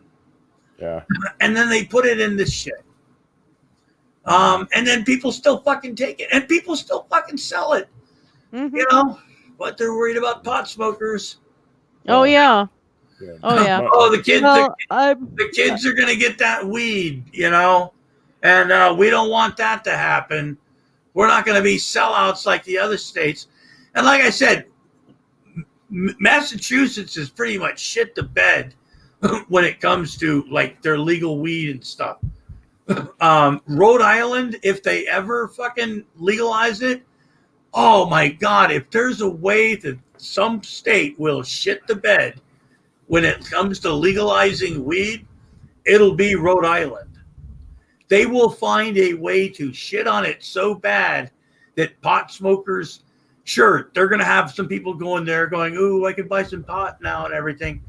But they're going to make it so bad that they're going to create a black market around here, because they're going to think that they're going to take that price and go, well, we're a smaller state, and if we do this and just the amount of what an edible can be, you can't sell edibles, you can't, it's like, fuck, let people make candy bars and cookies. Let people get high off of a fucking eating a cookie. You know what I'm saying? It's like 10 milligrams, my ass. Make that candy bar fucking 50 milligrams. You know what I'm saying? And then give them a fucking 100 milligram. And tell them to, take your time, don't eat it all at once, type shit,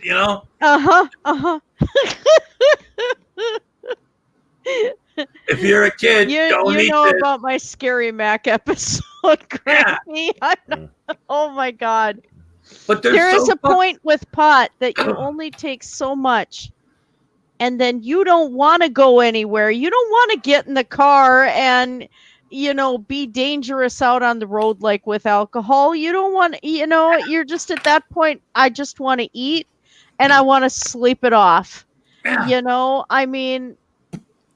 It's pretty mild, and there's a lot of nurses who are, saying that we need to legalize it in Minnesota beyond the medical, but, because it's not going to cause the problems that people try to tout it as. It wasn't a problem until the government made it a problem. And look, I'm not one of these anti-government. I believe the drug war has always been stupid. Mm-hmm. Just what did just say no, and there's still people. I heard this. I'm not kidding you. I heard this not too long ago on, I forgot what broadcast it was, but they were talking about how their anti-drug message is getting through to the, it's still like kind of if it's still true then, it's just like yesterday, it's still true today. And they're trying to reintroduce the just say no, right? Kind of like, kind of like, I don't know, be nostalgic, like just like back then, just say no. And today we still say just say no, and kind of like try to bring that whole thing back. It was one of the saddest. Oh my God, fucking. And it was tried. They tried to make it look, good for them, right? It wasn't a hit job or anything like that. Yeah. And I'm like, it's gotten to the point where it's amazing to me that some people literally like believe that shit. Oh yeah. Well, I'm gonna log off. I have to spend time with Kat, and I'm just tired. Well, I'd like to thank you for popping in. Oh, I thank hope you're you for doing having good. me again. I'm feeling human today. It's like it's kind of nice, you know, although at the end of the day I had a massive coughing fit and that wasn't going to stop, but I think I'm probably in the clear now. Now it's just trying to get my asthmatic lungs to say, "Okay, you're no longer sick." You know, They can be little fuckers, can't they? oh yes. Yes. But I mean, I feel more alive, but I got to go to the farmer's market in the morning and stuff. And so, yeah, I'm starting to run out of steam again. So, One of our favorite things to do every day at the end of the day here at Lobster Studios is birthday girl. We were going to sing "The Sun Will Come Out Tomorrow" for Christina. True. Hang on. You put your alcohol. The fuck is that?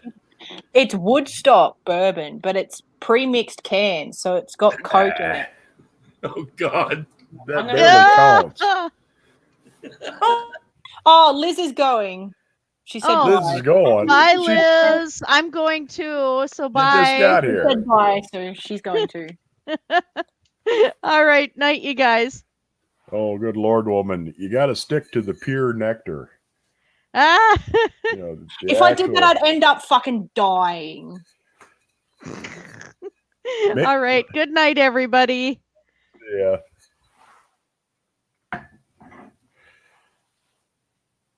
Oh yeah, actual bourbon instead of bourbon that's been. These aren't too bad. These aren't that bad. This is 1.7 standard drinks.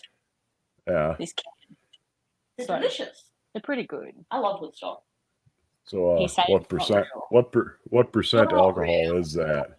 4.8% alcohol volume. Oh Jesus fucking Christ! That's hardly more than beer. Yeah, but I can't mean, Christ, you can get misbehave too 6, much. you can get 6, 7, 8% beer for God's sake, woman. Why are you even bothering with bourbon and Coke then? Mud, you got to understand. It probably one of those will probably affect her, you know, a little bit differently than it would you. Well, Yeah, I don't know. Maybe she drinks a lot. I don't know. It's like back in high school with all the girls drinking wine coolers, for Christ's sake. Oh God! The $5 bottle of really awful wine, like tangy, bitter. We called it passion pop. It was dirty. Yeah. Wine coolers.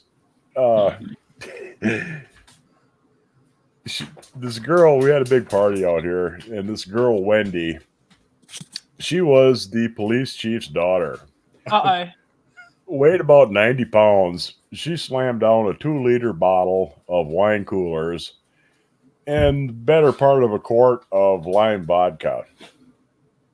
So she's passed out, you know, a fucking puddle in the corner. And I was late to the party. It was about 10:30, 11 o'clock when I got there. I was doing some fucking thing.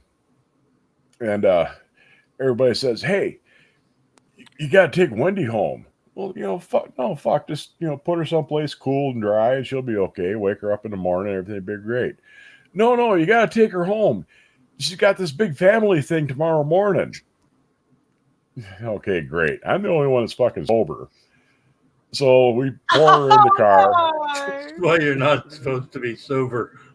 Yeah, you know, dump her in the car, and a couple of her other girlfriends, you know, they live, you know, in the next town over.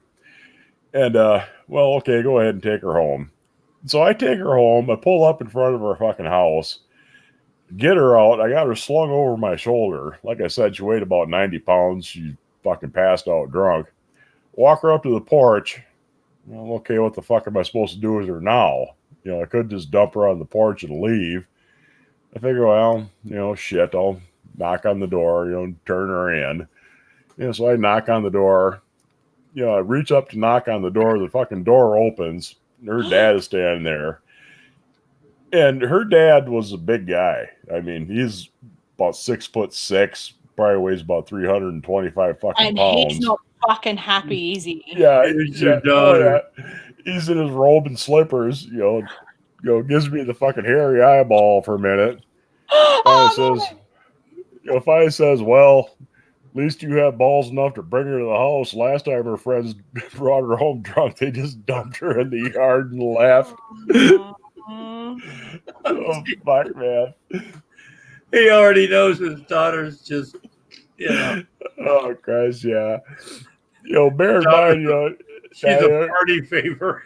Yeah, fuck, I'm like 17 at the time. I gotta give the police chief back his fucking drunken daughter. Oh, dear.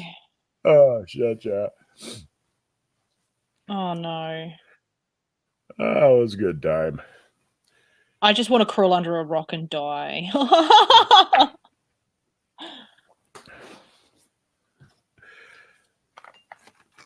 Oh, fuck yeah. Well, alcohol will do that to you. That's true. Yeah. It's very true. Alcohol do some crazy shit for people. Bundaberg rum will be the death of me because it makes you feel like you're 10 foot tall and bulletproof. So you'll throw yourself around and not even realize you've hurt yourself. Oh my God. Yeah. Oh yeah. People, that's what they reckon will make people fight more often than not, is if they're drinking rum. It makes them real aggressive. I used to drink a lot of rum and coke, and I'll get mouthy. Yeah, mouthy. That's not like aggressive, but yeah. Well, I've seen people that drink whiskey that get pretty mouthy and aggressive too. So yeah, I've seen people that drink beer and they're just assholes. Like, yeah. I don't. I think it to me it doesn't matter if to me what alcohol it is. When people it's like, oh, it's just the rum talking. No, it's them being drunk. Or 90%. When they do this whole percentage of what alcohol makes people be dickheads more or less. That's when they need to stop using math. Because they've gone too far. Yeah, I mean, if you're an asshole sober, you're gonna be an asshole drunk. Yeah. Like, it just gets rid of that veneer that people put up. Yeah. Yeah, tequila, Adam. Yeah, absolutely, tequila. God. I had a really. I mean, I'll have like a margarita, whatever. But yeah, I had a really bad experience with tequila. That shit is rocket fuel. Yeah, oh Jesus, there was a few times it was an apartment complex with a stairwell on the side. It used to be it looked like kind of a hotel thing, but it was apartments and there was like stairwells on the side. And there was a fight, and me and this guy were fighting over the worm in a tequila bottle. And we both went down the steps, and I hurt myself, and really bad. I mean, not to the point where I needed to go to the hospital, but I hurt for a while, really bad, and I just never understood why neither one of us got the worm. And if you've ever eaten a worm, I mean, what have you really accomplished, but yeah, that's my tequila story. So that got me, and we didn't get arrested. I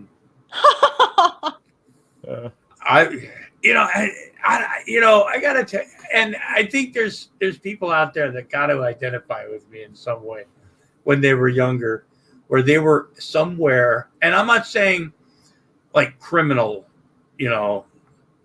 like type stuff, but kind of, but where they were somewhere and something happened, you know. You know, cops are involved, you know, but no, you just wonder why the cops never showed up, you know. Big loud thing going on. People having a good time, big fight going on, you know, and somebody's like, Jesus Christ, why hasn't somebody called the cops? And the cops, I mean, cops never showed up, and it was fun, you know. I mean, there's other times, you know, there's people out there that probably, you know, wonder why, you know, geez, I wonder why, you know, something happened to them, and like, geez, I wonder why the cops never showed up. You know, that'll happen, you know, when you're on things like tequila, you know. So yeah, I pretty much stay away from that shit, you know. Yeah, and I've gotten to the point. dangerous. I drank beer for years, you know, but I've pretty much I don't drink beer anymore. I did the wine thing for a while, and I still like a nice glass of wine. And trust me, I like a good mixed drink, but I don't drink really anymore. I mean, I don't even drink really beer. I you know, like if I go out, I'll get a beer sometimes, or a glass of wine or whatever. I don't know, maybe a cocktail, you know. But drinking, you know, I just don't do that anymore. And because I hate hangovers. Because if I've got liquor, I'm gonna fucking drink it. And I learned that, right? Because I learned that I love getting drunk and I love being drunk. It's just after that, I don't handle it well at all. I mean, I'm, you know, worthless for at least 2 days.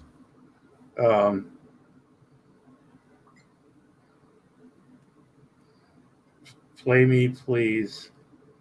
The one and only time I had tequila, I passed out on the floor, and my poor friend had to roll me onto a mattress. And she said, "You were just dead weight." I'm like, "Oh, I'm sorry." That's the one and only time I've had tequila. No, never again.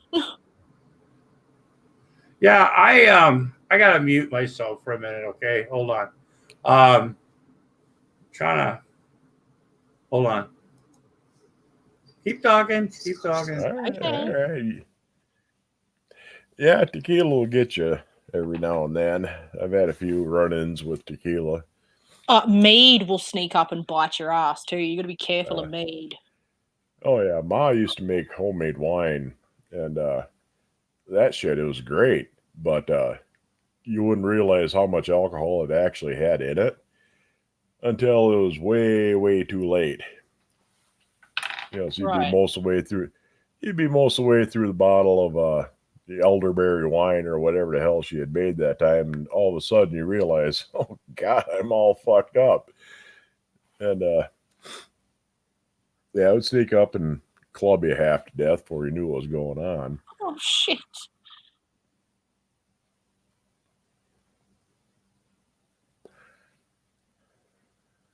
Yeah.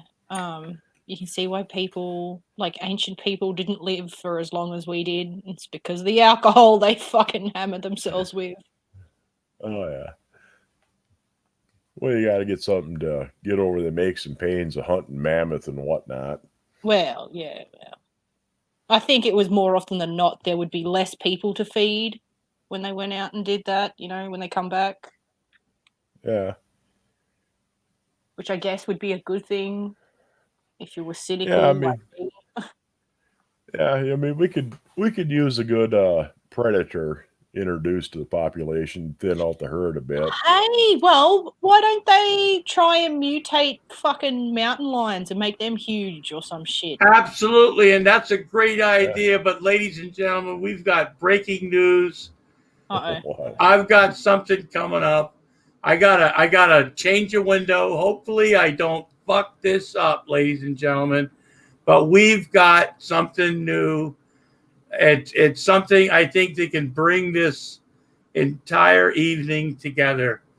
So keep going. We're gonna have a short little intermission here. Sing songs, whatever like that. If we had like if I knew how to use OBS or something like that, I could have like a little cartoon thing going or something like that. So right now, I'm gonna rely on YouTube people right now to once again occupy, not for long, because we're going to get this set up as fast as we possibly can. You trusted me to do anything. Fucking hell. Yeah, just put yourself on camera, dance a little bit, There we go. Make yourself dance, do the Macarena. No. Say Australian thing. Lift your shirt a little bit, Elsie. That'll keep them entertained. Oh, Jesus. You don't have to get that filthy. But that'd be time for that, no. Yeah, no, we're not doing that. Say Australian things. Say crikey. Australian things. Oh fuck. I don't know. God. Oh, whatever you say. Okay, he's a good slang term. Okay, I'll be right back. Just keep going. Yeah, whenever you say, whenever someone when they went off their head or they skitzed out or they just got really angry and lost their minds, it's going off like a frog in a sock. And if you actually think about it, if you put a frog in a sock, it would go off. I suppose it would. Well, I can't say I've ever tried to put a frog in a sock. Yeah, well, I have done things with frogs, but no, never put them in hosiery. I don't know who would have been the first bastard that thought that was a good idea, but yeah, that's a thing. Yeah, the guy. If I could go back in time, the one guy I would like to meet was the silly fucker who decided he was going to be the first guy to ride an elephant. Hey. You just know there was a shitload of alcohol and trying to impress a female involved in that decision-making process. Dude, if you ride that elephant, I bet you'll get laid, man. Yep.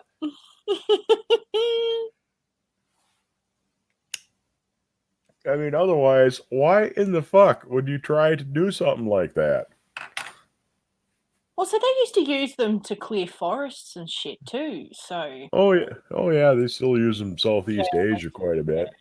My uncle and aunt, when they went over to Thailand, they rode on elephants, and when she come back over, she learnt about the conditions that they keep them in, and she was absolutely fucking mortified. Yeah. Because they don't treat them well. They see them as equipment, so they don't see them as like a living thing.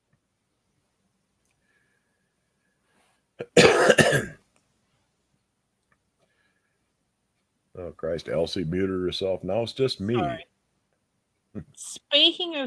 Speaking of elephants, I was learning about that poor fucking elephant Topsy that got electrocuted by Thomas Edison.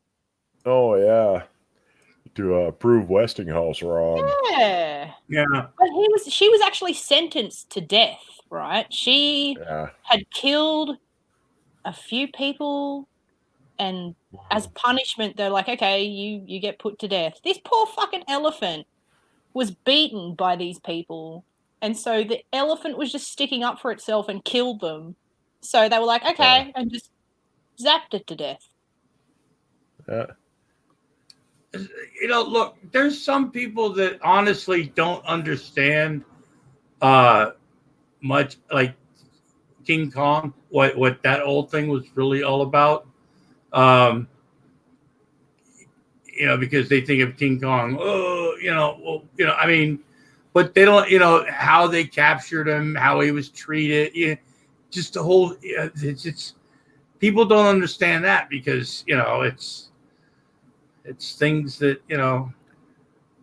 we used to find entertaining, it used to be, I don't know. People think differently now, or I don't know, more people say things. I don't know.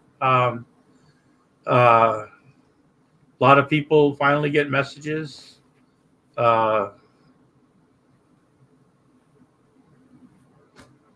It's a thing. Yeah. But anyway. So what do you got, Grampy? God. God, I hope this is not too loud. Oh, God. Oh, shit. Okay. Just hold on a second.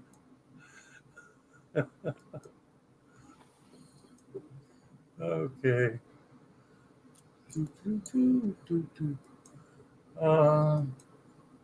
Okay. Can you see it? Sure can. Oh God. It's Ah! midnight, and something evil's looking in the dark. Under the moonlight, you see a sight that almost stops your heart. You're trying to scream, but terror takes a sound before you make it. You start to freeze as terror looks you right between the eyes. You're paralyzed, 'cause it's a thriller. No one's gonna save you from this without to strike you. Oh, Thriller night, you're fighting for your life inside a killer thriller tonight. Oh my God. oh, he's rubbing his hands. He's having one of his little pathetic revenge fantasies going on for him. Yeah, no, seriously, that's one of Bond's tells. When he starts doing the hand rubbing, clapping shit. 9 times out of 10, it's because, ooh, I'm gonna get even with them trolls. I'm gonna sue you all. I'm gonna make millions. Yeah. That sort of shit. Try and sue me all he likes. I don't own anything. Adam sent me that. Damn it, Adam. He just said, "Play this, please." And I thought I was playing it on my phone for a minute, and I'm like, "Oh, this can't be the whole." I thought it was just like a little clip type thing, like a GIF. And I watched. I'm like, "No, he's oh Jesus!" And I looked out. I was like, "This ought to be fun." Oh God. Oh, that was it. Just like when he sang, when he did the "Comfortably Numb," the Pink Floyd thing. The one thing I think he understands now. I think he's heard over the years when people would talk about his singing when there was like Jesus, I hope nobody heard that.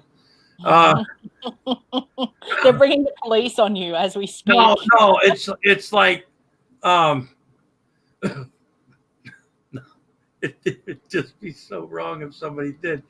But oh Jesus. Oh, that was when he did "Comfortably Numb." Oh God.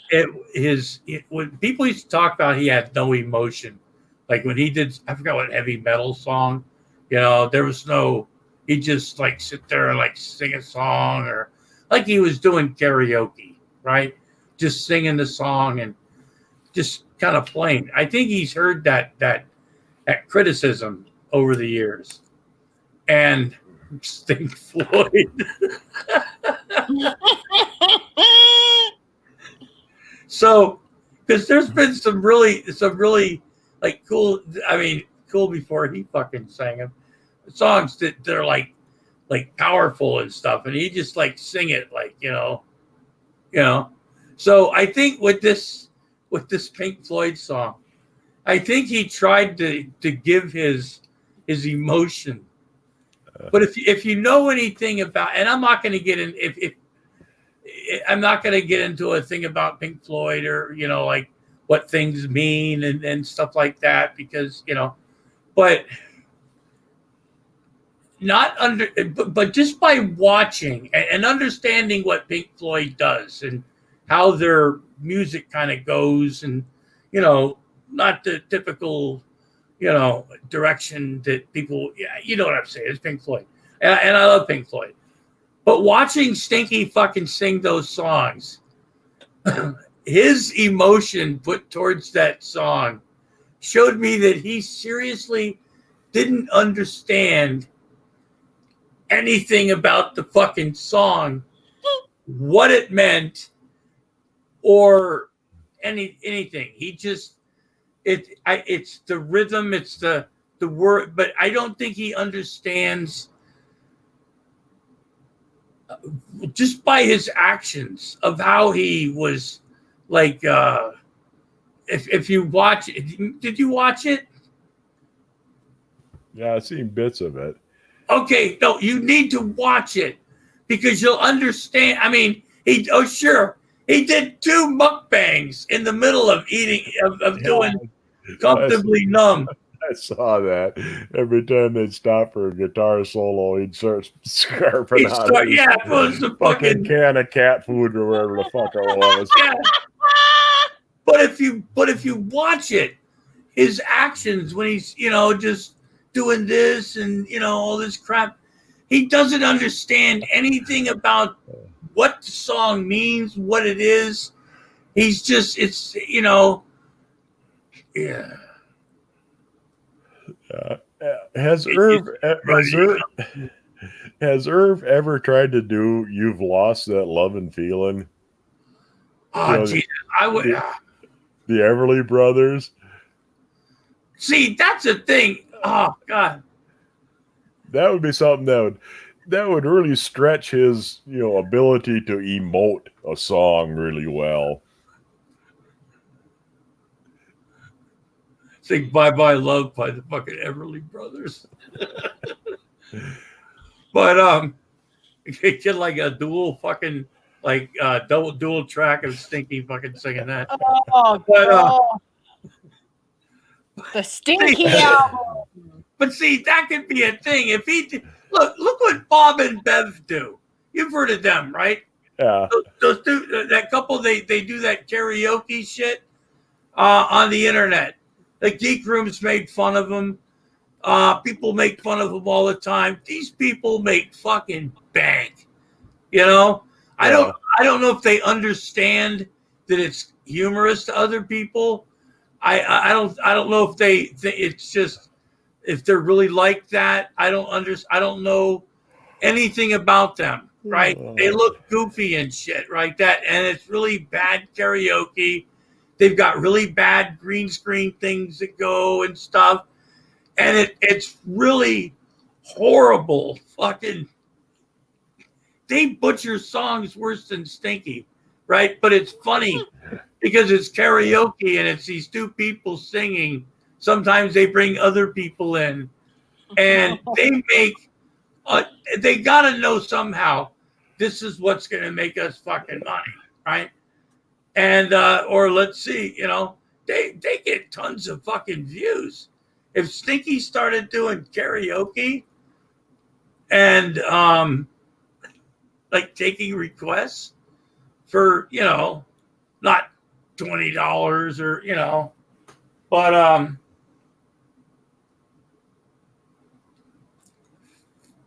that could be a moneymaker for him. Yeah. It doesn't have to be good karaoke. Not everybody likes everything. But just watching him, his emotions that are usually misplaced. I don't know, but I get the feeling that Vaughn was thinking about the original Michael Jackson video and dreaming of himself as an all-powerful zombie going out and getting vengeance on the trolls. Maybe he wasn't even thinking of the Michael Jackson Thriller at all. Maybe he was thinking of the Bollywood version. Have you ever seen the Bollywood version? It was terrible. Jesus Christ! God, I can imagine. What do Michael Jackson and Vaughn have in common? Oh, I'm afraid. They both have angelic singing voices. You sick motherfuckers.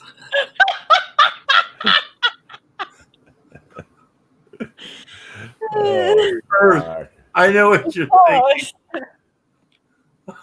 Fuck you, Jeff. oh, jeez. Oh yeah, but you know, like I said, that is one of Von's tells when he starts with the hand rubbing shit.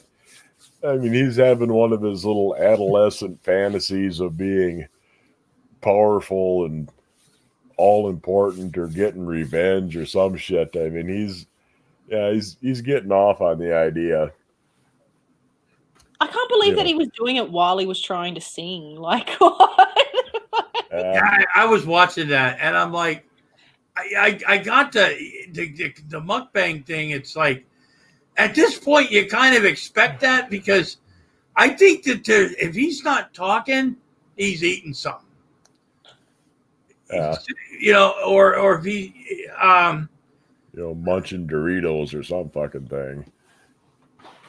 But yeah, that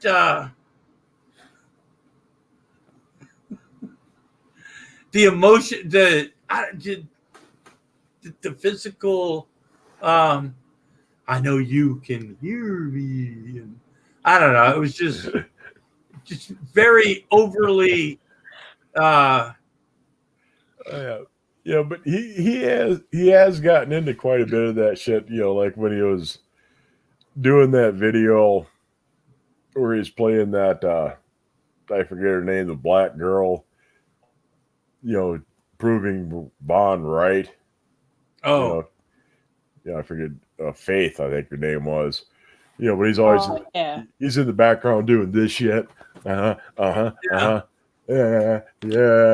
Yeah, there's a black person that agrees with me in some way, shape, or form. You know, yeah. You know what? Sometimes I get into a mood and I'll just find those videos. I remember, and I'll just like clip like 5 or 10 times in a row of him like doing that, and then clip it down if I, because it's like, okay, you did it, dickhead. I mean. But that's fair. That is fairly new. I mean, it's pretty much since he moved over to BitChute that he started doing that shit. His gums are dropped. I mean, he looks. Jesus Christ! His jaw and gums. It's like there's nothing. Yeah. See, it's because his when he closes his mouth, man, it's like his lower lip kind of like sucks in. It's because his jawbone is receding. Gums of steel. If you don't have, if you don't have teeth, or even if you have false teeth, your jawbone will slowly shrink over time. But if you don't wear your false teeth and you're constantly chewing on your gums, it'll wear the fucking bone down on your jaws. And that's what's happening to Von. Because, I mean, you see old videos shortly after he had all of his teeth pulled. Oh, yeah, those were funny. I mean, once he healed up and he could speak more or less normally, you can see, I mean, his jaws are farther apart, his lips are farther out. But over time, his fucking jawbones have worn down and shrunk to the point where his mouth is caving in. And that's what happens because, I mean, your fucking lower jaw will go from that wide down to that wide. So he's just going to end up looking like some sort of fucked up Muppet. Yeah, I mean, and you just don't have enough lips to keep your fucking mouth shut anymore because there's too much room between your jawbones. He claimed that he could cut through a steak he could gum his way through a steak. Oh, you can. I mean, if you cut it up, I mean, you're going to have a hell of a time trying to bite a chunk off a whole steak. But if you cut off a piece of steak, you can chew the fuck out of it with just your gums. Like I say, the only thing you really can't do is shit like peanuts. I mean, yeah, you're not going to eat many peanuts with no teeth. Or lettuce. Yeah. I mean, shredded lettuce on a hamburger is okay, but a whole leaf lettuce like on a salad, or if they put a whole piece on the top of a hamburger, you can't do nothing with it because it's too fucking thin. I mean, your fucking jaws You're just kind of pinching it, and you can't break it up or grind it or nothing. You know, I mean, I get the whole lettuce thing, and that's why I used to bring that up, because, you know, somebody used to talk about, oh, they'd like to see Von Helton eat a bowl of dry Captain Crunch. Okay, because it's pretty. Oh, it would hurt, but It would hurt. Yeah, and I'm like, look, I'm somebody that'll sit there with a box of Captain Crunch fucking cereal, dry out of the fucking box, and just pound the shit out of it. Yeah. Sure, it's a little painful at times and stuff like that. And I get the whole gum thing, but some people with Captain Crunch, that pain's worth it. Yeah. You know? I mean, even with teeth, I mean, that shit after a while is going to scratch the insides of your cheeks and oh yeah, I mean, insides of your tongues and down on your gum line. I got war wounds from Captain Crunch, man. But a dry Captain Crunch, a lot of it, you know. And sometimes I use milk, but you know, sometimes they're a little. That's breakfast cereal, yeah. Huh? That's breakfast cereal, yeah. Yeah. Yeah. But Nah, you probably don't have it down there. You have some kind of sugary cereal like that with some kangaroo with a kangaroo with some kind of captain's hat on or some shit, you know, on a boat. No, we don't. That's a good thing, though. Yeah, we should. Yeah, actually, Jeffrey, the crunch berries are a lot easier to chew than the fucking regular little chunks of Captain Crunch. I used to like the peanut butter cereal, the Captain Crunch peanut butter. Yeah. That was when I knew I was actually addicted to peanut butter, because that became a weakness of mine for a long fucking time. I mean, if there was a that was ooh. That was with peanut butter. Chocolate is a fucking good combo. Huh? Caramel and chocolate is a good combo. Oh yeah. Caramello bars, you know, liquid caramel inside a chocolate. I'm just going to end up with diabetes. It's just a thing. Oh yeah. You know, I mean, we all are predestined to die from something. We all have a weakness that, in the end, shall be our end. It's true. Oh, yeah. I make some great homemade caramel. Yeah. I mean, geez. You know what I really love, and I've seen this, and this is something I'll never forget. I want to be serious. When they talk about like sugar and the stuff that's like healthy, you know, and trying to keep people alive and giving them, you know, I had a very good friend. Okay, I'll just put it that way.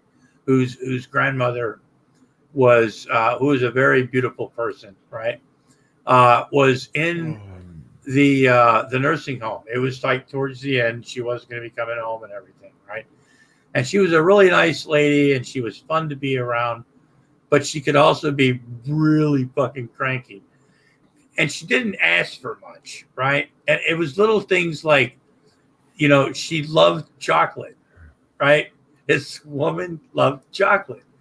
And they were trying to tell her that chocolate was bad for her and it would give her diabetes. Now, this woman is like 83. Yeah, she's not going to give a fuck. and physically and mentally, you know, so she's in this place, which it was a nice place, but in this place for a reason, right? You're not going there like to, you know, for a holiday. Yeah, it's not like she's going there for. So they would give her so much shit. Aww, because that's nasty. And all she wanted was chocolate. So when certain people found out about this, some people got really pissed off because they didn't understand. She didn't want it. She liked chocolate. Okay, because this all happened after when they took her chocolate, you know, when they told her no more chocolate, she snuck off and she went and bought $200 worth of chocolate and like hid it in her room. Had a stash. Yeah. So anyway, she was going to show them, right? That was literally her whole plan. But I should have started with that. But anyway, but she didn't ask for much, right? She just liked her chocolate. They're worried about, oh, she might get, we want to prevent diabetes here, It's like, so some people found out about this and what happened. So,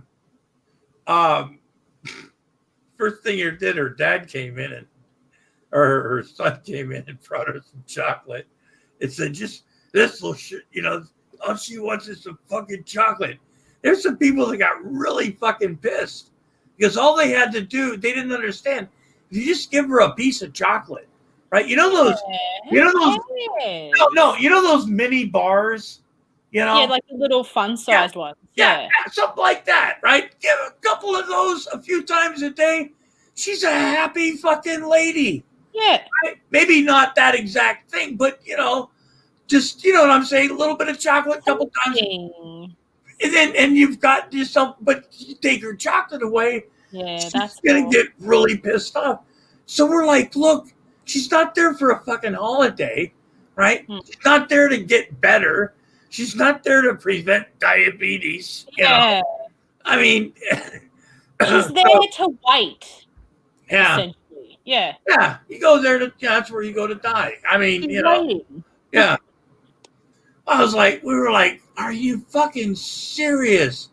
And sometimes, I mean, this wasn't me in this situation, but sometimes you're like, look, they're not, oh geez. I like with my mother, right? When she was like in hospice, but still kind of knew where she was and stuff like that, it was hard to get her to eat sometimes, right? So we had to get creative with what to give her, what we know she'll eat. If you try to give her pasta, she's going to throw a fit. So you try to like do different things, but God, they carry on like idiots. There was this lady in France, and she was about 112 when she died, but she smoked cigarettes. They took her smokes away when she was like 105. They made her give up. Yeah. And they were like, what's your key to longevity and shit? And she's like, I just want a cigarette. Yeah. Jeez. Oh God. Yeah. You see the same shit with cancer patients where they won't give them enough opioids to keep the pain down because they don't want to get them addicted to morphine. I mean, this poor fucker's going to be dead within a year no matter what you do. Who gives a fuck if he's addicted to opioids, for Christ's sake? He's not going to care.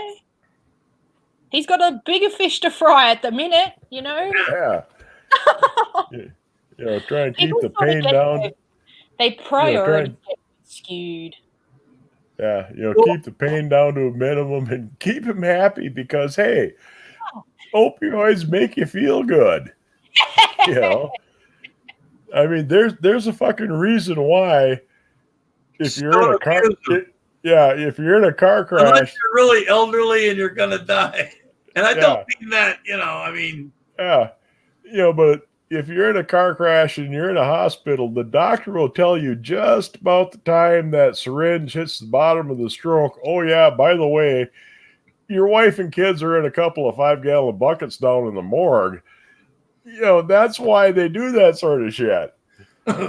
Because morphine makes you feel good and you don't really give a shit.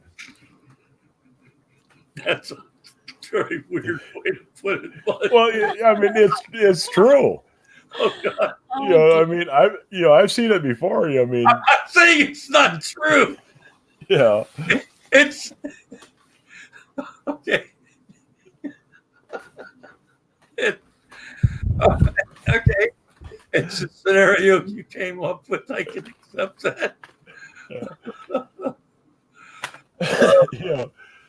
And that's what a lot of these people, who are really big into anti-drug sort of shit, they just can't bear the idea. Oh yeah, we were talking that something will make somebody feel good. Yeah, I mean, you can get addicted. Yeah, it can be a real fucking problem, but it also has a legitimate fucking use too. Yeah. Oh, gee. Yeah, I you know, and it's so easy to get on the black market. Yeah. Which makes it hard for people at times, because apparently, you know, people that have been, I've never been like prescribed something like morphine, or, you know, I've been some prescribed painkillers and benzos that I found out that at street value that, you know, I'm not going to, as Vaughn would say, federal prison. But so yeah, I was never going to do that, but I just help me out here, Mud. They won't even entertain it on a oh yeah, level here. it's Like, I've watched some of the. Thank you very much, Elsie. Good. Thank you. It's out here. If you watch some of the legislators or people out in the state house, they sound like these 1950s, 1970s anti-drug. You know, it's like the same old song with the same old dance. And they'll get out there on the state house and like spew this stuff like it's true. You know, like getting the kids hooked on the marijuana. You know, I mean, they don't sound exactly like those films because what good, but that same rhetoric, that same, they start legalizing it. You know, it's the same way like with the flavored cigarettes or the menthols. The kids must like that. You know, you can't. I mean, even the vape thing.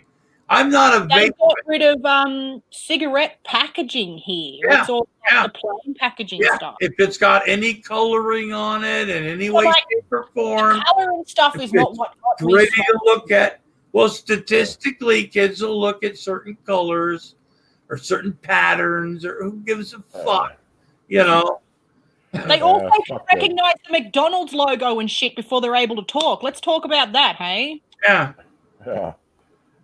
Oh, I knew somebody whose kids, oh Jesus, when they were little for like 2 years, if they passed a McDonald's, if you were in their car, if they passed a McDonald's and their kids were in the car and they didn't stop at McDonald's, their kids threw shit fits. Holy they shit. saw the golden arches, and I'm like, Jesus fuck, who does this? Yeah, and this was before the whole, McDonald's makes your kids fat, kind of like right before that, but a little bit. Me. Yeah, but it was that, like kids saw McDonald's and they went freaking fucking nuts and shit, and you're like, God damn, my mother would have slapped for us. My mother would have ended my fucking life right then and there if I would have. My mum was big on taking her shoe off while she was driving and pelting it into the back seat. And if it hit someone, it hit someone. Oh, my mother. Oh shit, we had a station wagon. My mother, shit, she could keep one hand on the steering wheel, and I'm telling you right now, she could still reach any one of us in the back of that fucking station wagon. I don't know if she ever, somehow her arm. She wasn't a large woman, but somehow her arm could still stretch. I don't know. Maybe it was an extension thing. I don't know what the fuck. Maybe. Okay. But yeah, I'm kind of like that. But she could still fucking hit. And if that didn't work, there was always, she didn't miss when it came to throwing shit. Or she'd stop the car on the side of the road. She'd stop. Oh God, my mother would stop the car on the side of the road, pull us out of the car, and belt the shit out of us, and then back in the car. Oh no! Don't make me. My mother. One of the fierce things was, don't make me stop the car. Yeah. You know, Oh, shit. don't make me stop the car. It didn't mean there was going to be a scold. You know, it's like somebody was going to get pulled out of the car. Hiding. Somebody was going to get their ass beat. You know, there was going to be a belt or something. Yeah, Ma wouldn't actually stop the car. She just slam on the fucking brakes and let you bounce off the fucking dashboard. Because, you know, seat belts, what the fuck are those? Yeah, we didn't. Yeah, you know, fucking bang your head off the back of the fucking front seat. You know, I remember you little fucker, settle down. Yeah. Oh Jesus, dashboards! I still remember like metal dashboards. You know. Crazy. I remember Ma drag racing the neighbor kids with us in the car. You know, had a '67 Impala, and you know, we lived across the street from these guys, and we both pulled up to the stop sign. They pulled alongside of us. You know, rev their engines. Yeah, hey, you want to race? Yeah, okay. You fucking takes off. And when she was younger, Ma used to drive in powder puff drag races all the time. Oh shit! She had an old fucking God, was it 54, 56 Kaiser? Oh, so she knew what the fuck she was doing. They picked the Oh, wrong one. Yeah. And drag racing the fucking neighbor kids with all of us kids in the fucking car. That's fantastic. Wow. My grandma. They weren't anything like that. Yeah, no, my mum never did no drags or anything like that. She was just crazy. But she was pretty good hitting you, like with the shoe when she threw it back in the seat. She seemed to know how to flick the wrist and get the angle right to smack you fair in the middle of the fucking head. Well, you know, knew how to aim in the rearview mirror. That's the hard part. Like that's a fucking skill. You know, I thought. You gotta remember, it's all reversed. You know, I still thought probably until about the last year of my mother's life that some way or another that she could still get up and slap me across the face. Oh yeah, got to keep the fear of God in them. Yeah, it was like even after that, right? She like looked at me sometimes, and I'm like, yeah, I know it's still, but you know, literally there is nothing you can do now. But she's like, I didn't get up, I would strangle. Yeah, I didn't take it like that, but yeah, that was pretty much when I was like, yeah, at least I know she can't get up and slap the shit out of me right now. Something, you know. My grandma always used to say, like, my grandma was pretty short, so we'd be all smart asses to her. She goes, yeah, I might be short, but I can still reach your ears. And she'd smack you in the back of the head, too, if you weren't careful. My mother and I used to make fun of my dad. which I gotta tell you, that saying that itself, you know, kind of sounds in a way to some people like, you know, that's pretty mean or you know, whatever. But you'd have to understand the whole later in life, my mother she would talk about when you come to realizations in life and you realize that you're married to what you are, what you have is, well, it's pretty much what you're going to get, you know. The bullshit just when you find out that, and I'm not saying this to like seriously, I'm just telling a story, right? Okay. But I'm not, you know, but when your mother realizes that, telling you the story about when she realizes that, yeah, your dad's not very bright and I've always kind of fucking knew it, but I always thought I could fix him, you know? And he's always been kind of a bully type stuff. You know, he's always had these things, right? Always been kind of a dick, but I always thought I could fix him. And, you know, and then the whole thing about how they got to that right there and stuff.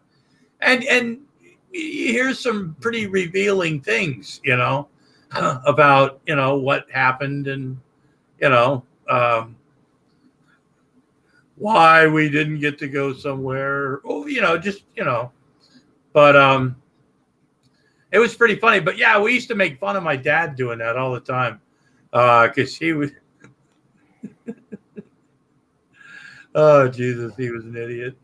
But and people that know me know that. So if somebody ever said, you know, hey, Grampy Lobster was talking about his grandfather or his dad, it's like Jesus Christ, everybody already knows that. Oh Jesus. And you know, some people would say, you know, that's really sad, you know, but and I'd say sometimes, yeah, sometimes that would be, but you're old enough to understand this now, son. Yeah, that was a lot of it. It was that other like I said with a lot of stories earlier, you get that other perspective. You get it's you find out things. That's why I love to talk, you know, about. You know, I like to talk, like watch things, like what was going on when, not what the actors were doing, you know, during this movie shoot, but after when you see a story, you want to find out, well, how did we get to there, you know, and pretty much having fun doing that. It was pretty entertaining, and she said. Now, my mother was not an innocent woman either, but we'd become very close in the end, and she talked to me about a lot of stuff because at this point she really didn't want much to do with my dad because he was an idiot, but it was just what she would talk about, things that like you said, that, you know, what happened when's. Pretty. It's a special moment in the kid's life when they realize your dad's an idiot and your mom's an asshole. Yeah, but one has the ability to, like, you know, this is what I had, you know, and this is why, you know, and sometimes even if you didn't, it wasn't a lot of it. Some of it was kind of an apologetic thing. And I don't mean apologetic isn't like religion, but kind of like, I'm sorry, but a lot of it too, and to her credit, was she worked with what she had, and she understood that she wasn't probably the best qualified parental figure, not as a mother, but as a nurturing figure because of how she was raised. And you'll learn a lot of, you know, when you find out, you know. And you know, it's sometimes sure it's too late. You're already damaged, you know. But I should have known better. Your dad's an idiot. I shouldn't have been surprised when you kids turned out to be idiots too. Oh shit. Yeah. Parents can't properly discipline their kids, and now the internet has trolls who don't show fun, no respect. Coincidence? I don't. Yeah, that's what it is. Yeah, I love that he was like, this is respect. He's like, no, that's a fucking computer algorithm. Yeah, because you've been playing the game for 14 years, now the fucking computer will salute you. But you fucking moron. I know, but the thing is, once again, when it's the whole thing where he really thinks that this is gonna show people this. This is just like when he showed it, those 5 girls, you know, the anime, whatever, Sky Creatures, whatever. It showed that it wasn't racist, right? I got a black girlfriend in Skyrim. I'm not a racist. Yellow. This one's yellow. This one's green. This one's kind of mixed. You know, it's like fuck. But he actually genuinely believes that he's making really good arguments. Yeah, you know, the thing is, he's really that dumb. You know, I know a couple of, you know, semi-attractive, beefy Polish girls that I could send down Vaughn's way. They'd slap the living fuck out of him, get him lined up, and you might actually be able to do something with him. But no, he's, more interested in, pretend women on Skyrim to prove he ain't racist. Priorities, yeah. Yeah. I love when he was saying, talking about he likes women that haven't let themselves go, and it's like, yeah, righto, B cup. Yeah. No, or C cup. I think he'd be bigger than a B cup. Yeah, Stinky's never let himself go. Yeah. That's the whole thing, Yeah, I mean, I got tits for Christ's sake, but at least there's a little bit of fucking muscle underneath of there. Yeah, he's got straight on titties, man. Yeah, I mean, But do you remember when he made that video saying that when he got with the woman, they'd have to sign a prenup? Yeah. Oh shit. You have to agree to become part of the Helton clan. Yeah, it was just if you leave, that's a fight. And when they broke up, that you leave with what you came with, basically. Yeah, and I have no responsibility for any children you might have had with me. Yeah. But I'm sure a judge would think differently, even if you did sign a contract. Well, I think our founding fathers specifically said that would be unconstitutional.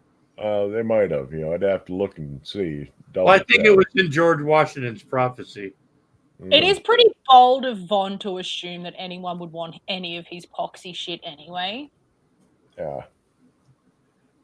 Hey, he's been funny over the years, and he's creeped on a lot of women. That's why a lot of women wouldn't go into the rooms, or if they cam up. Sometimes it's kind of it's not quite as obvious, but if you look at side chats, a lot of times, holy shit, Vaughn will jump on anything that doesn't be standing up. Oh, breathing is optional. Never trust a woman with a pulse. Oh, jeez. Fuck that. There's been other, not just the what was it, the Filipino girl or the whatever that he thought might be a real woman, or 10% chance. It was kind of like, there's chances are, that this is probably a troll. This woman is probably a troll, but there's a 10% chance that she's real, type attitude. Like this might actually be the time. Yeah, like you're gonna go with 10% chance. You fucking. Yeah, I mean. Well, when he makes stipulations about women coming to live in his fucking trailer. Yeah, I mean, you can't argue with it because it did work, at least the one time. Well, it may work again, yeah. Yeah, she totally wasn't tricked either, man. Well, you just got to adjust your standards a little bit. So lower them entirely. I just like the way he described how they met. He went on singles.net or something like that, and he didn't have the pay account. She had the pay account. Yeah. Something up, nothing was going on, because if most, I don't know, she messaged, I don't know, it was just, she messaged him, they messaged back, and it's like, Jesus, first of all, you could have said, you know what, we met online, we met on singles.net, whatever, but it was just, I didn't have the pay, I had the free one. Andrea had the paid account. He's that cheap. He can't even he doesn't even want to pay. He's fucking. I mean, so like everybody, you've thrown your fishing line out there, and you've got a bite, so of course, I guess I don't know if there was Skype or how other they were communicating, but there became this relationship, and he convinced her that living in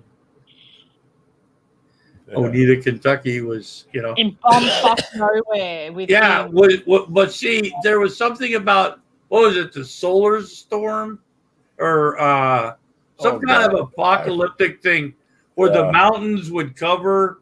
What was it? Where kind of like a natural barrier, like yeah, Kentucky would be safe from whatever the fuck apocalypse was coming. Yeah, right. The fallout and stuff.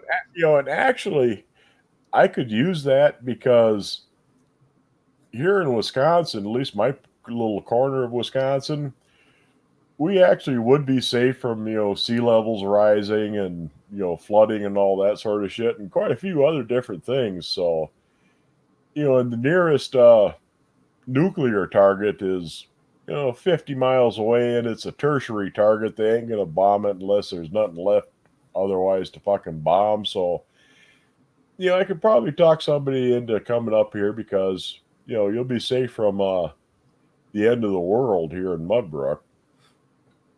And all you got to do is be the one who has the actual paying account. Let me mooch off you, and you come out to my place, and everything will be fine and dandy. And all you got to do is put out for me every now and then. I mean, who could turn down a fucking offer like that? Yeah, that's. Who's your buddy? I can see you're doing your budget right now, Elsie, trying to figure out how much a plane ticket would cost to get you over here to Mudbrook. Oh dear.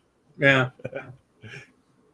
It's like, well, when he was putting that thing out, when he had 2 weeks, come on, ladies, get your bid in right now. There's only 2. You got to be here.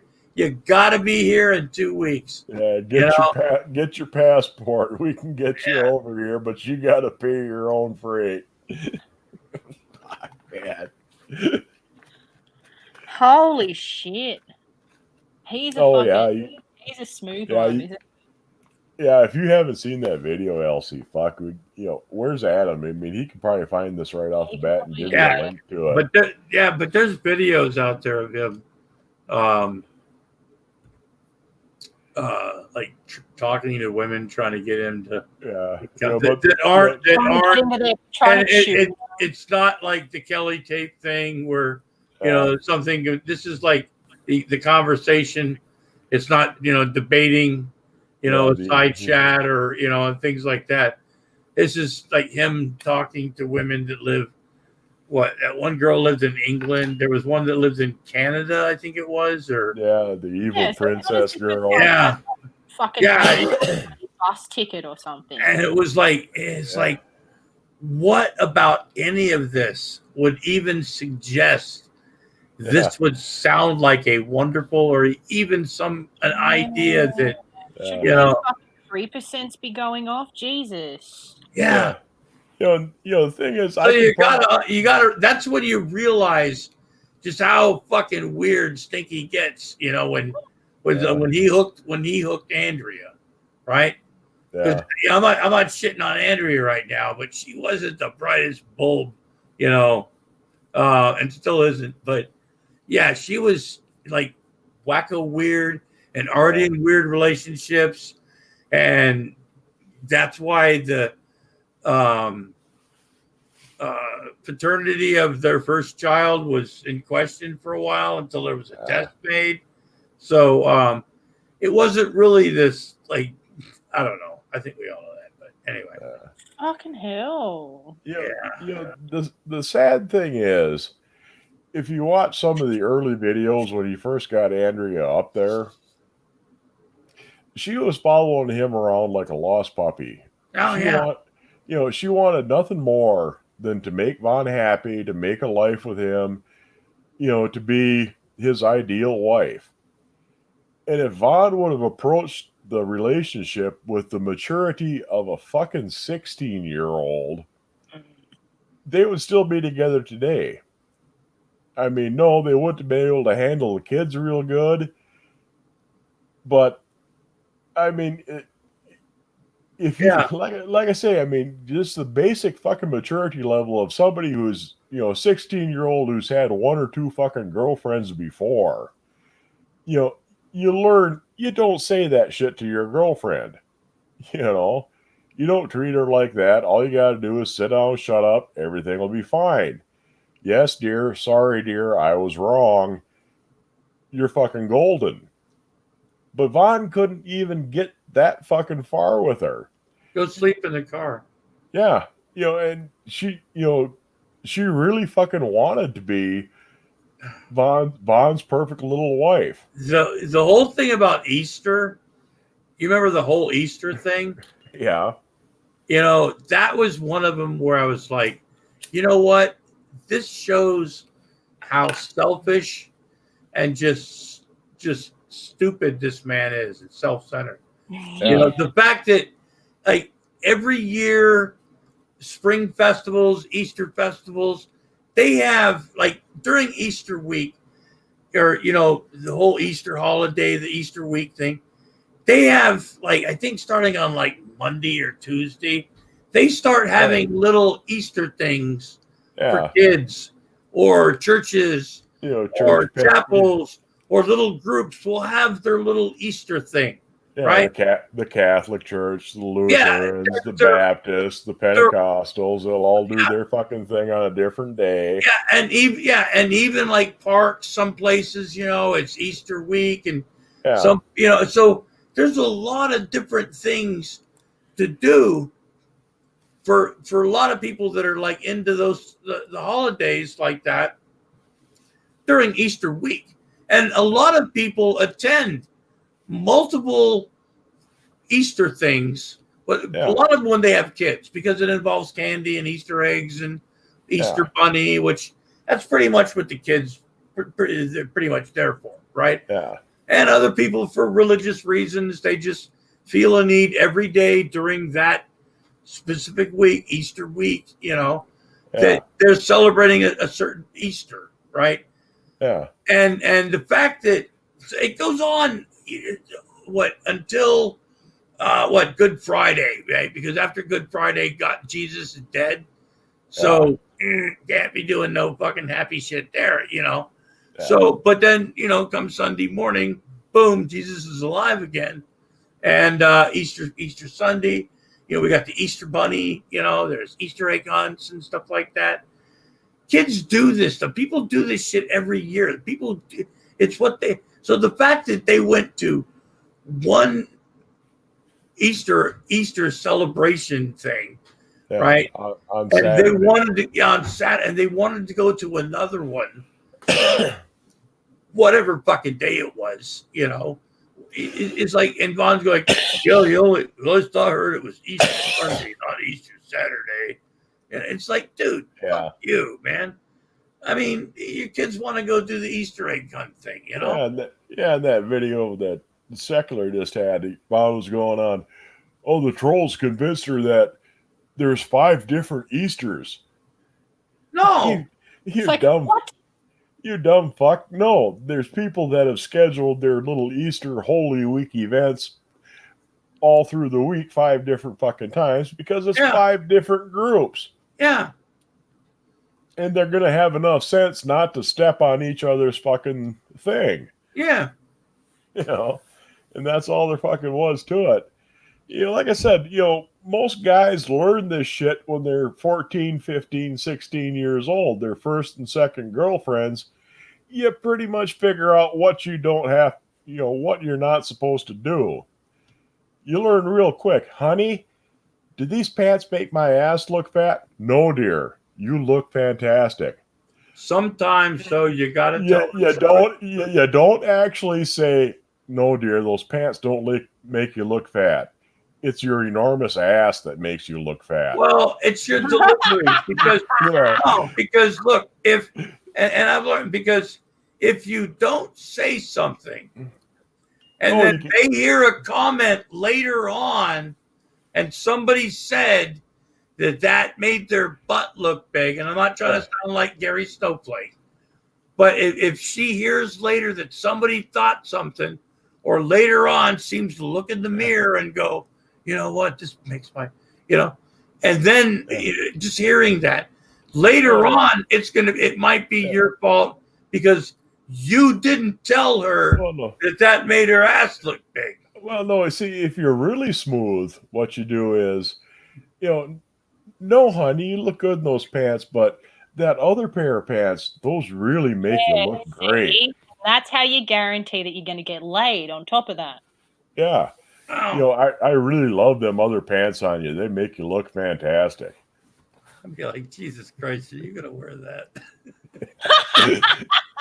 Shit.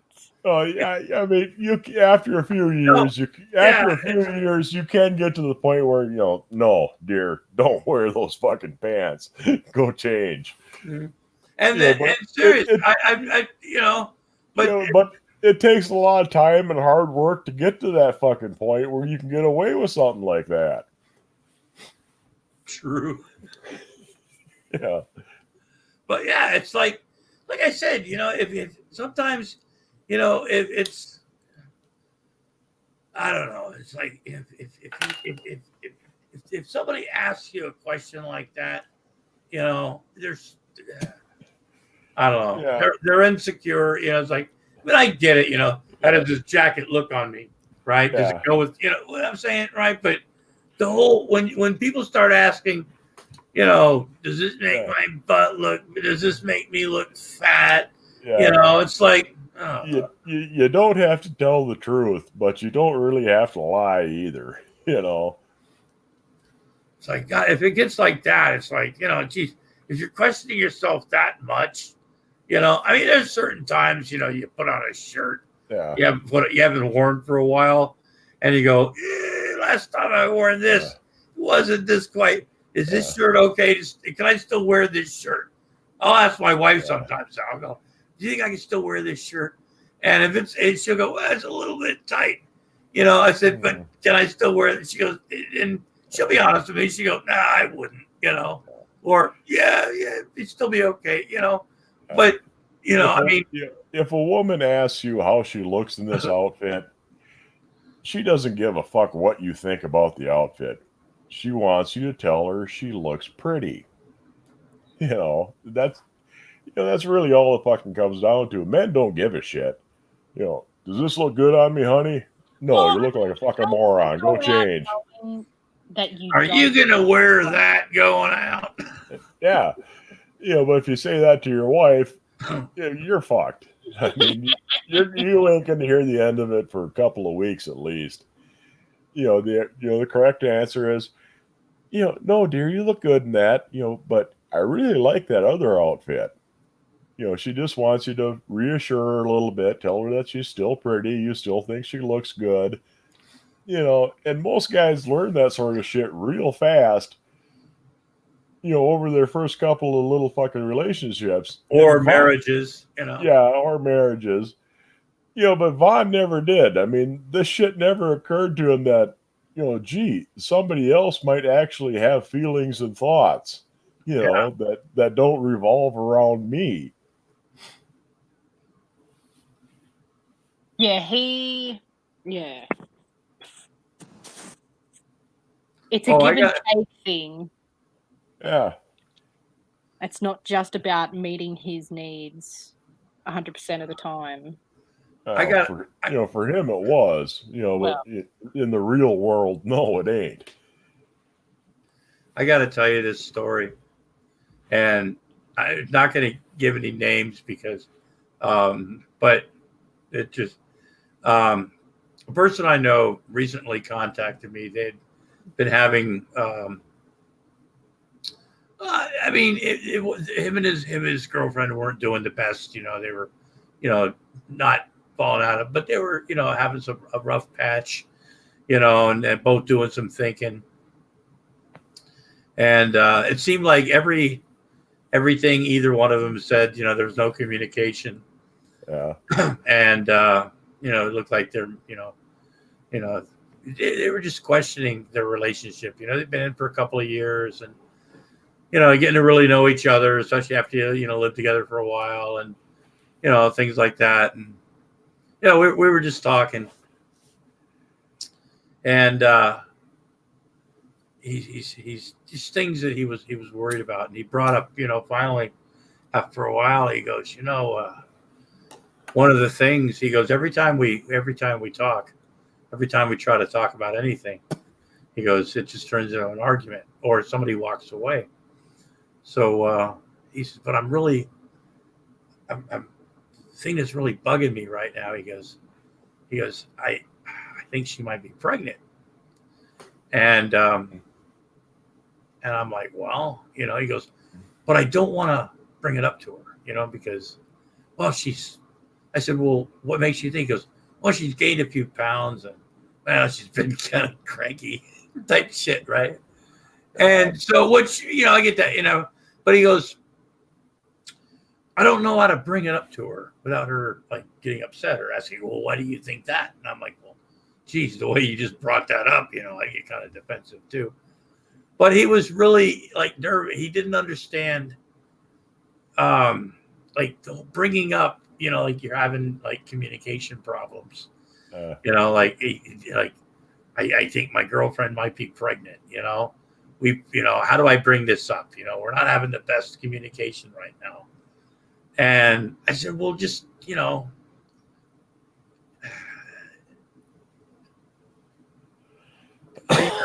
well, excuse me. I had a brain fart for a second. I said, all you got to do, I said, look, go to the store and go buy a pregnancy test. And he goes, oh, then she's going to think. And I was like, no. Let her know straight off the bat that pregnancy test is not for her. It's for you, because you're worried at this point in your relationship about maybe, not always being so careful. And you want to find out if you're pregnant. Right now, you can't fucking handle a baby. So, just to be safe, you wanted to find out, if you were pregnant. So look, lady, this has got nothing to do with you. Not everything is about you. I'm worried about myself. I can't afford to get pregnant right now. So what I'm going to do is I'm going to put that fucking pregnancy test in the bathroom. And when I wake up in the morning, I'm going to take that pregnancy test, because first pee in the morning is always the best. And I'm going to pee on that stick, and I'm going to find out that I'm pregnant. Okay? So it's not always about you. And then just kind of like, drop the subject. And thought that might be a good way to break the ice, It's like, what do you mean? It's not you. It's not me, I don't know if you could afford to have a kid, but I can't afford to have a kid, and I don't want to get knocked up, Well, you can always say, fuck, woman, is you pregnant or you just getting fat? Yeah, and that always goes over real good. Yeah, it opens at least two different lines of communication. Yeah. And usually you get shit thrown at you or something, Yeah. Like, low, I got angry. I just wanted to know if she was pregnant, Did I knock her up, or cousin Larry, This has gotten weird. Oh my God, 5 hours. Hey, Jesus, there's still 13 fucking people. We got Maggie in the fucking house. How you doing, Maggie? Who's your buddy? Popped in. Adam's been there the whole fucking time, I think. Yeah, Maggie, this has been one of those different streams where there's been so many different topics and weirdness and just, I don't know, moments where I literally thought at one point that I had totally lost control of this entire thing, and it wasn't even 2 hours old. It was. Oh yeah. It was. Brillo pads for menstruation, pregnancy tests. Well, we had Lulu in the room for a while because Lulu got her channel flag or her video taken down, and I was like, well, I wanted to do this for Lulu and shit, and cheer her up and everything, and brought her in, made her blush and shit like that. And we were having a good time. And God damn, man, it went downhill fucking fast. I mean, in a fun way. And Lulu dropped out finally because, you know, like she said, you know, she enjoyed it, and she was in for a bit, but Lulu's probably too smart to be in this. And I'm not saying that much.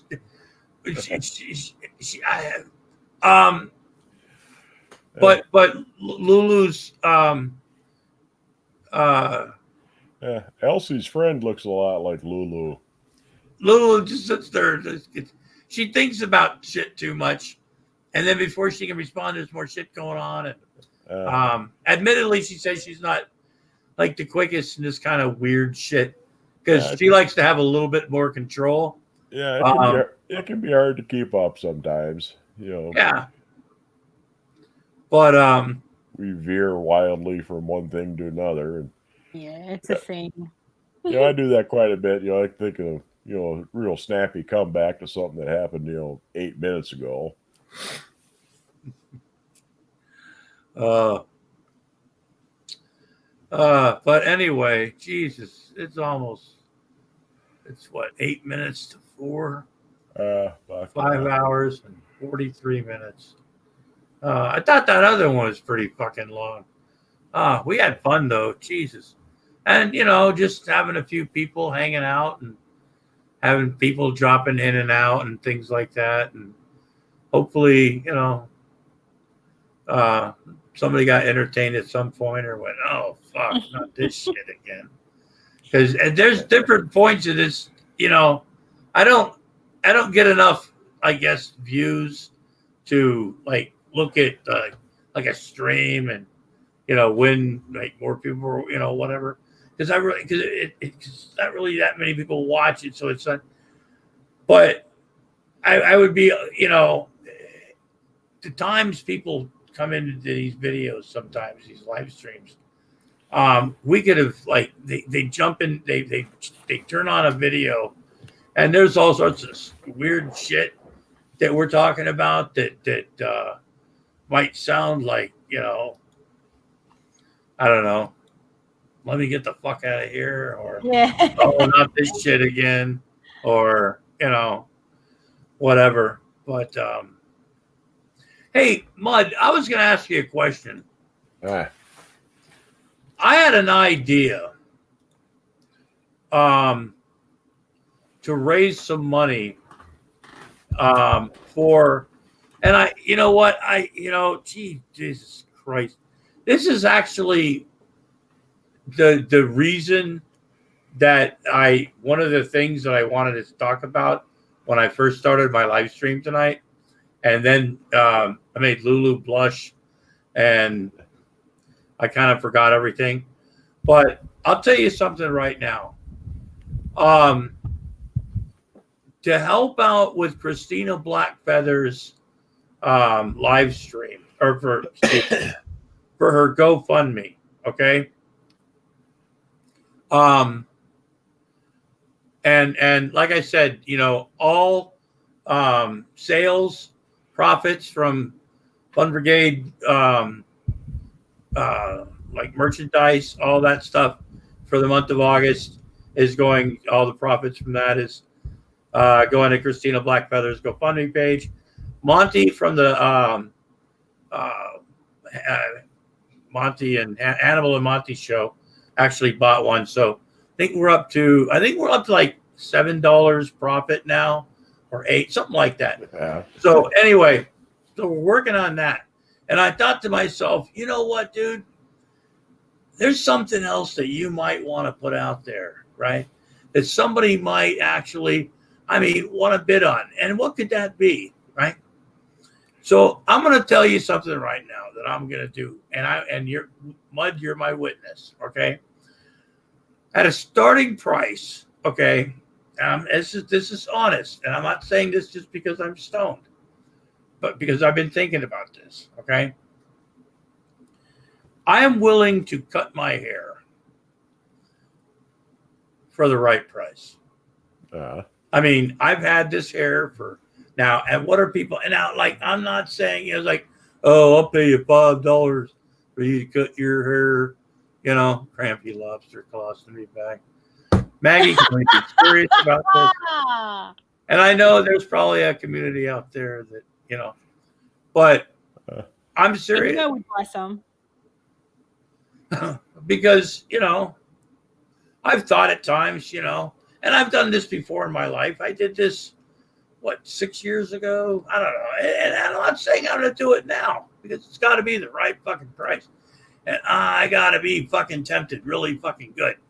Okay.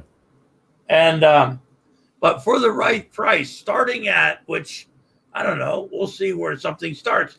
And if it even starts, right? And if I can tell if somebody's really fucking serious about it, okay, that I am willing to cut my fucking hair for the right fucking price. And I'm not talking about shaving my fucking head. Like, you know, that's not going to happen. I'm talking basically a proper haircut. Okay. You know, not high and tight or nothing like that, but, you know, white sidewalls. Yeah, nothing, you know, no high, you know, like that. And, you know, so going to see, you know. You wouldn't necessarily have to shave it off either. You could just dye it a funky color. Oh, I've done that black, you know.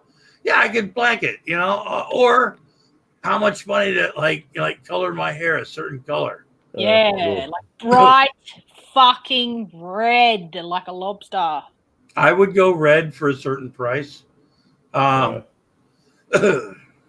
nice 70s feather cut with sweeping fringe. Maggie, you know.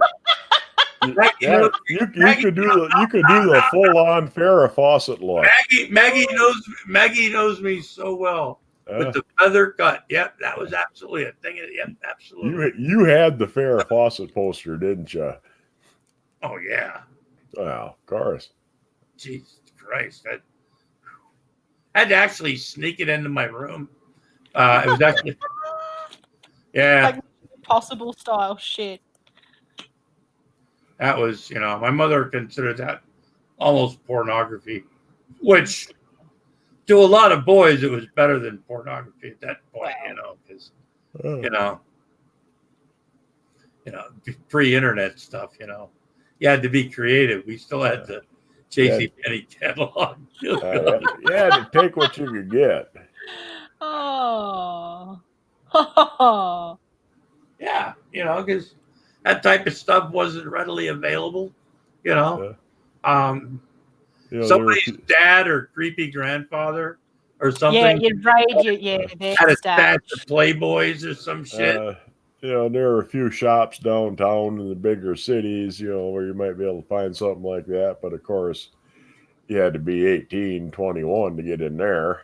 Yeah. Yeah. I know, Adam, that's seriously why as soon as I said JCPenney, I stopped. Because that's just one creepy fuck, man. And his videos still pop up on my thing. And God, if you didn't know what he did, man, you'd go, Jesus, man, you're making fun of a retarded guy. You know, he just wants to have some fun on the internet.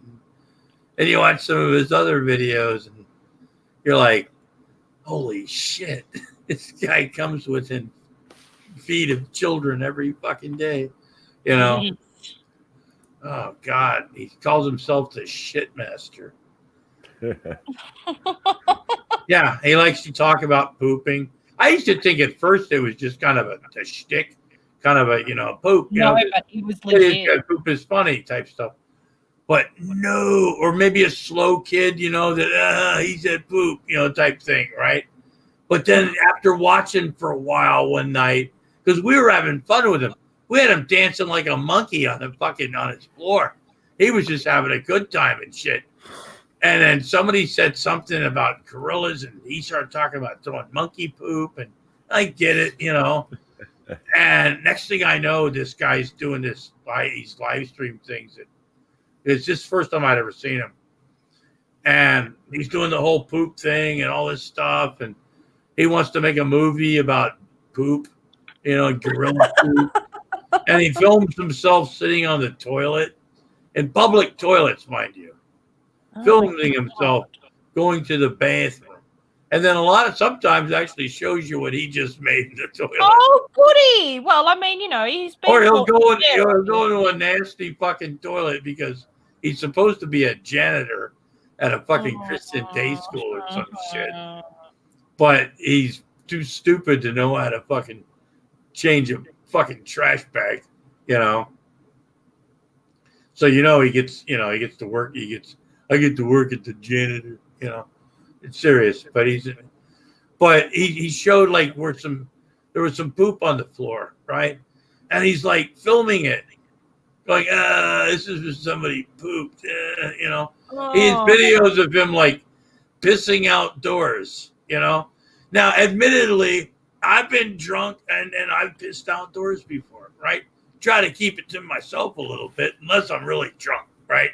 And then it's like, no, but sometimes, we go, I'm going to go outside. And he takes a video about walking outside and just to take a piss and showing his piss stream, not his pecker, nothing like that. But he wants to show everybody that he gets to pee outside, just shit and poop and his obsession with he's a weird little fuck, man, that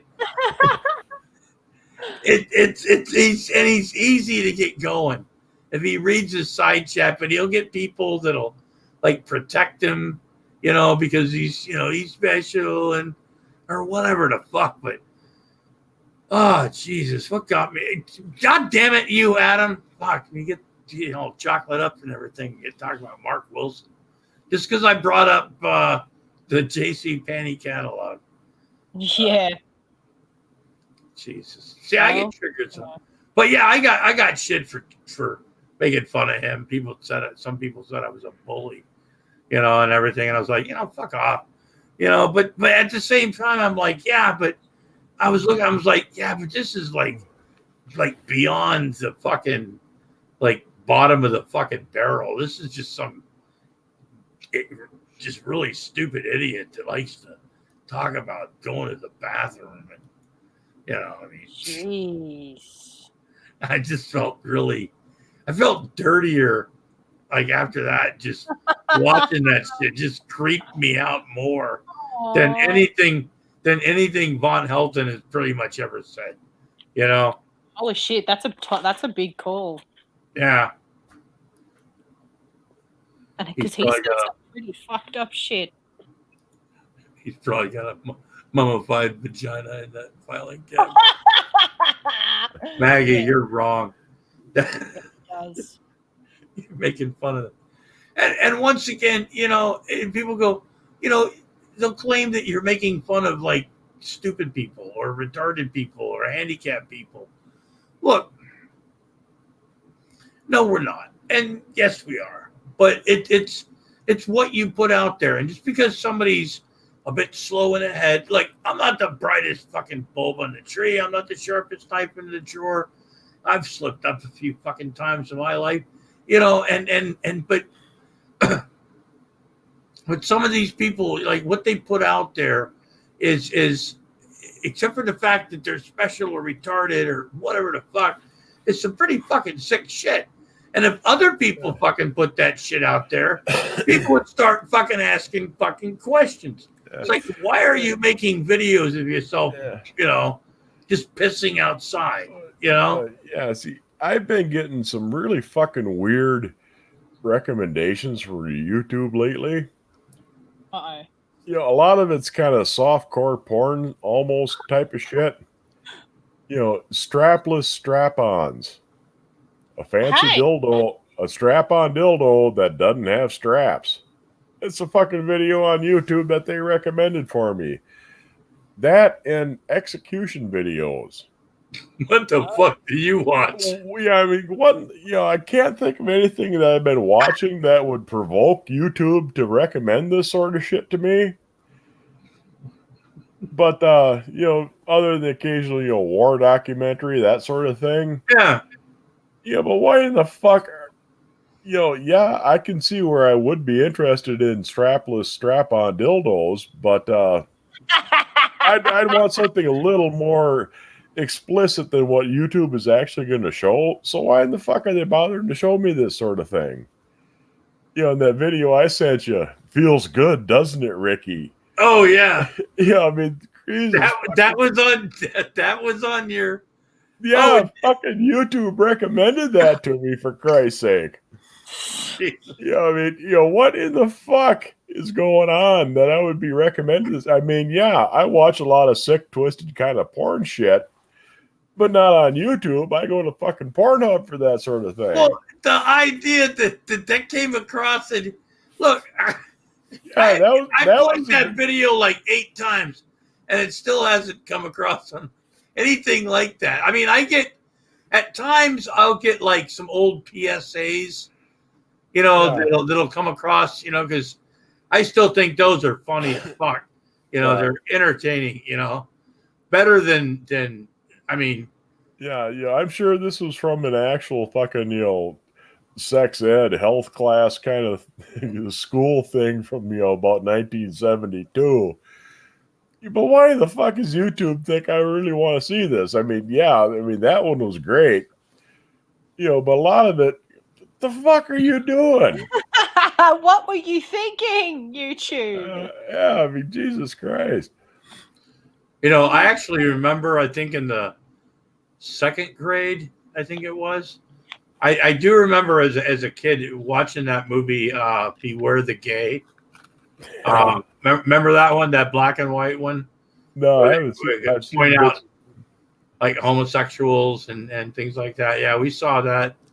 I think I was in I remember seeing it because we used to see a lot of those movies that are on YouTube now that people make fun of. Even through high school. Yeah, I look at the PSAs for drugs like in the 70s. Look how they treated it and stuff. And it's like looking at it now, it's just like some of the funniest shit. Just how they treated it. Yeah.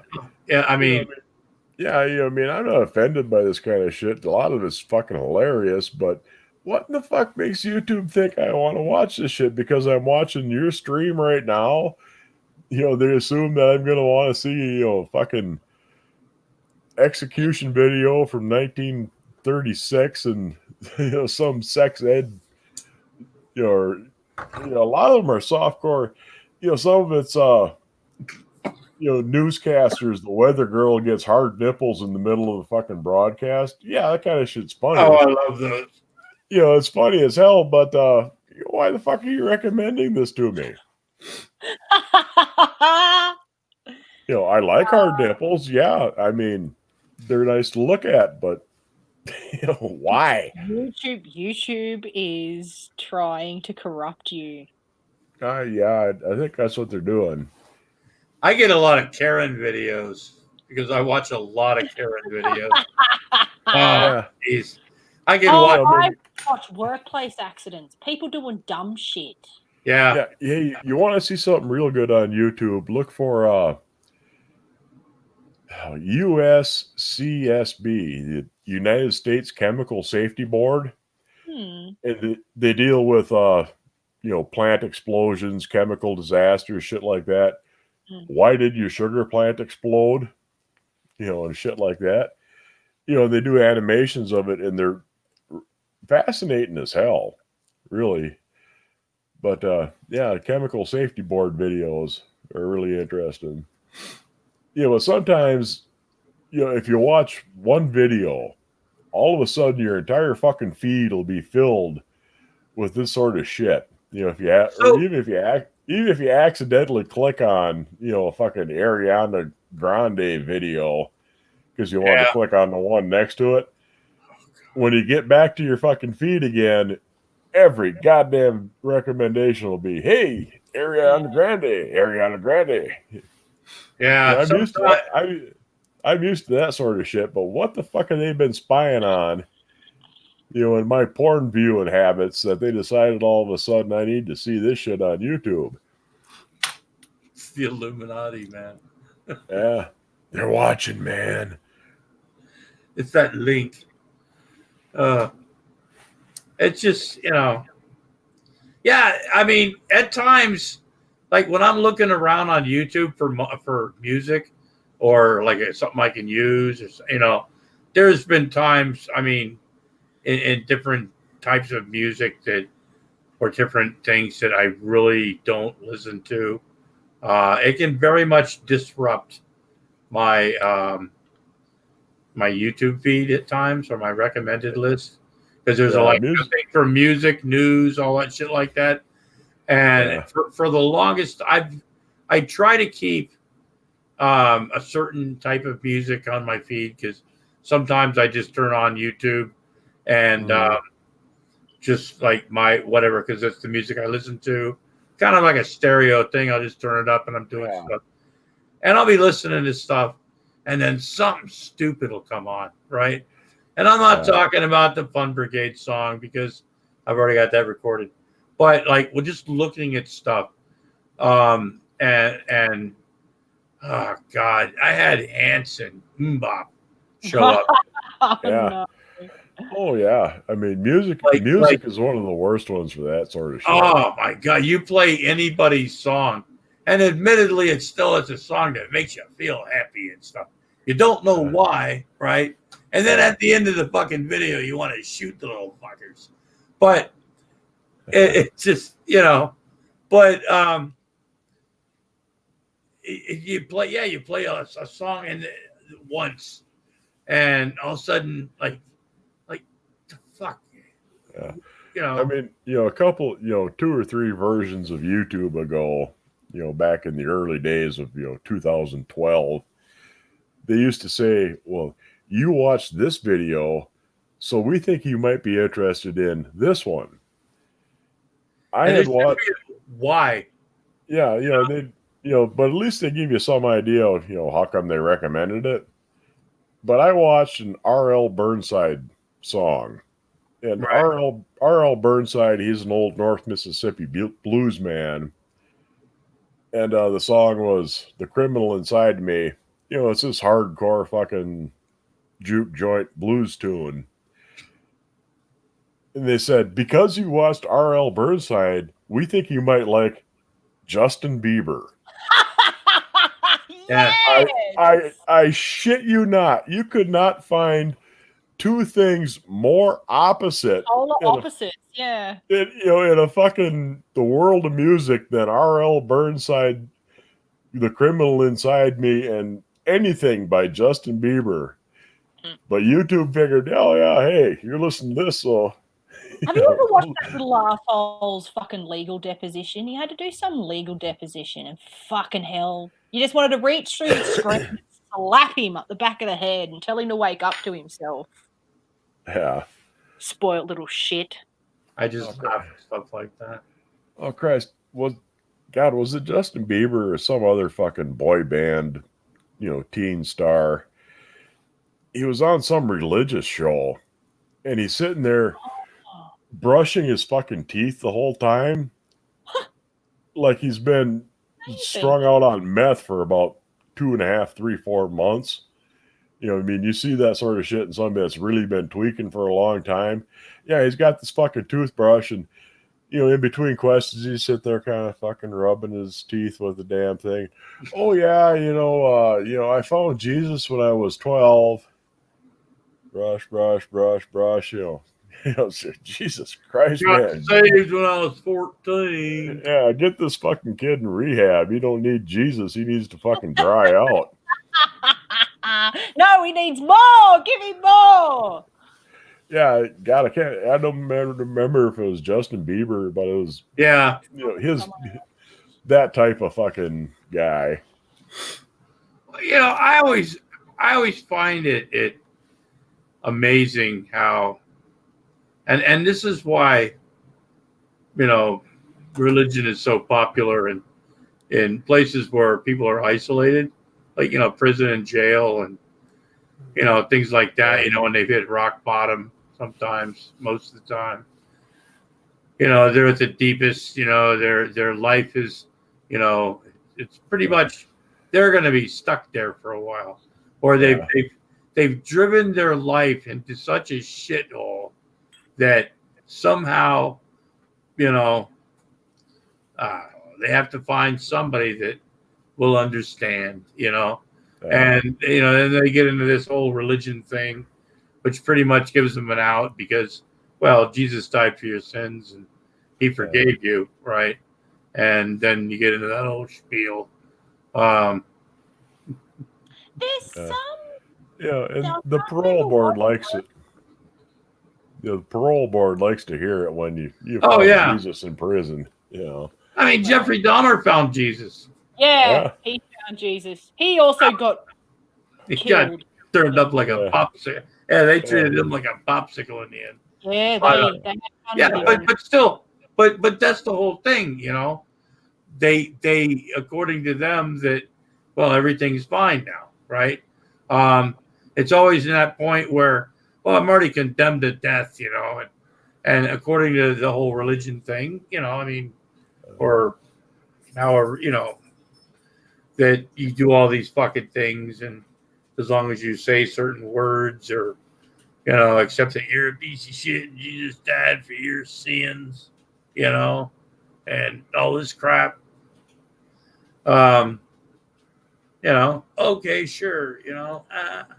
Look how many people, I mean, they get into the worst situation in their life and then they go, oh, I need somebody to save me now. You know, it's like, fuck. Take responsibility. Sometimes you fuck up. Sometimes you got to hit rock bottom. Sometimes you got to fall down before you can get yourself back up. You don't need fucking Jesus to do that. You know, because Jesus isn't. You've got that own that you've got that own strength. You've got that strength within you already. You don't need. God, I got a meme that I made of myself a long time ago, like 4 years ago, and some people were giving me a bunch of shit. Just me looking sideways and like, well, I kind of like it says, God's not real. Get over it. You know? And I put it on Facebook and I got like 5 people like message me. What pissed you off? I was like, oh shit. I'd gone to, you know, but I actually throw that up there as my own meme sometimes on other things and stuff. But it's been fun. America turns Canadians into bad people, except for Ryan Reynolds. He's too pure.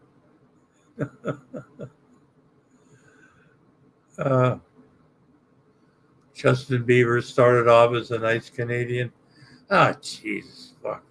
Now he's blaming us, like, throw it off on it. It's like, no, he's from Canada. You know, you take the good people, you know, you take the, you know, there's no picking and choosing. Oh, fuck me. Robbie, Link, are you ending? That's a good point, Jeffrey. You slept. What, Robbie, you just woke up, dude? Jesus Christ, we've been on for 6 hours and 10 minutes, 11 people watching. Robbie, did you just wake up? God damn it. Oh, Jesus. But he was in here for a while earlier.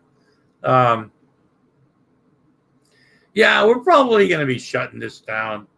6 hours, 10 minutes, 11 people watching. But yeah, serious, you know, the whole thing about the GoFundMe. Starting price, you know, if something, you know, if you'd like, you know,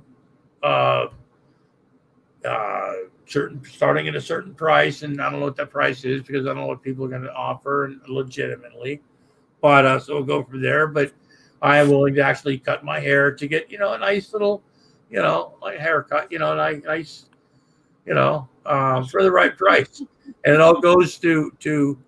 It would all go to Christina Blackman, but it has to be an honest fucking.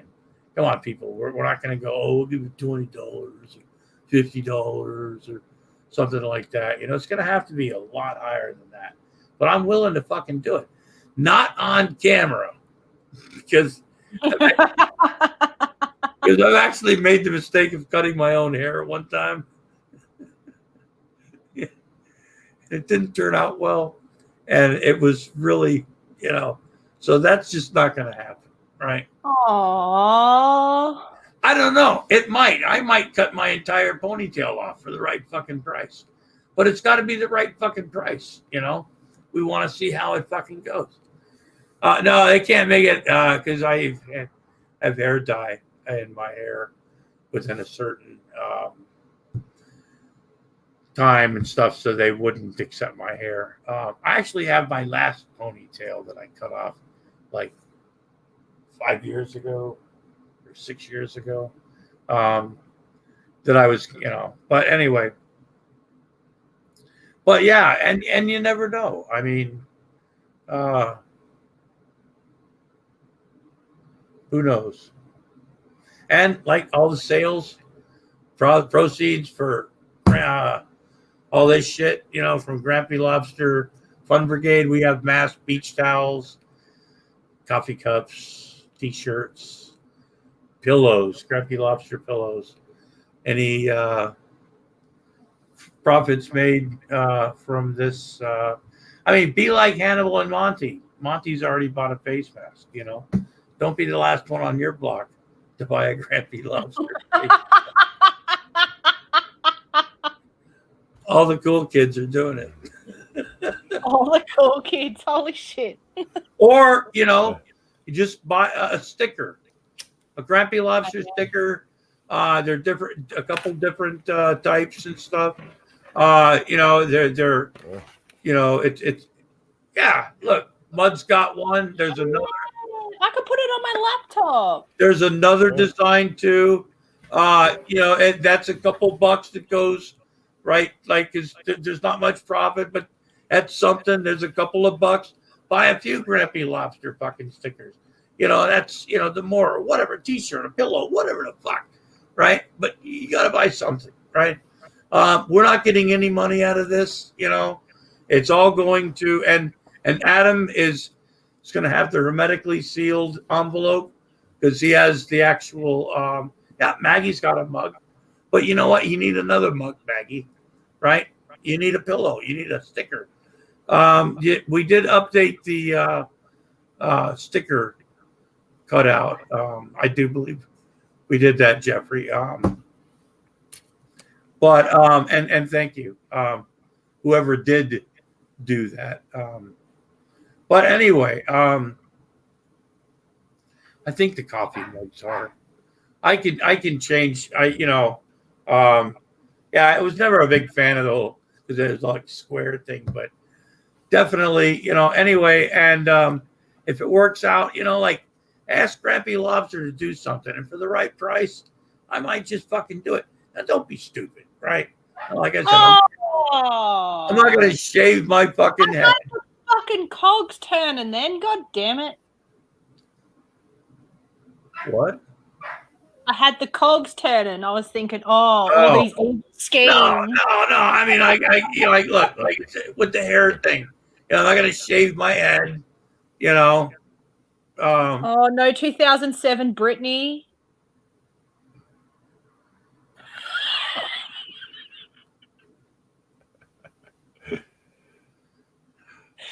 Damn. I hear that music and I want to hit things, I'm just not a big fan, $50 for Grampy and Drag for 50. Oh my god! I would chuck in 52. Holy shit. We want skinhead Grampy. No, I'm serious. I don't know. God damn. I don't know that the donkey suit would fit me anymore. I gained a few pounds. It was a bit tight, but I don't know that I have a dress or do I want to go down to? We've got some thrift stores. Well, nice thong and halter top would do. I mean, I could. My wife doesn't really have a lot of makeup to doll up and stuff like that. Trying to think. But yeah, I mean, be realistic. you want me to like, I don't know. I could see what we could talk about it. I mean, I could. I don't really have any. My wife's clothes are. Well, I don't fit into my wife's clothes, and I don't carry like women's dresses. Like I have a lot of. You don't have one for a rainy day or anything? There was a time that I probably would have done that because I used to like. Believe it or not, I've at times in my life I've been known for like just going, "Hey, this will be funny." $3 blue, nice. I that's an idea. I mean, looking at the teeth, it looks like the first crappy lobster needs to be updated with the picture. Yeah, but there's other stickers, Jeffrey. The rest are good. Yeah, I know. There you go. I just bought 2 stickers off you. Yeah, absolutely. And at the end, and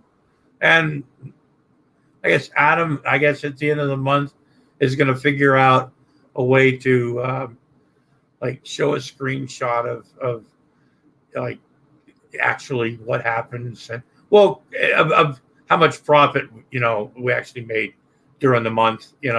So it's and then Christina will be able to verify, or even on the page that so so it, like I said, but if you'd like to like donate to my PayPal because we have nothing better to do here, and we don't have super chat, ladies and gentlemen, but we do have a PayPal, and through your donations and goodness of your heart, we're able to keep this ministry alive and able to bring it to you on a monthly basis. Right now we've got thousands of people right now on the phone lines ready to answer your questions and prayer requests. So please donate to our PayPal and things will happen. Maybe. I don't know. Is Christina's GoFundMe still going? Yes. Because I donated. Yeah. Yeah. It's nearly up to 1,000. So yeah. Still a little way away. But even her goal, and I don't know, her goal, of reaching is, I think that's just like for her rent or something. I mean, she's, it's like these stimulus checks, it's like, wow, I get to pay this, or, but for like me, I like, okay, sure, I'll take it. I mean, everybody gets it and stuff. I use it for different things than actually people that have like families. I mean, at least they get a little bit of extra out of that check for their kids and stuff like that. But for a lot of people, that doesn't take care of a month's worth of anything. Yeah, it takes a little bit of the edge off, but it's not like, it doesn't get them out of fuck all. Yeah, no, it doesn't even take the edge off most people, yeah.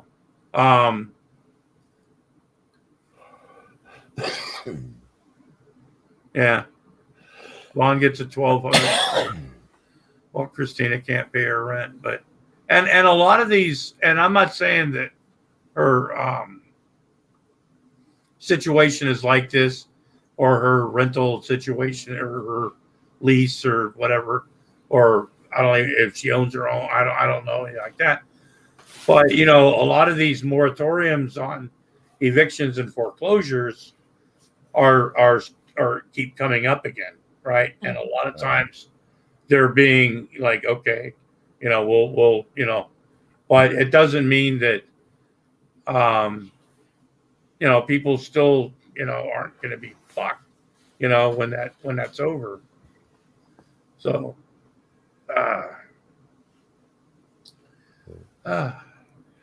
Well, I think I'm going to have to turn in for the night.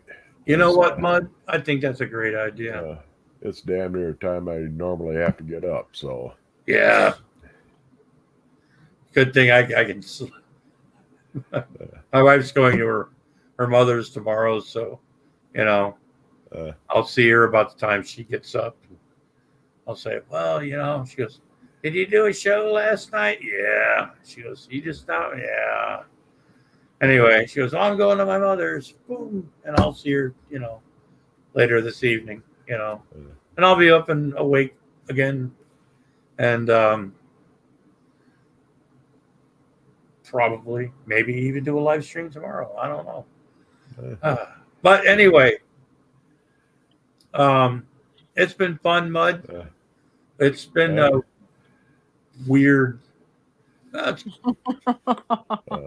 There's been a lot of different things we've talked You've been about. all over the place. Yeah, it's been. It's easier for Elsie. I mean, fuck, it's the middle of the day tomorrow in Australia. Yeah, it's only just 6:30 at night. Yeah. Yeah, see, I got to go to bed now and just, and then let's see. First of all, I got to unwind because although I'm tired, when this is over, I'm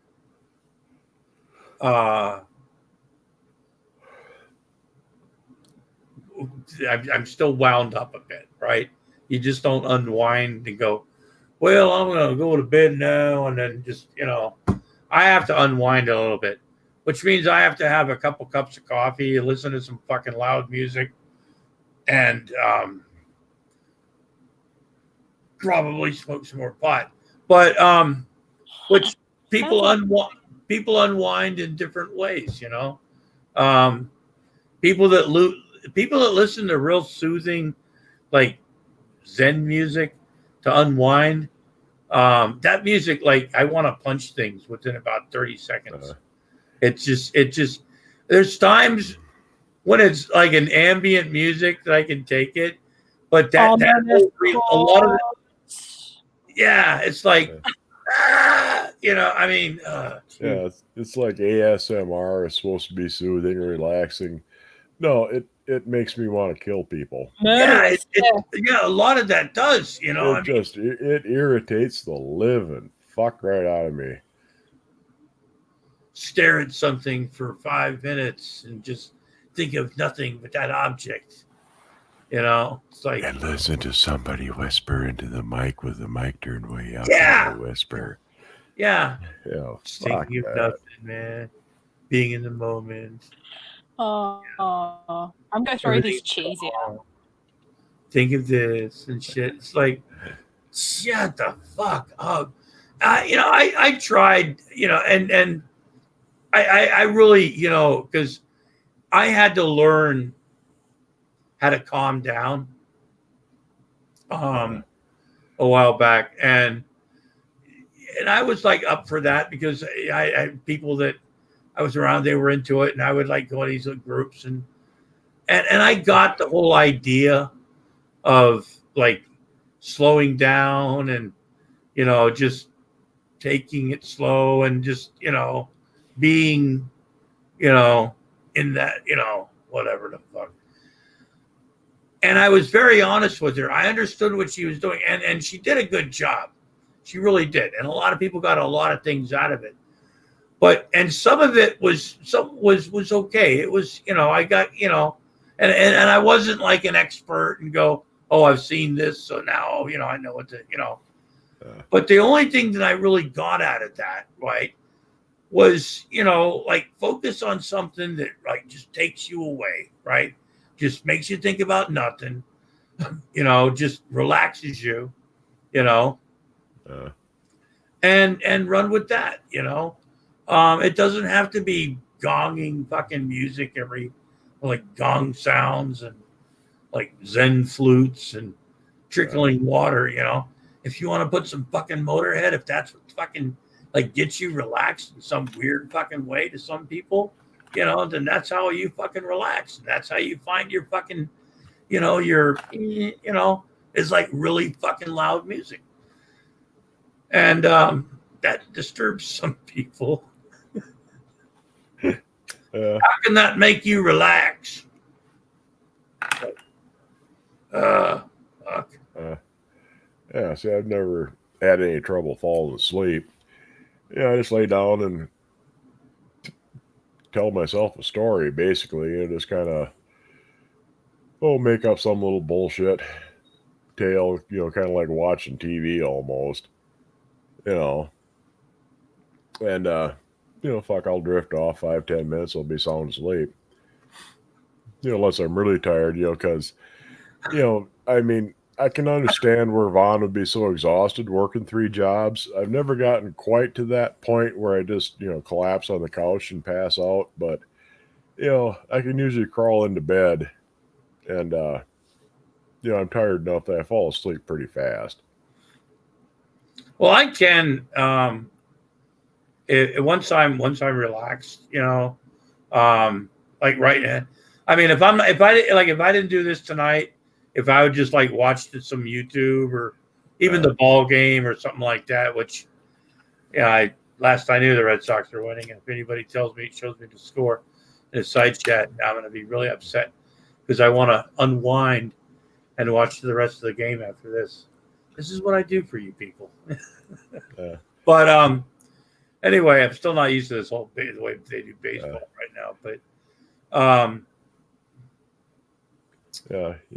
lot of people will fall asleep watching TV or something like that. They'll have to have the TV or radio on to fall asleep. Not so much. My wife used to watch movies quite a bit, and I'd lay down and I'd sleep next to her while she was watching the movie, but I would never really get completely asleep. And I'd always know exactly when the fucking movie ended, because you could, the theme music on the end. Yeah, for some reason you wake up at the end when the thing. And I'd have to wake up and change the movie for her anyway or some shit like that. But yeah, you wouldn't fall, or even worse, you'd fall really fucking dead asleep to where you get that point where you're pretty much numb, and you're sleep paralyzed. And then you get woke up from that, and you lay there for about 3 or 4 fucking minutes trying to feel again before you can manage to feel your feet and your hands and your face. And, then try and get up and you feel like you've been just about beaten half to death. Yeah, once I actually go to bed, as long as I've got a fan going, or like right now, with even though it's not like really, it's not really really hot tonight or something like that. The sound of a fan or the air conditioner is like that noise that I need. I can't sleep in if it's really quiet. I can't. That's why I had a hard time when I went back to Oregon both times. When it's like quiet there, it's much different, especially out in the country like that. It's the quiet is so different out there because like you're out in, like not literally in the middle of nowhere, but you're in the sticks and stuff. And there's not a lot around you. There's a lot of trees, a lot of, not tons of houses and stuff. So when it gets quiet at night, it's a different kind of quiet because you can hear people like whispering, like down the street. Like during the day, you can't hear it and they can be there, but it is so quiet that you can hear people sometimes. And I had people tell us before, like, we could hear you guys talking last night. I've heard people like across the way from where we lived. They're having a nice little cookout one night. They're sitting by this fire, and we were sitting on our porch listening to the whole night. And they were a good 500 feet from us. They weren't loud, or anything. It gets quiet. That kind of quiet will bother me after a while. Yeah. So I've got to have some sort of noise. Out here, I open my window and I get noise. But I usually got a fan going at night or the air conditioner or something. Because it's the same sort of thing. I mean, it gets dead quiet, but you'll still hear everything, even when you're asleep. You know, because that's just the way your fucking body works. You know, you want to be able to hear the bear sneaking up on you so you don't get eaten. You know, and every time the fucking dog decides to move or something like that, you hear him and you half-ass wake up. You know, what the hell was that? Oh, it was a dog. You know, go back to sleep. Yeah, if the dog ain't barking, man, something, you know. As long as the dog's barking, everything's fine. Yeah, I mean, I got these little jingle bell things. I mean, you probably heard it on video when the little dog wants out.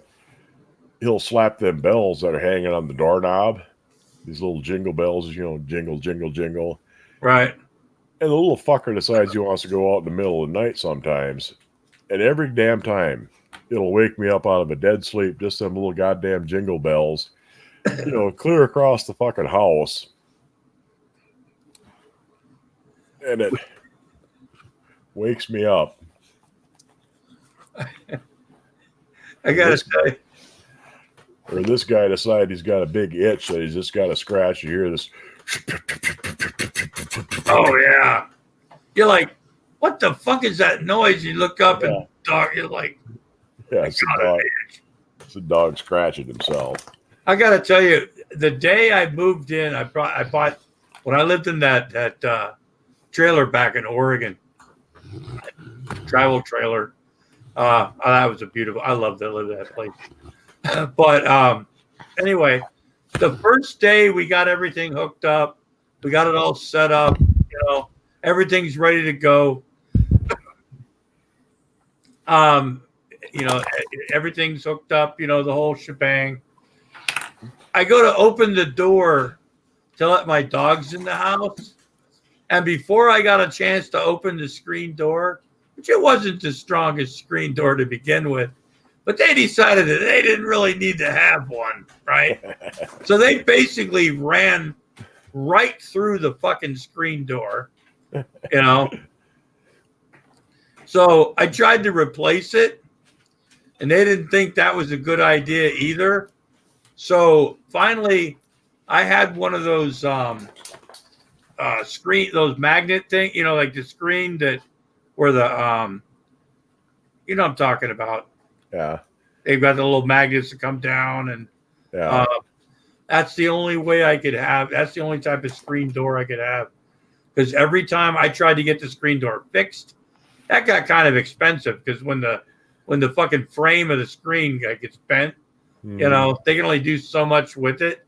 But when you've got like not the biggest dogs in the world, you know, Corgi Basset and aggressive or like, I don't know, weird other dogs just like running straight for it, you know, it's going to come down pretty fucking quick. So, but anyway, well, we should get going.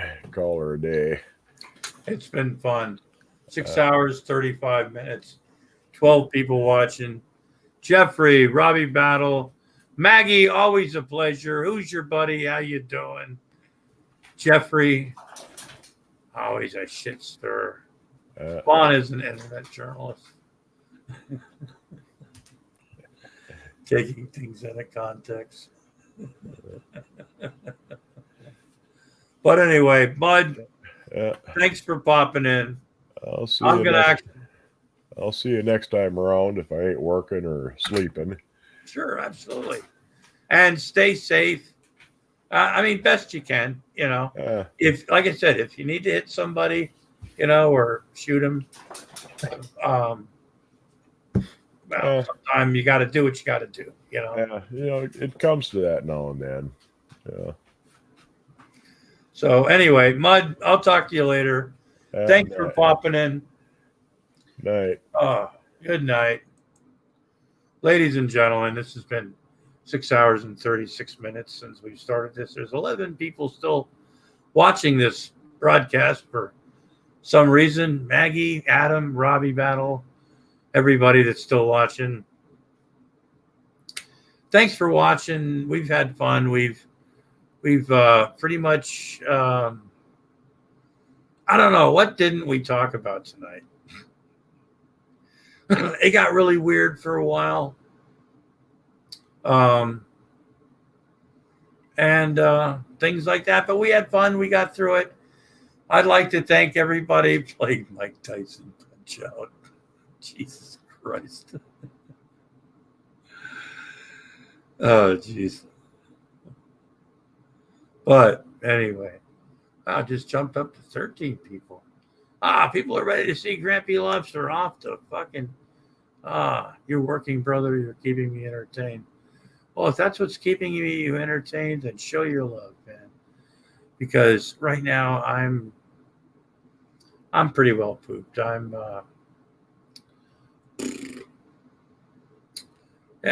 Tank's pretty low. So I need a cup of coffee. And got some cupcakes in the fridge.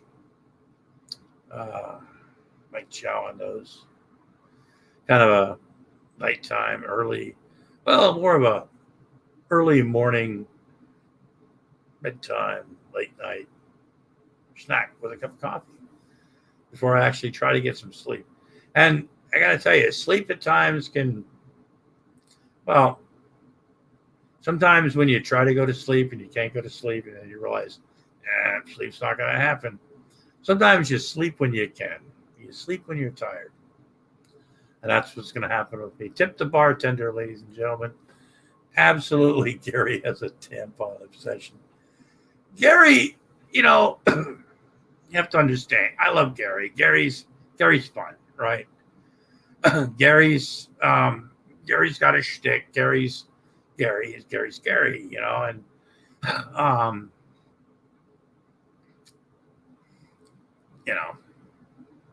So anyway, ladies and gentlemen, if please help out Christina Blackfeather. Either buy, get something from Grampy Lobster, and the proceeds will go, and then we're gonna try to do our best to, because limited funds to match, because if it gets too much, then that ain't gonna happen. But try our best, to match, what the bottom line is for the month and everything. We're gonna try to match it unless it gets crazy, fucking, if there's like $200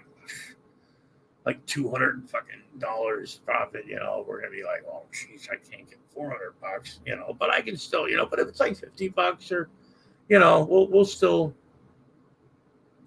we'll slide that in. And the other things too, right? Think of something, right? We'll make some money. All the proceeds will go for that, if we can accept it, right? Because like I said, I'm not going to shit in the cup. I'm not going to do anything that would in any way, shape, or form humiliate myself.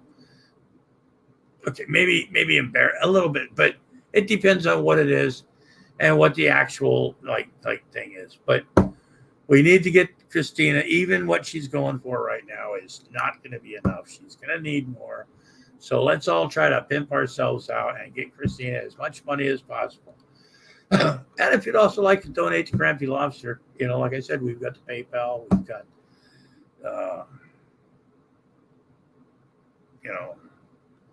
other ways, So we're done whoring ourselves tonight, ladies and gentlemen. 6 hours and 40 fucking minutes.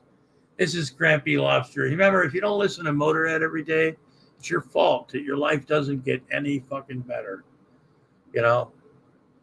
That's just the way it is, folks. You don't listen to Motorhead and you wonder why your life still isn't the way you want it to be. Well,